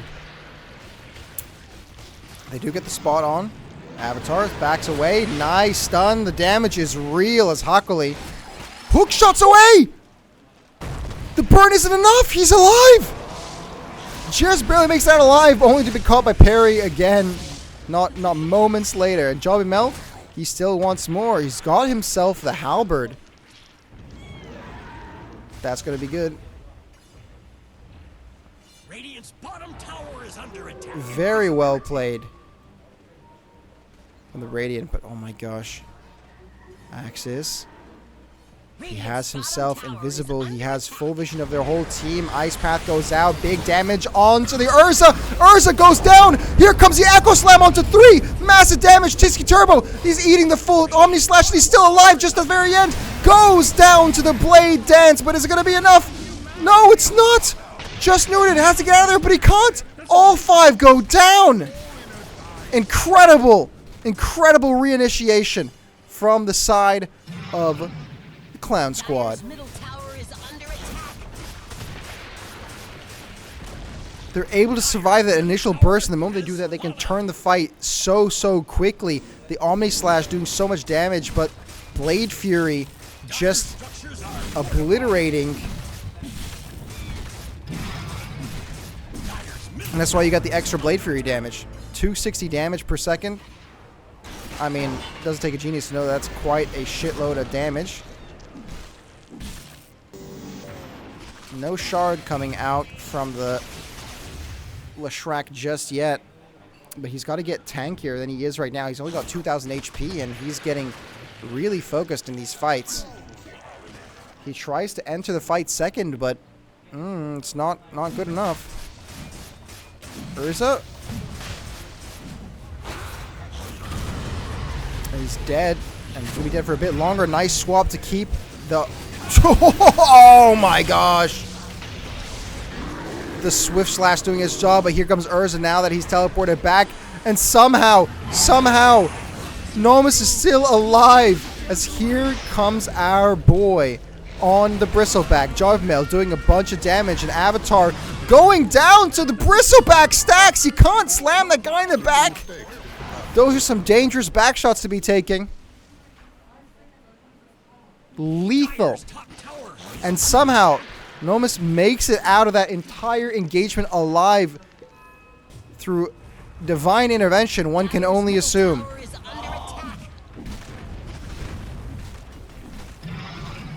Waves are getting pushed in. Dire's middle barracks are under attack. As I think they can just go for throne here. Yeah, 40 seconds on this Urza. He's their main damage dealer again. 40 seconds on this, the Shrek. TC Turbo, he has Echo Slam. He has the opportunity to try and do something, but it's not going to be enough. Hookshot comes out from Hakuli. Nice Ice Path, but the Swift Slash nearly one-shots him. He's going to go down here to the auto attacks. Jobamel takes him down, and the throne is exposed. Chain Frost is bouncing. He's got to be careful there. But there's not much they can do. They've glyphed up once again, try to buy 10 more seconds for this Urza to come back. If Urza can just come in here and one-shot Nomus, they might have a chance. Buyback from Hakuli. They have to back off here or take the throne. There is no option. Jobmel, he's out in front.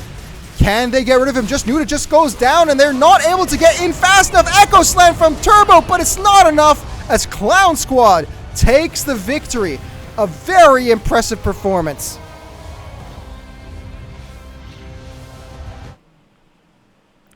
Very, very well done by the Clown Squad. That bristleback pick was incredible. And it leads to a decisive victory in the third round. We have just one more round left. The grand finals will be after this, where the two best teams with the two best performances will match up against each other. And I am very excited to see how that goes. We'll get back to you when the finals is ready to take place. Thank you very much for your patience, ladies and gentlemen, and enjoy the music.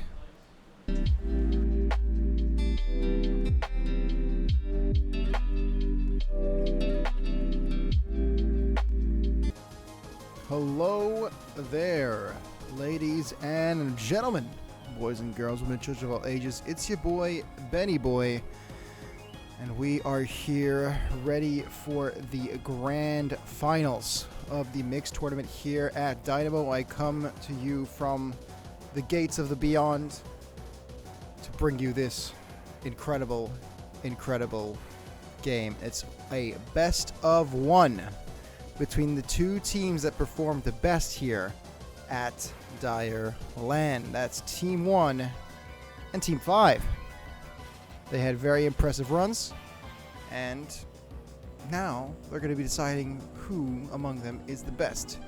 Two teams that perform perfectly, clashing for the final time here on this fated day.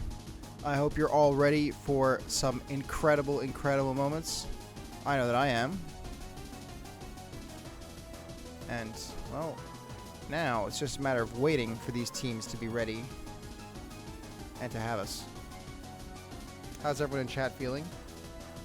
I know that there's a 1 minute delay on the stream because it's going to be streamed live. By streamed live, I mean it's going to be on the projector at the LAN. So if you're sitting here at the LAN or somewhere else at the LAN, don't need to watch this on your phone or computer. You can just sit on the couch, although please do watch it on your phone and computer at the same time. We need to maximize viewership at all given times. So, without further ado, unfortunately there is a bit further ado. The ado is waiting for the lobby to be ready. We are Team 1 and Team 5. So let's find those. Just Team 2 versus Team 4 at the moment.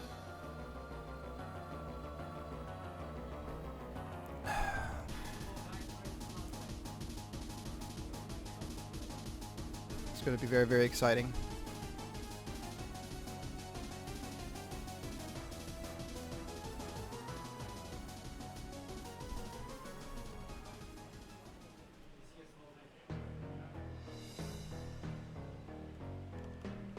Again, I'd like to thank our sponsor, Wooting, for sponsoring DireLAN and giving us an incredible event, because it has been a really, really fun time. You can find them on their website by just Googling Wooting. They are a Dutch keyboard manufacturer and makes an incredible mechanical keyboard for gamers. Make sure to check out their products. And, yeah, give them a try. We've lost Kratos in the background. Kratos has shifted off the mortal coil. We're just waiting now. Teams to get set up. And once we're set up, we'll be good. I gotta get higher. I gotta get higher than this chair.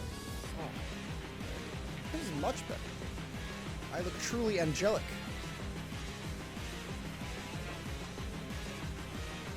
And in the radiance portal, I've been sent from on high.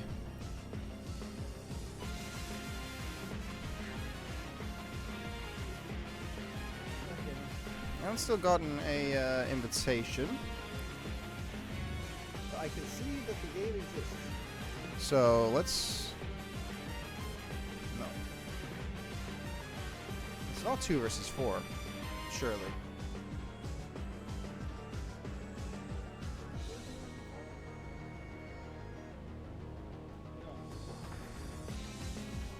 They have it hidden. Refresh.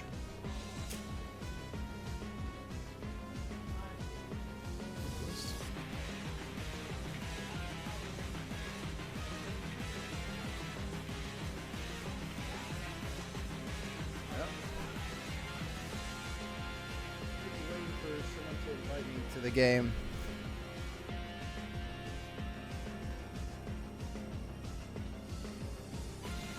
It looks to me like we're going to have a little bit of delay. Some of the players might be in the game. Well, exactly. It's my radiant portal. That's where I came from. I came from the light.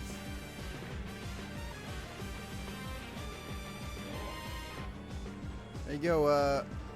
I need to get invited to the lobby. There we go. I have sent my goons out, my minions, to assist me.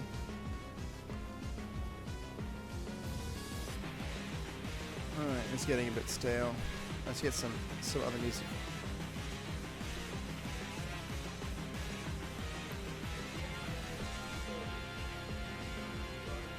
Yep, I'm here.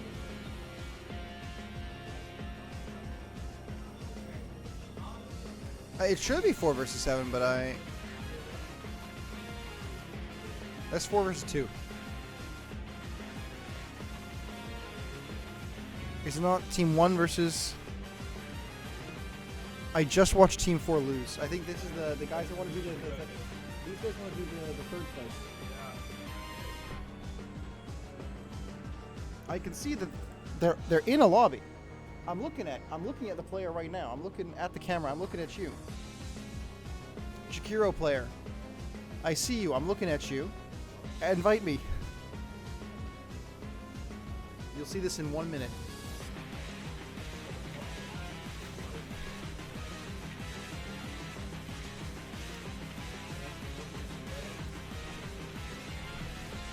They're all private. If it's made private, I can't see it. You have to invite me as a friend.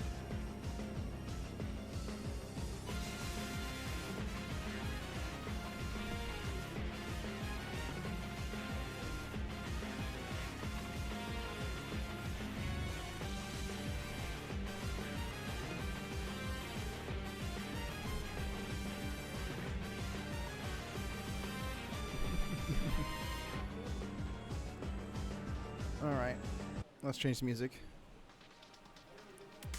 No, that's not it. I want this one. Hell yeah.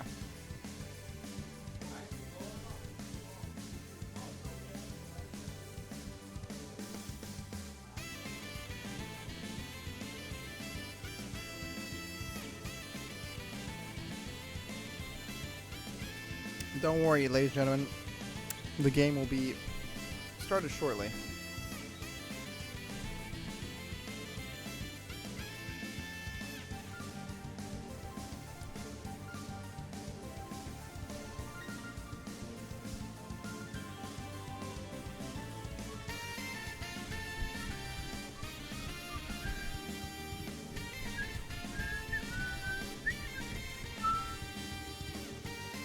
There we go.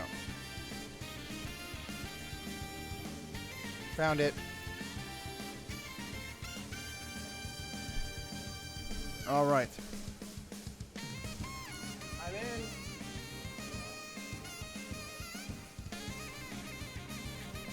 Perfect. Let's head right into it.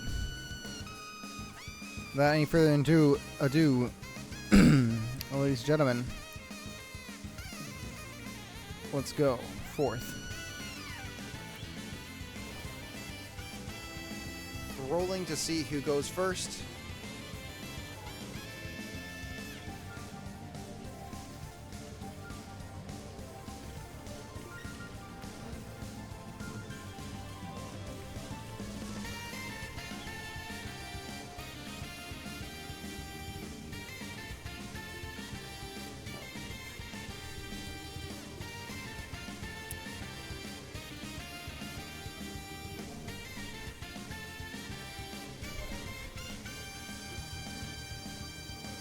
gambling.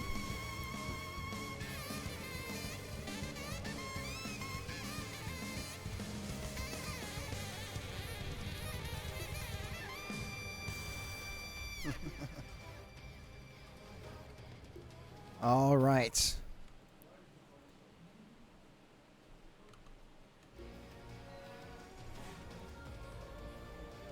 The players are all getting ready. We have one more player that needs to load into the lobby and join the fight. So,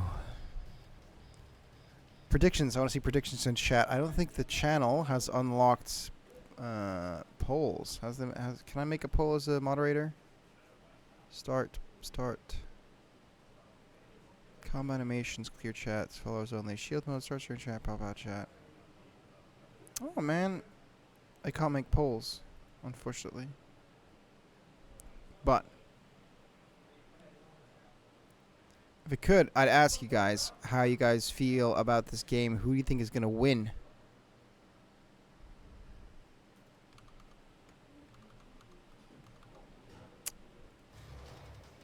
All right, we have all 5 players, my apologies, in.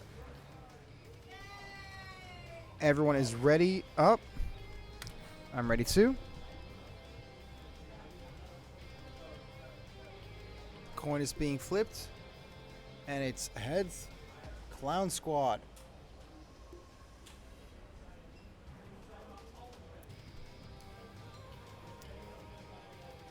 They're not deciding.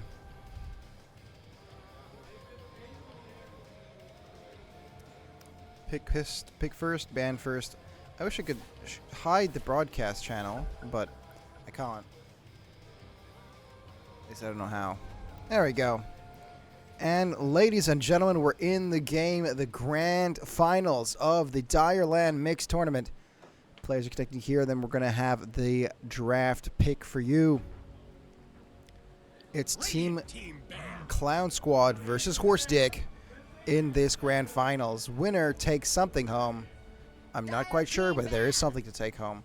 We start immediately with a Visage ban. Dire team ban.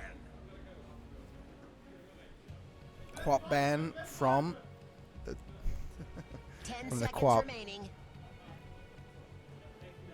5 seconds remaining.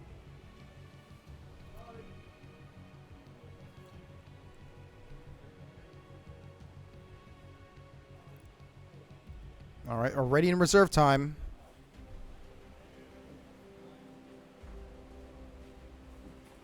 Radiant team ban.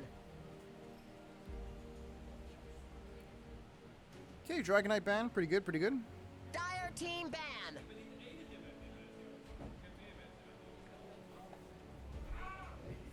Juggernaut ban. Juggernaut was very, very effective in the last game that we watched it play.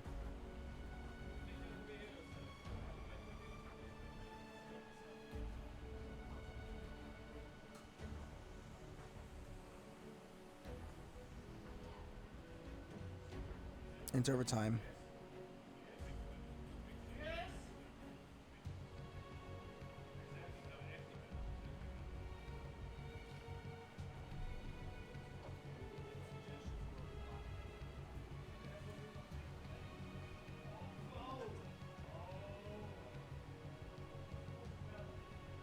Dire team ban. Axe ban. Okay, okay.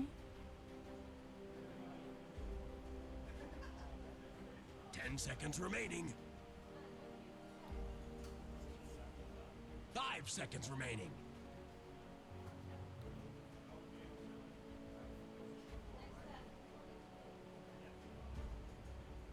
Radiant team ban.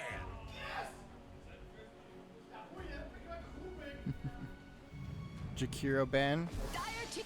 and Lion ban. Which doctor picked as the first pick on the Radiant side for the Clown Squad?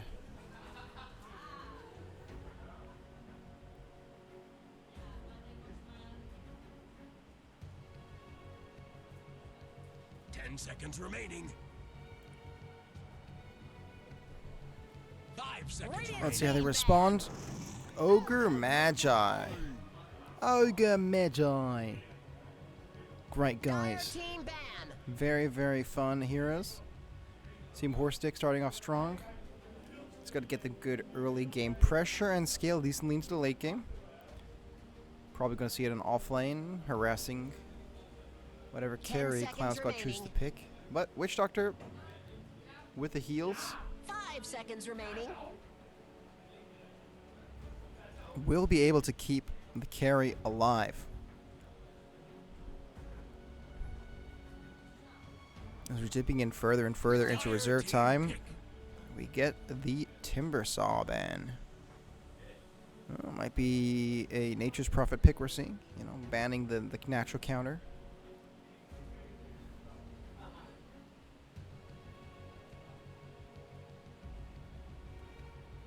Seconds remaining. 5 seconds remaining. Radiant team pick. Lena, okay. We have seen Lena do some pretty incredible things in the games that we've seen her. Last game against Tski Turbo, the Lena from Perry completely obliterated him. 5 seconds remaining. So we'll see if Lena can completely, literally obliterate him again. Completely. There you go. Good. It's a good word.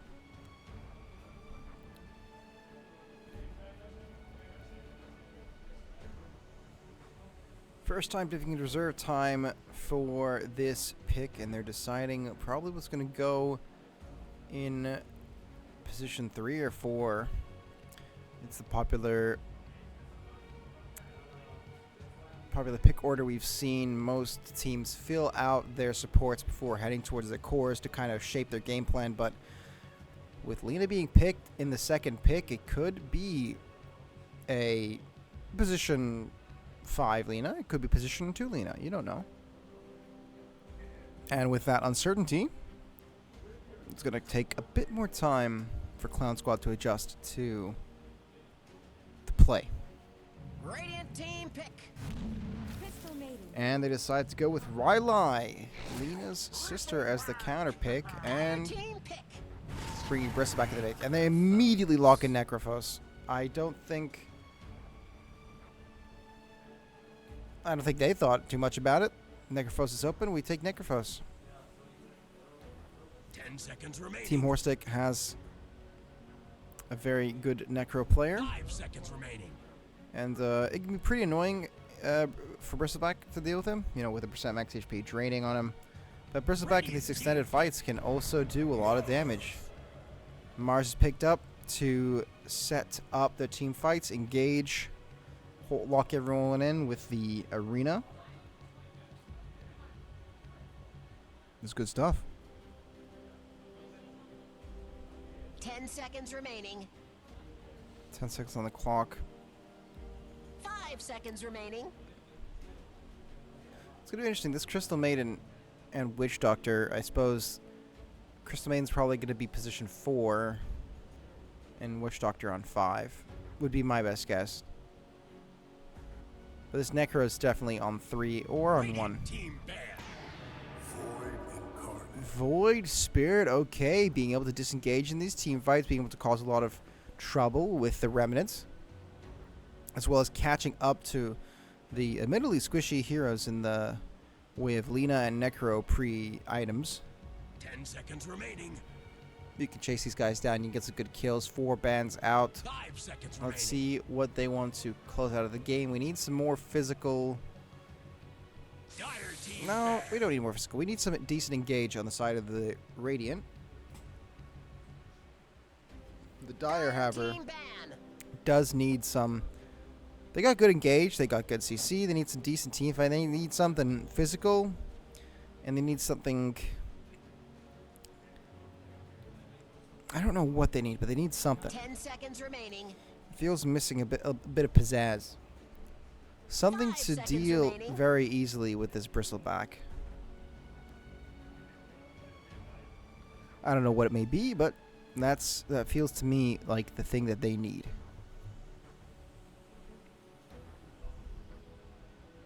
So a minute left on this last ban. They're deciding, they're thinking hard. What do we need to get rid of? And Urza is the last ban that they pick. Another one of these champs, heroes, sorry, that are very powerful into the Ogre Magi and into the Mars.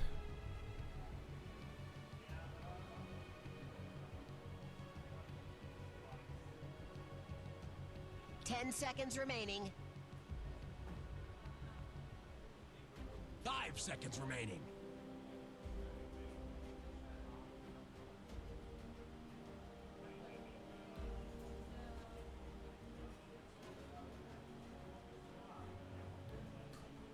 Radiant team pick. And banning Nature's Prophet. Okay. Razor. Dire Okay, flipping the script on Mars. I'm not locked in here with you. You're locked in here with me. A lot of good period damage on this team. The Bristleback, the Razor, staying in this extended team fights is going to prove costly to this Necrophos, but they bring it up with a silence. Choose your hero. Bristleback is useless if he can't cast his spells, after all. And if he, you know, whether it be through being silenced or by being drained of all his mana. But we have our lineup. We have Nat on Witch Doctor with Cleft Death. Nutaz on Crystal Maiden with Glacial Guard. We have Jobimel on Bristleback with Seeing Red. Perry is on Void Spirit with Sanctuary. Gnomes is on Racer with Dynamo. Destro is on Ogre Magi with Learning Curve. Smita is on Lena with Thermal Runway. Colin is on Necrophos with Profane Potency. Crack is on Mars with Bloodsport. And Turtle Knight is on Silencer with Synaptic Split. It's going to be one hell of a game. Look at these incredible skins. They're giving us one show to remember.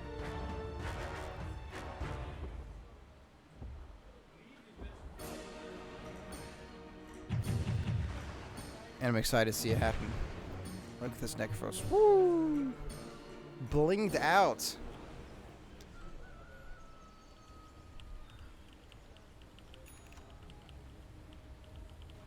Prepare to battle.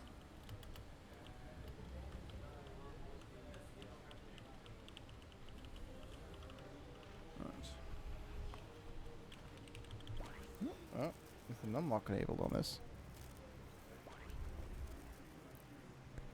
Unlock. Okay.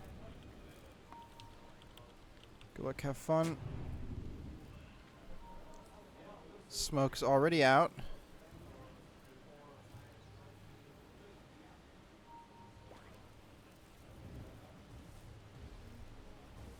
Alright.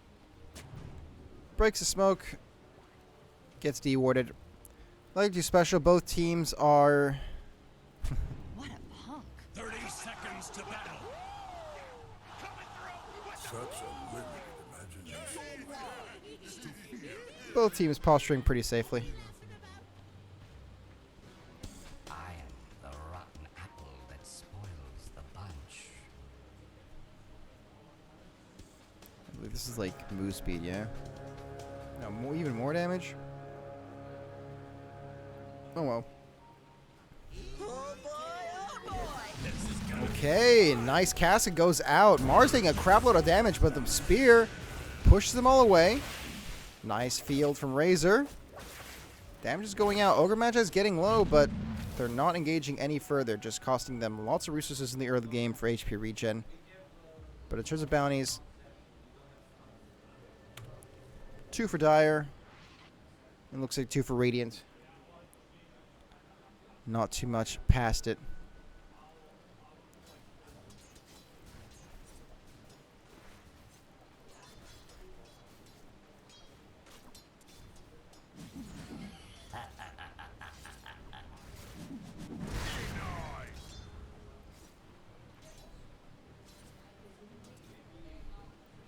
Looks like they're positioning Nutaz here on the side to try and intercept any couriers that might be coming with regen.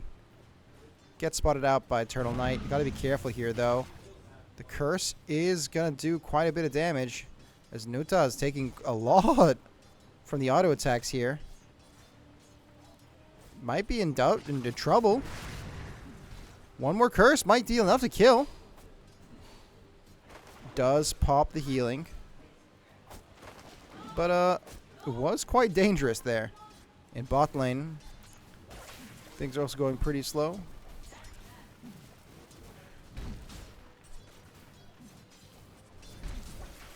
Nat and my stinky butt. Really? Is that his name? Did he just change that? I swear I didn't see that in loading in. Well, my stinky butt is an Ogre Magi doing an okay job, brawling a little bit with Witch Doctor. Parry.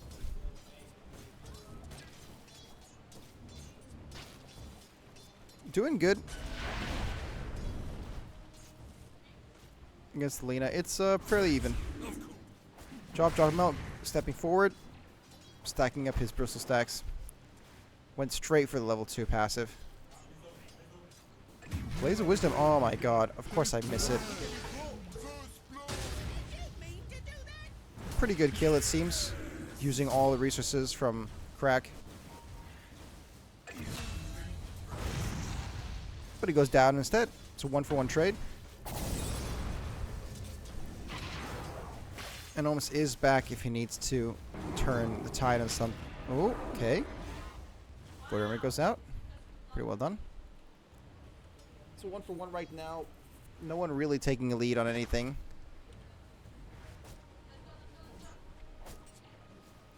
I mean, a sub 1,000 lead this early really doesn't mean anything. We go in here. Nice damage there from TurtleKnight onto Jobbermel. Jobbermel taking a lot of damage. He's silenced right now due to the curse. Oh, he's trying to get enough damage. Can he do one more? He needs just one more, but it's not enough damage. TurtleKnight takes him out. Cone actually gets the credit for the kill, but TurtleKnight doing a lot of the heavy lifting there with the silence. Meter on the bot lane. Big damage. Nuta's getting low. Cone's running towards him. Is he in range for the Death Pulse? Just barely out of range. Jobbermel going down there.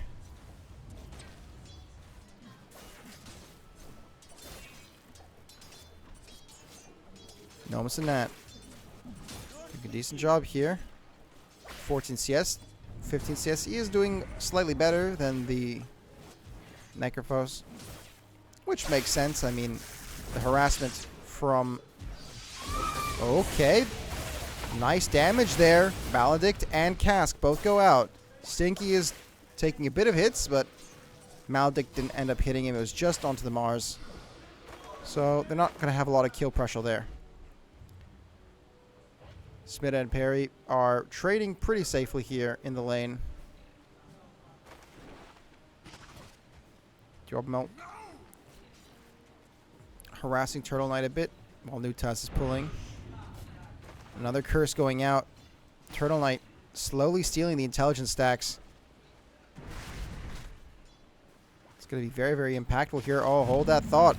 Cone going in, doing some nice, decent burst damage, but he's got cooldowns he has to deal with. Jobbermel is happy with stacking his quills passively, but it might be too much for him.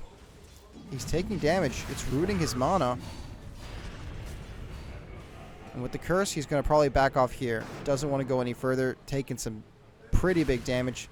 Giving a tank to heal up. Nomus in the bot lane almost dies to what I presume is a full engage from Crack. Tries to get him with the static. Oh, he's going to take the burn. That's going to be enough to kill him. Yeah, there's nothing you can do, and no heal available on the Witch Doctor. You played way too risky and was unsuccessful. Smita. Parry hits level 6. He's got his 2 step charges. Can he do enough damage to simulate? On the Smita, 2 more auto attacks. He needs 1 more. He gets the kill, but will it be enough? Goes down to TurtleKnight. Well, I guess to the tower, but TurtleKnight gets another intelligence stack to his name. It's going to be more and more problematic. The harass from the Ogre Magi. The Ignite doing a crap load of damage. Really not fun to play against. All in the meantime, Necropos is finally outscaling Razor a bit in terms of the CS. Cass goes out. Decent damage here. Parry jumps in with the Astral Step. But Rebuke almost gets a kill, but it's not going to be enough. Meanwhile, in the top lane, seems like Cullen is able to get the kill onto the Bristleback. Fairy walks into Eternal Light here, takes a massive Laguna Blade. He's going to be silenced here. No. Could take the extra damage instead from the Curse. Nomiz, though, might be the sacrificial pawn here. Goes down another intelligence +1. And Cullen up here on a killing spree. Gets a kill I'm not even thinking about. There's fights happening on two sides of the screen.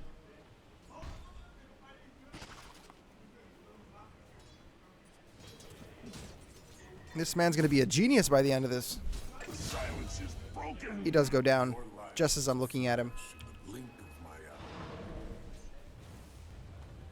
Radiant's middle tower is under attack. Cullen hits 6. Used the Reaper's Scythe, but didn't actually get the stack for the permanent regeneration.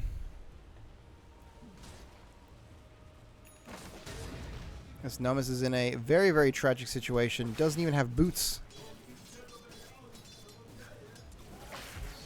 This Ogre Magi is chilling, enjoying life.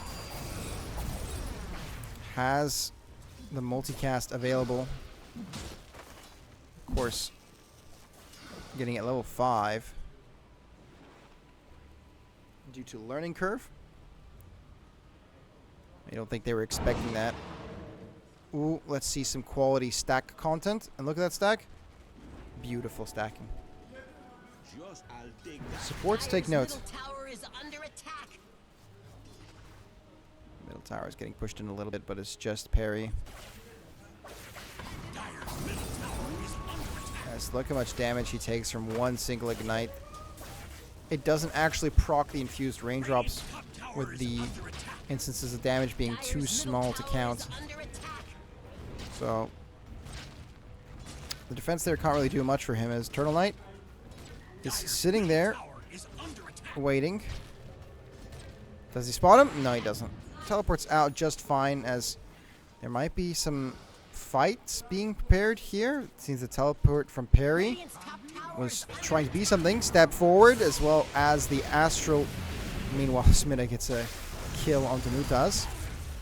Come on. Just one more piece of damage, but it's not going to be enough. One more hit was necessary, but not going to land. The heal goes out. Global Silence is available if necessary, but it looks like they're just going to walk out of here without much pushback. And Cullen is getting a free lane to do so. Will do whatever he pleases. Lutos was sent mid to get some more farm, to get some more levels. Dies in response. Step forward from Perry. Okay, nice damage. Global Silence goes out, so Spear of Mars going to get a nice stun here. He has one more Astral Step, but he's not going to get far enough to do enough damage. This Cullen TP's in. Level 6. Level 8, sorry. And that's going to get caught in the aura. Not going to take enough damage to be scary. He's going to be able to walk out of there just fine. I mean, had it hit earlier, that probably would have been game over. Nomis gets caught in the Arena of Blood, and sorry, that's what happens when someone else is a level up. The Astral Step instead. Reaper Scythe is used, but it is a 1-for-1 tray as the Silencer goes down. Perry, he's got 15 seconds left on his next step. All he needs to do is stay alive as long as possible. Can they kill him in the next few seconds? Shield goes out from the Pulse. Stinky. He is underneath the tower, so this could translate to another kill, and it does. Beautiful Astral Step. Cullen gets grabbed by the Remnant, and the rest of the team now has teleported in. Slow and the Root on to the Necrophos. Can they get more here? Mars and Smita right around the corner. Nutaz gonna get caught by the Dragon Slave. Lightstrike Array is available, but it's just waiting for the pin from the spear, but it's not going to happen, so they're not going to follow through. They've sent this very fed Silencer up top to be alone. Whoa! Laguna Blade dealing decent damage, but not going to be enough. As the ward comes out, and it's a very good damage onto this Mars, but you do trade the Witch Doctor in response, which is a good trade, you know, position 5, position 3. You are keeping split here. There is an open mid lane where nothing is really happening. Turtle Knight is going to be rotating down as Cone is being left here kind of alone to farm his Radiance. He's almost got the Sacred Relic done. That's a full tower for that one guy. And Necrophos, once he gets his Radiance, he starts accelerating very fast.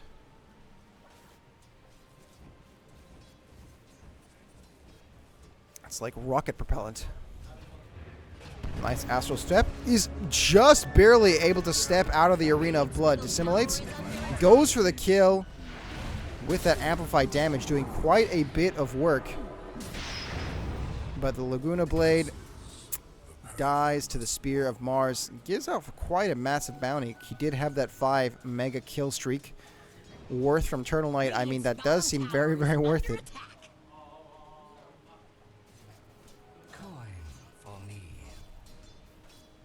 Bot lane's going to get pushed out.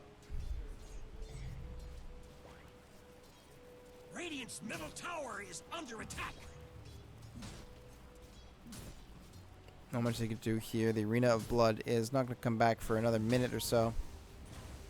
But they don't really need it. They just need to push. Radiant's bottom tower is under attack.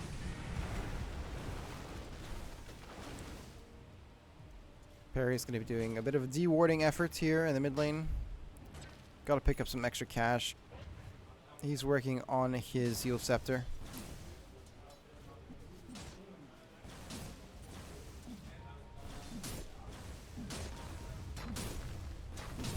His bot wave is just going to get taken. That's 2 towers now taken by the Dire with very limited consequence. Nutas, level 7, hasn't even leveled a point in Freezing Field yet. I don't know if this is some new tech. But oh, Turtle Knight is gonna get caught out here. Dissimulate. Wow, really, really well done. As the Dagon, sorry, it was not the Scepter, it was a Dagon. Straight ahead, but the Spear of Mars is able to actually catch them right into the arena. Colin takes Nat in response. Perry might kick out of their life. He gets a Fortification Rune. He is good. Shield Rune. Sorry, not Fortification Rune. Same difference. Perry starting to get powerful with his Dagon. I mean, it has everything you need for a growing, healthy boy. Finds Turtle Knight again, and I mean, look at the burst damage he's got available to him. Silence. He's not disarmed though, but just decides to run away. Should go for the Dissimulate. No, he's running away. I'd play more aggressively personally, but I'm not as good as Perry is, so maybe that's a flaw. Or maybe I am better. What I do know is that Yavimel has joined up the squad. And he's looking dangerous. Almost has his Lotus Orb. Ooh, blink forward in an attempt to try and pull him back with the spear, but it wasn't going to be enough. Cone, he's got his Radiance ready, so next time he joins a fight, he is going to be a complete nightmare to try and kill. If they cannot burst him down, they're going to have an opportunity to try and test that theory right now as Cone caught out by both the Crystal Maiden and... Okay, it wasn't even hard. They didn't have to commit the Freezing Field, but they got the kill regardless. In the mid lane, though, I presume the blink worked this time.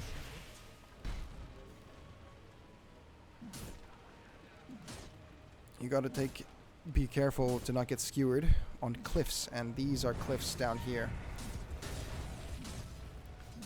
So, I presume Wish Doctor was unlucky enough to be on a cliff. Perry, okay, blink forward, gets stunned into the tree. Stunned up again, but is able to just get out of there with a simple Astral Step. Okay, but now that the spear is gone, a full suckage can commence for Razor as he gets trapped in with Mars. He's going to be stuck in the Arena of Blood, but in the back line, Perry goes around and simply keeps getting kills. Stink. Stinkies are gonna go down here. He just needs to be spotted. He gets spotted and gets blown up by the Astral Step. Middle tower is under attack. Dire's middle tower Void Spirit parry just teleports out. Doesn't want to stay a moment longer than he has to. Radiant's bottom tower is under attack. In the meantime, Bristleback, I believe, did go down to Colne here on the Necrophos. Radiant's bottom tower is under attack. It's the power of the Radiance. The Radiance is just more damage than you certainly expect to happen. Radiant's middle tower is under attack. The middle tower is being assaulted. There is a defense mounted for this one, though. And a sizable group up coming towards the mid lane.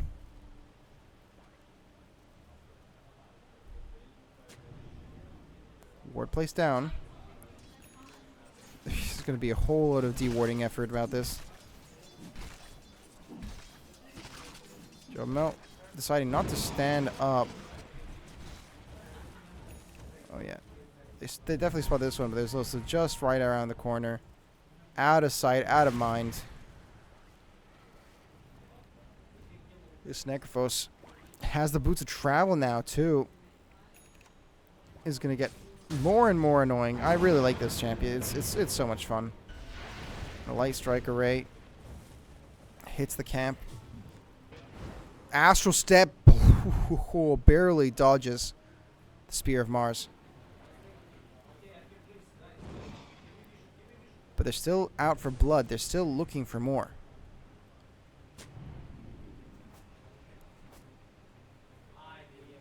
Dire's middle tower is under attack. Smoke it out.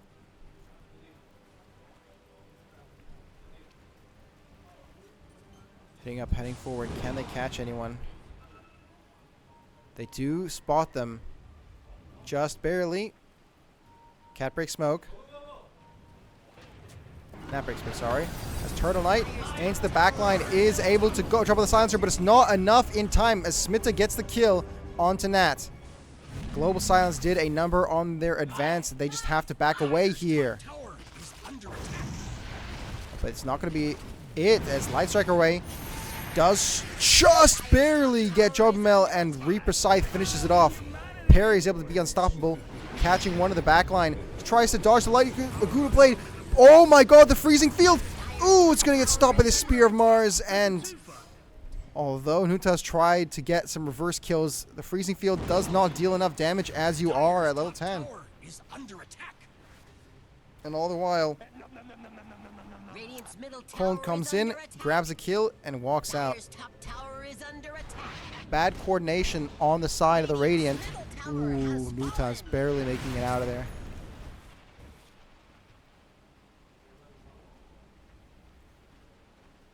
Teamfight coordination, unfortunately, could have been slightly better. Oh, the old melt is going to get speared back, and that comes the Lightning Strike Array, and you're dead. You can't block 100% of the damage you take. Just that coming from behind. And when you're falling on all sides, then it's not great. Double Astral Step, but oh my god, look at the sheer amount of chases. Here comes the Laguna Blade, the Light Strike Array, the damage, the silence, and he's gone.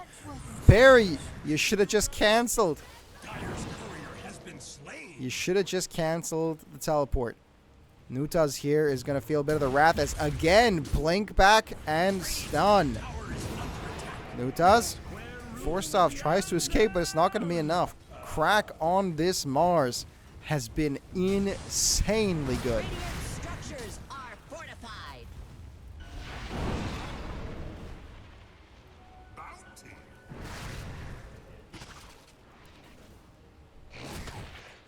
It's just a lost early game, unfortunately. Nutas has been so busy trying to get his BKB. He hasn't been able to join these fights in good order, and if he does join these fights, he simply gets blown up before his ulti is able to do anything of value, of substance. As here we see a little bit of a skirmish. The damage, the burn from the Radiance is really stacking up. Reaper Scythe comes in and just gets the kill. And he's able to walk out no problem. Reaper Scythe doing more damage the lower you are in HP. There's simply nothing that Nutas could do there. Radiant's Not bottom tower Nutas. is I mean, under Nutas also couldn't do anything, but I meant Nomus.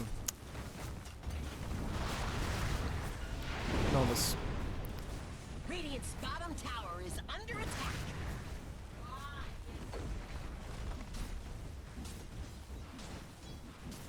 Again, another tower that the Radiant side simply cannot do anything about. The clown squad is getting clowned on.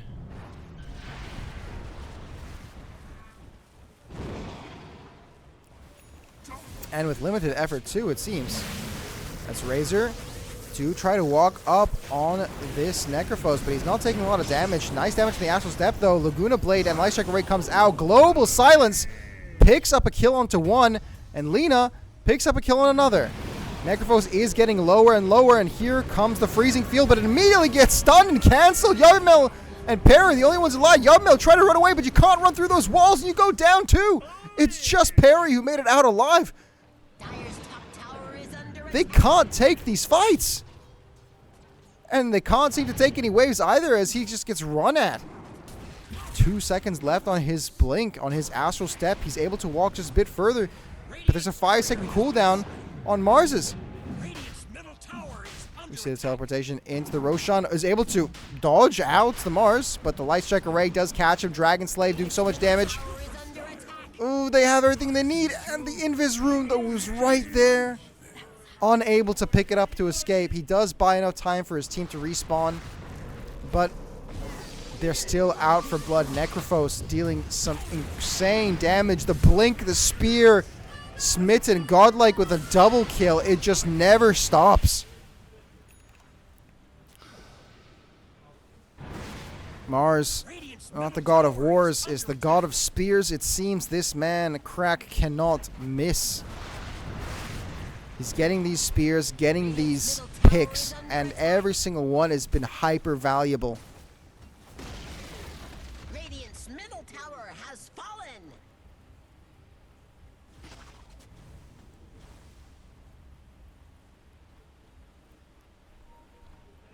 They're waiting for a nice opportunity. Necrophos not even bothering to waste time. Gonna head up top. Teleports away. Gets more farm. We see the smoke come out. Just for scouting purposes, really. They don't find anything with it.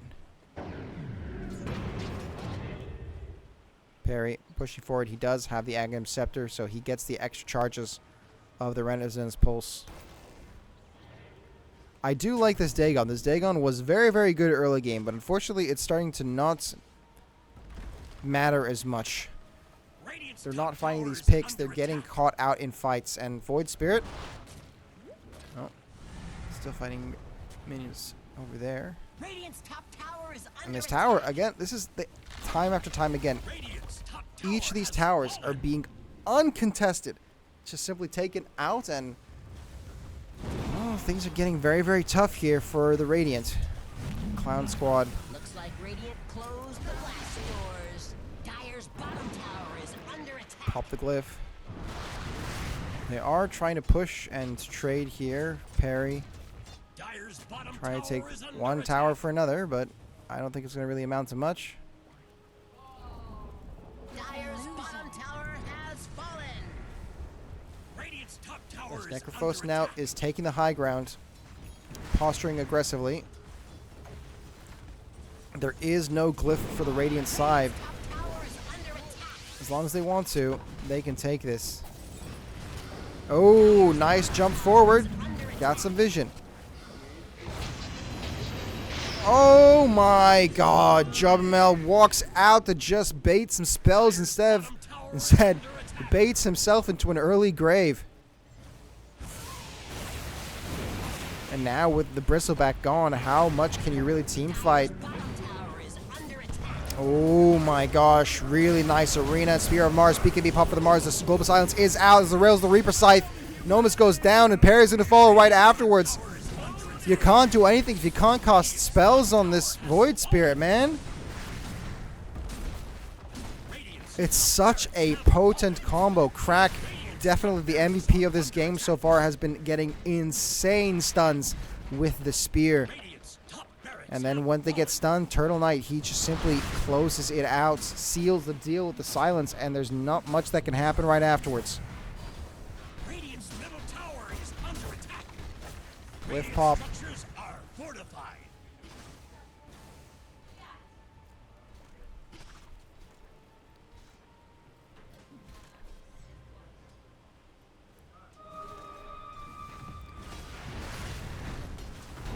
Tier 3 here in the mid lane is being slowly assailed.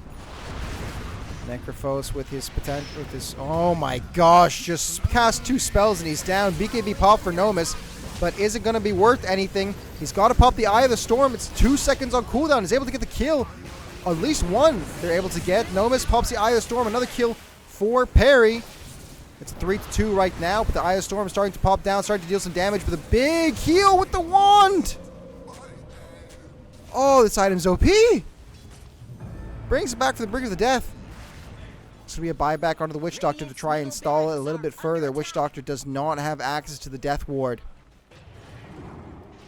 But Perry is going to try to do some stuff here. Gets the Hypnotize.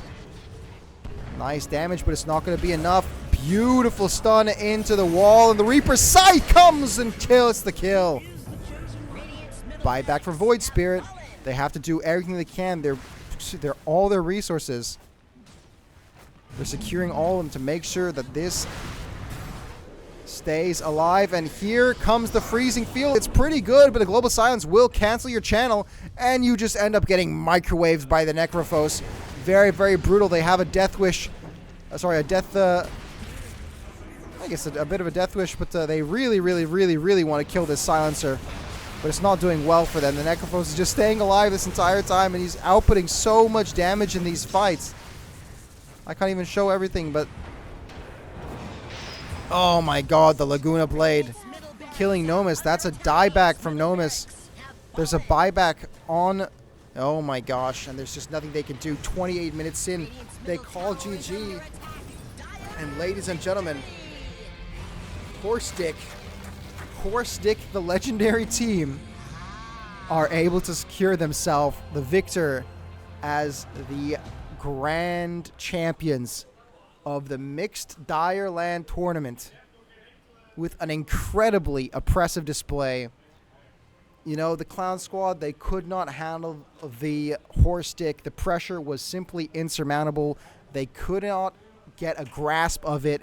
There was no way they could fit a proper strategy around this Horstick comp. Okay? So, congratulations, Horstick. You certainly outranked and outshone your opponent in this tournament. I'm going to stop making puns right now. That was one hell of a game. Congratulations to the silliest gamers in town. And now...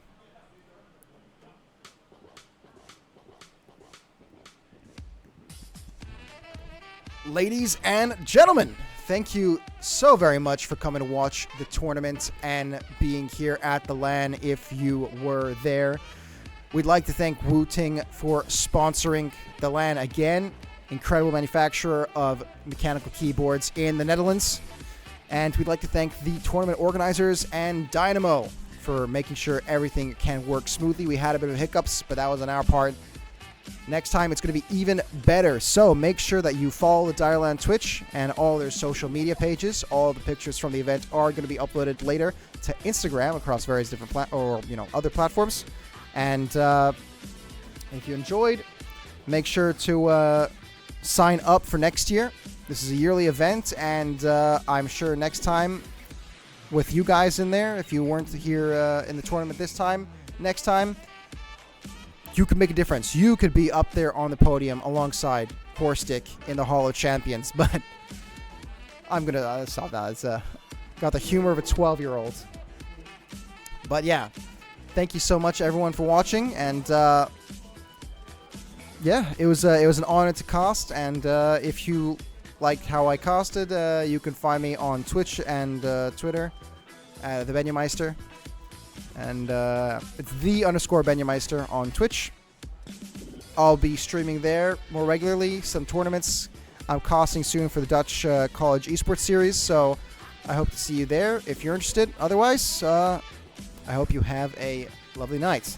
Thank you so much, everyone, for watching, and yeah, without any further ado, I would just like to say on behalf of everyone here in the behalf of everyone who has been performing here, it's been a great time.